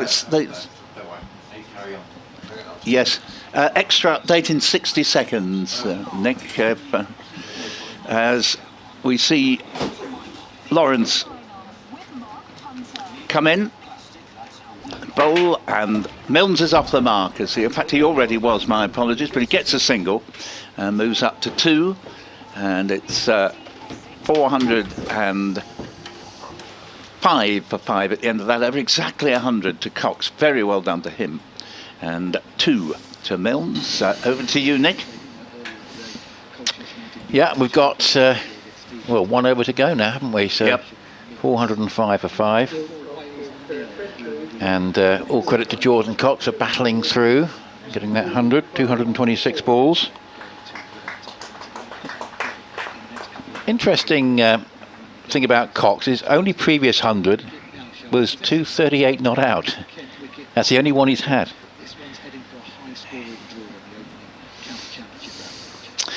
Yes, we've got Kent with an over to go, 405 for 5, so they trail by 109. We've just got our 5th centurion of this batsman-dominated match. Jordan Cox has got there. It was hard work from him in the evening session, but he's got there 100 from 226 balls. And earlier he shared a significant partnership of 123 with the other man of the day for Kent, Ben Compton, on his debut, who made 129. Darren Stevens was threatening for a while to make what would have been his 4th century against Essex at this ground, but just when he was going very well, he was cut off in his prime, much to his disappointment. So last over of the day, very much Kent's day. It's going to be a draw here, 405 for 5. Just a dot ball played during that, and 405 for 5 means that Kent are now just 109 runs behind, and you would think with every chance of gaining a first innings lead. Yes, indeed. As this one just played defensively from the crease up into the offside, and Wheater comes around from behind the stumps. 405 for 5. So we've had 5 centurions in the match. Stevenson, I say, disappointed he's not going to move a 6th, because he looked to be odds on, didn't he? He did. And that's just played from the crease, just stretching forward there. Milnes, the night watchman. It was actually a good ball that got him from Lawrence, and he just edged it. It went via Wheater's glove to Cook low down, and smart reaction from Cook to snap it up. This is again just played defensively up into the offside. Of course, Mills not night watchman. There's actually 4 bowlers, of which he's the best. So, but he's got a good chance to make some runs tomorrow, because Kent have moved from 122 for 1 to 405 for 5. Say 2 centurions in the day. Ben Compton 129, Jordan Cox an even 100, And Kent, really from their point of view, just want to bat for as long as they can tomorrow morning. There's not much incentive to bowl really, and Essex likewise, so we wanted to try and get off the field as long as possible and maybe get some batting practice in the afternoon. But it's going to be a draw, a high scoring draw at that, 405 for 5, Paul. Indeed, so that's it for the day. Well done to Ben Compton. I felt his was the innings of the day, taking nothing away from Jordan Cox, who finishes 100 not out. Some lovely shots from him. We just felt that Ben Compton was, of the two Centurions, the more fluent on the day and the more consistent scoring throughout the innings. But fine effort from both of them, and a good 58 from Moyeye, mainly played yesterday. Not much for Essex to enthuse about, but Cook by a distance was the pick of Essex's quicker bowlers, getting through, I think it was 28 overs in the day, which is the same number as Matt Critchley. He bowled very well, 2 for 69, and was really just in the final hour or so that he began to look a little bit tired. Spinners get tired as well, and Darren Stevens in particular somewhat ruined his excellent economy rate until the final hour of play. So we'll be back with you tomorrow, but on behalf of Alex Hode, Nick Gledhill, this is Paul Newton bidding you a good evening from Chelmsford.